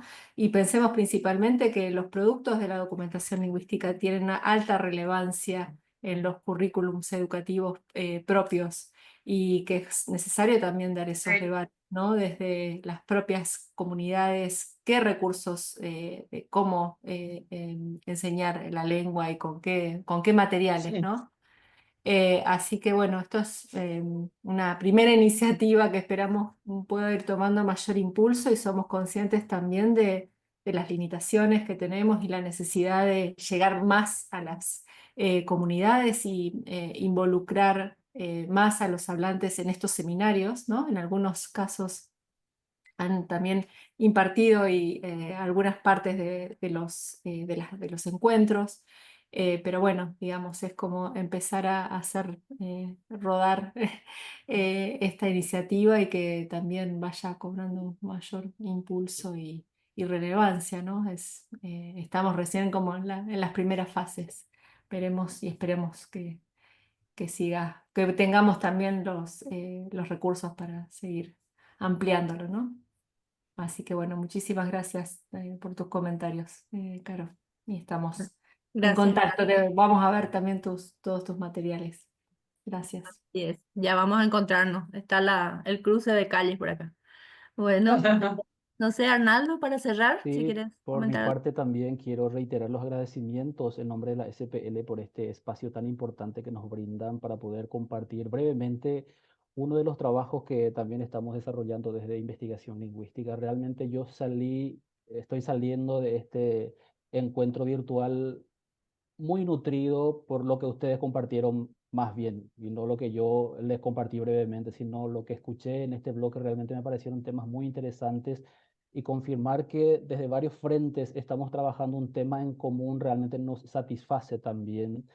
Como Dirección de Investigación Lingüística, me doy cuenta que no estamos solos en este camino, y sumar esfuerzos creo que es lo que nos va a ayudar a salir adelante con este trabajo que nos impone urgencia. Como vemos, esta información de la UNESCO que nos alarma, nos alerta realmente y nos obliga a hacerlo rápido, los esfuerzos que tenemos que hacer para poder ir rescatando, salvando todo lo que se pueda salvar, documentar, revitalizar, etcétera, trabajar con estos pueblos para que podamos decir que ninguna lengua indígena va a morir más de la humanidad. Qué bueno sería poder confirmar eso. Y los trabajos, tanto de investigaciones como de documentación, siempre van a sumar para poder apuntar hacia ese objetivo. Así que nosotros siempre estamos aquí desde esta dirección, desde la SPL, para poder acompañar este tipo de iniciativas y sumar también con nuestros trabajos para poder seguir este camino. Muchas gracias por el espacio. Uy, ya. Entregamos la posta a la coordinadora entonces, del COMPLA. Y bueno, muchas gracias nuevamente a este panel, estas ponencias que se congregaron acá todos juntos. Esperamos vernos pronto nuevamente. Y ahora tenemos un pequeño receso hasta las 14 horas, que volvemos con los últimos paneles. Profe, Tenemos profesora, discúlpame. La Sí. profesora Karina Ponomarenko está en la sala, profe. Ya. Ahora entonces sí, justamente una colega de Rusia que había tenido problemas de horario. Adelante. Hello, Karina. How are you? Buenos días, muchísimas Buenos gracias días. por la oportunidad, sí, de presentar nuestra ponencia hoy. Ahora voy a compartir mi pantalla. Sí. Espero que se ve todo, ¿sí? Sí, estamos muy contentos que pudieron finalmente unirse. Muchas gracias por esa oportunidad de nuevo. Y hoy me gustaría presentar nuestra ponencia, Transferencia de la semántica y la pragmática de los neologismos en la traducción automática. En la última década, sistemas de traducción automática se han convertido en una herramienta integrante tanto para científicos como para traductores profesionales, y la principal ventaja de estos sistemas es la traducción rápida de textos técnicos, es decir, textos en los que predomina el componente informativo. Sin embargo, el desarrollo de nuevos tipos de sistemas de traducción automática ha provocado los intentos de traducir obras literarias y discursos orales, lo que nos conduce a reflexionar sobre la importancia de preservar el componente pragmático en los textos traducidos por las redes neuronales. Uno de los elementos que contiene la información pragmática son neologismos, formados a partir de un acercamiento fonosemántico con palabras normativas. Este tipo de neologismos se denomina neologismos jocosos o neologismos humorísticos porque representan las creaciones léxicas que son acuñadas mediante los procedimientos codificados en español y cuyo objetivo es alcanzar un efecto humorístico. Los neologismos jocosos por su parte, tienen la capacidad de sorprender y adquieren un potencial expresivo mayor. El material de nuestro estudio son neologismos de coronavirus. En particular, esta capa léxica ha experimentado un crecimiento en la época de pandemia. Por esta razón, se ha considerado de interés el estudio de la equivalencia semántica y pragmática de los neologismos jocosos pertenecientes al campo semántico coronavirus, cuando los sistemas de traducción automática los traduce del inglés al ruso.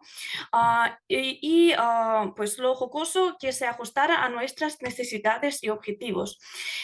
El criterio principal de selección de estas unidades es el modelo de formación de palabras. Así seleccionamos 30 neologismos ingleses y 30 neologismos rusos formados mediante afijación y blending, pues es decir, cruce léxico, aunque existen varios términos para designar ese tipo de formación. Ambas listas de neologismos están representadas en diapositiva. Cabe señalar que entendemos por el blending un proceso de formación de palabras que da lugar a la formación de nueva unidad léxica mediante la combinación de partes de dos palabras. Los neologismos jocosos son progmemas lingüísticas, ya que transmiten la información pragmática y ciertas emociones independiente de la situación comunicativa en que se usan. Los neologismos seleccionados fueron traducidos 3 veces por cada una de las redes neuronales, TildeNT, Neuroflash y traductor en línea DeepL. A cada red neuronal se le presentó una lista de neologismos sin comentarios, otra lista de neologismos con los comentarios donde se mencionan las palabras a partir de las cuales fue formado el neologismo, y otra lista donde fue mencionado el uso contextual de los neologismos. Y los criterios para evaluar la equivalencia de la traducción se basaron en la precisión semántica, la comprensión semántica, es decir, la asociación a la idea de la cual hace referencia, y la transparencia de la forma interna de la palabra para ejercer un impacto pragmático. En este informe nos centramos en los resultados de la traducción de la muestra inglesa al ruso. Y como muestran los resultados del análisis de la precisión semántica, el análisis nos permite identificar las técnicas dominantes de traducción de neologismos en los sistemas de inteligencia artificial seleccionados. Por ejemplo, la red neuronal Neuroflash tiende a traducir los neologismos mediante los calcos, con pérdida de la comprensión lúdica. Por ejemplo, ejemplo, la palabra, el neologismo quaranversity, universidad de cuarentena. Sin embargo, este sistema reconoce los neologismos como nuevas palabras independientes, ya que no fueron identificados los casos de hipercorrección, es decir, cuando un neologismo diferiría de la palabra de uso común por solo una letra. Por ejemplo, la palabra masculinity con K en vez de la letra C, o quarantimes con la letra M en vez de la letra N.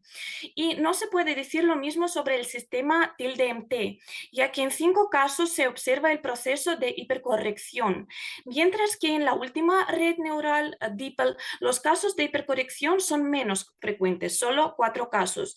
Sin embargo, este sistema deja sin traducir 9 lexemas, produciendo la variante en inglés, lo que la convierte en la menos sensible al traducir neologismos con aproximaciones fonosemánticas. En cuanto al efecto pragmático, al traducir del inglés al ruso, la preservación de la forma interna lúdica y el correspondiente componente pragmático del neologismo ocurre en los casos cuando los sistemas reconocen las bases formadoras de las palabras a partir de raíces de origen latino o griego, es decir, se realiza mediante un calco. Para conseguir la equivalencia de la traducción, las raíces contaminadas deben funcionar en ruso con significados similares. Por ejemplo, como en palabra coranoia. Sí, en este caso se traduce al ruso como coranoia porque pues podemos identificar 2 raíces, corona y paranoia. Así, tilde-MT logra conservar la pragmática en un 16% de los casos mediante la introducción de los calcos de los 5 neologismos que están representados ahora en diapositiva. ¿Sí? Pandemic, Covidari, Quarentrol, Coronallusion y Coranoia. DeepL de los 5 neologismos, Conspiracy Theory, Coroneologism, Plandemic, Coronoia y Pansation. Y Neuroflash de los 5 neologismos, Plandemic, Masculinity, Coronoia, Coronallusion y Coroneologism. Al comparar las listas, se hace evidente que todos los sistemas de traducción automática preservan el componente pragmático al traducir los lexemas plandemic y coranoia. En los casos en que el lexema se forma a partir de la fusión de raíces de origen no latino o griego, las redes neuronales ofrecen variantes no equivalentes desde el punto de vista pragmático. En cuanto a los casos en que las redes neuronales no pueden reconocer las palabras que sirven de base para la formación del neologismo, se observan las siguientes variantes de la traducción. Pues primero, se omite una palabra del neologismo. Por ejemplo, en la colocación Locktail Hour, la palabra Locktail no fue traducida al ruso. Segunda variante, se opta por la transcripción como la técnica de traducción. Si, por ejemplo, el neologismo Ronadobin se traduce al ruso mediante la transcripción Ronadobin. Y tercera variante es, pues se produce una hipercorrección. Por ejemplo, el neologismo quarantimes se traduce como carantine. Entonces, esa palabra se percibe por esta red neural como quarantines. El análisis muestra que en la técnica de la traducción de los neologismos del inglés al ruso de las 3 redes neuronales influye tanto el comentario explicativo sobre la forma interna de la palabra como el contexto en que se encuentre el neologismo. Esta influencia se manifiesta en el hecho de que pueden actuar como factores que modifican la variante de traducción ofrecida por el sistema. Por ejemplo, el neologismo quarantine masculine, que significa mujer excesivamente aficionada a la limpieza, fue traducido por la red neuronal tilda como kvartsaritsa al ruso, es decir, se traduce mediante la comprensión de 2 palabras, cuarentena y tsaritsa, o un real ruso. En el caso sin comentario, y cuando se añade añade el comentario explicativo, se traduce como Karalieva, es decir, compresión de dos palabras, reina y cuarentena. Y sumergido en el contexto se traduce como Karandivitsa, es decir, compresión de dos palabras, muchacha y cuarentena, lo que indica la ausencia de una correspondencia establecida para el sistema. De modo general, los comentarios que contienen información sobre las bases de formación de las palabras, en la mayoría de los casos no solo no mejoran las opciones propuestas por los sistemas de traducción automática, sino que por el contrario llevan a que las redes neuronales dejan los lexemas sin traducción alguna en inglés o utilizan la transcripción. Así, en los casos en que los neologismos fueron traducidos sin comentarios adicionales, la equivalencia de las variantes propuestas por el sistema NeuroFlash disminuyó solo en un 3% de los casos, lo que vale a un caso. Así, por ejemplo, lexema Drivecation, al traducirse sin comentario, fue transmitido mediante la descripción con la preservación de la forma interna de la palabra.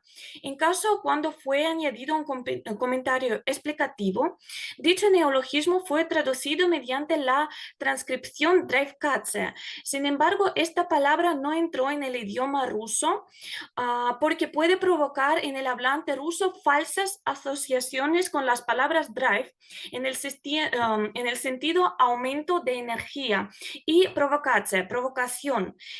Y pues no influyó el contexto en 29 casos.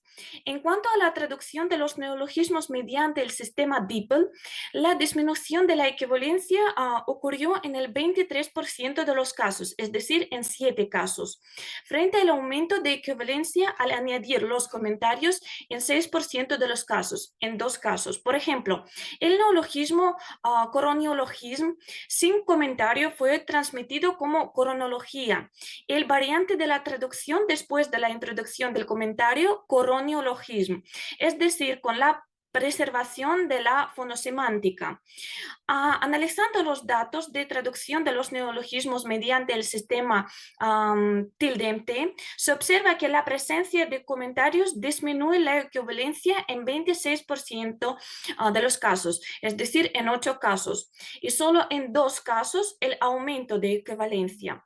Los datos presentados anteriormente nos llevan a la conclusión de que el impacto negativo del comentario explicativo se debe a que el sistema neuronal se ve obligado a tratar neologismos como un término y dejarlo en su forma original.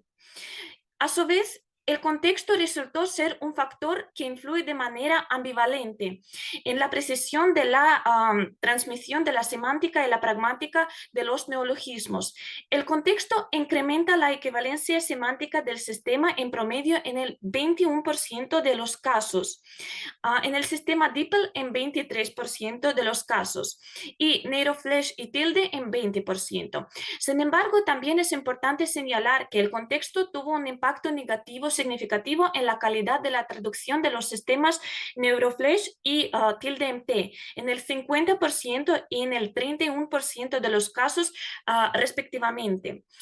Resumiendo los resultados, observamos que este estudio tiene ciertas limitaciones, redes neuronales específicas, listas limitadas de neologismos de un determinado tema, pero en general muestra el nivel de creatividad y el potencial de los sistemas de traducción automática en esta fase para traducir neologismos lúdicos. Muchísimas gracias por su atención y por la oportunidad de presentar esta ponencia, y si ustedes tienen algunas preguntas, sí, estoy dispuesta a contestarlas. Sí, muy interesante, Karina, tu trabajo. Realmente llama la atención, sobre todo en el caso del contexto, que uno pensaría que sería más positivo solamente, pero en algunos casos tiene un impacto negativo. Eso es muy llamativo. Y bueno, realmente son palabras que algunas de ellas ya, ya nos habíamos olvidado algunos de nosotros porque fueron usadas solamente en un periodo muy específico. Y nada más quería agradecerte por estar aquí con nosotros, por enviar tu trabajo, invitarte a enviar el artículo completo a nuestra revista. Lo puedes hacer en castellano, en español, también en, eh, en inglés o en alguna otra lengua que en ruso todavía no recibimos, así que y nada, yo creo que este tipo de trabajo es muy importante porque, como decís, estas herramientas son muy útiles, se están utilizando mucho y yo creo que los desarrolladores pueden tener este tipo de trabajo en cuenta para mejorar la capacidad que tienen estos sistemas, estas redes neuronales, de mejorar la calidad del output, de la traducción. No sé, realmente quedó todo muy claro y un aporte muy interesante, sobre todo teniendo en cuenta que esos neologismos humorísticos fueron bastante utilizados durante la pandemia del COVID. Y fue como una explosión de ese tipo de palabras y una gran oportunidad justamente para hacer este tipo de trabajo, porque no es que esto se da así tan a menudo, que se crean tantas palabras ante una situación así.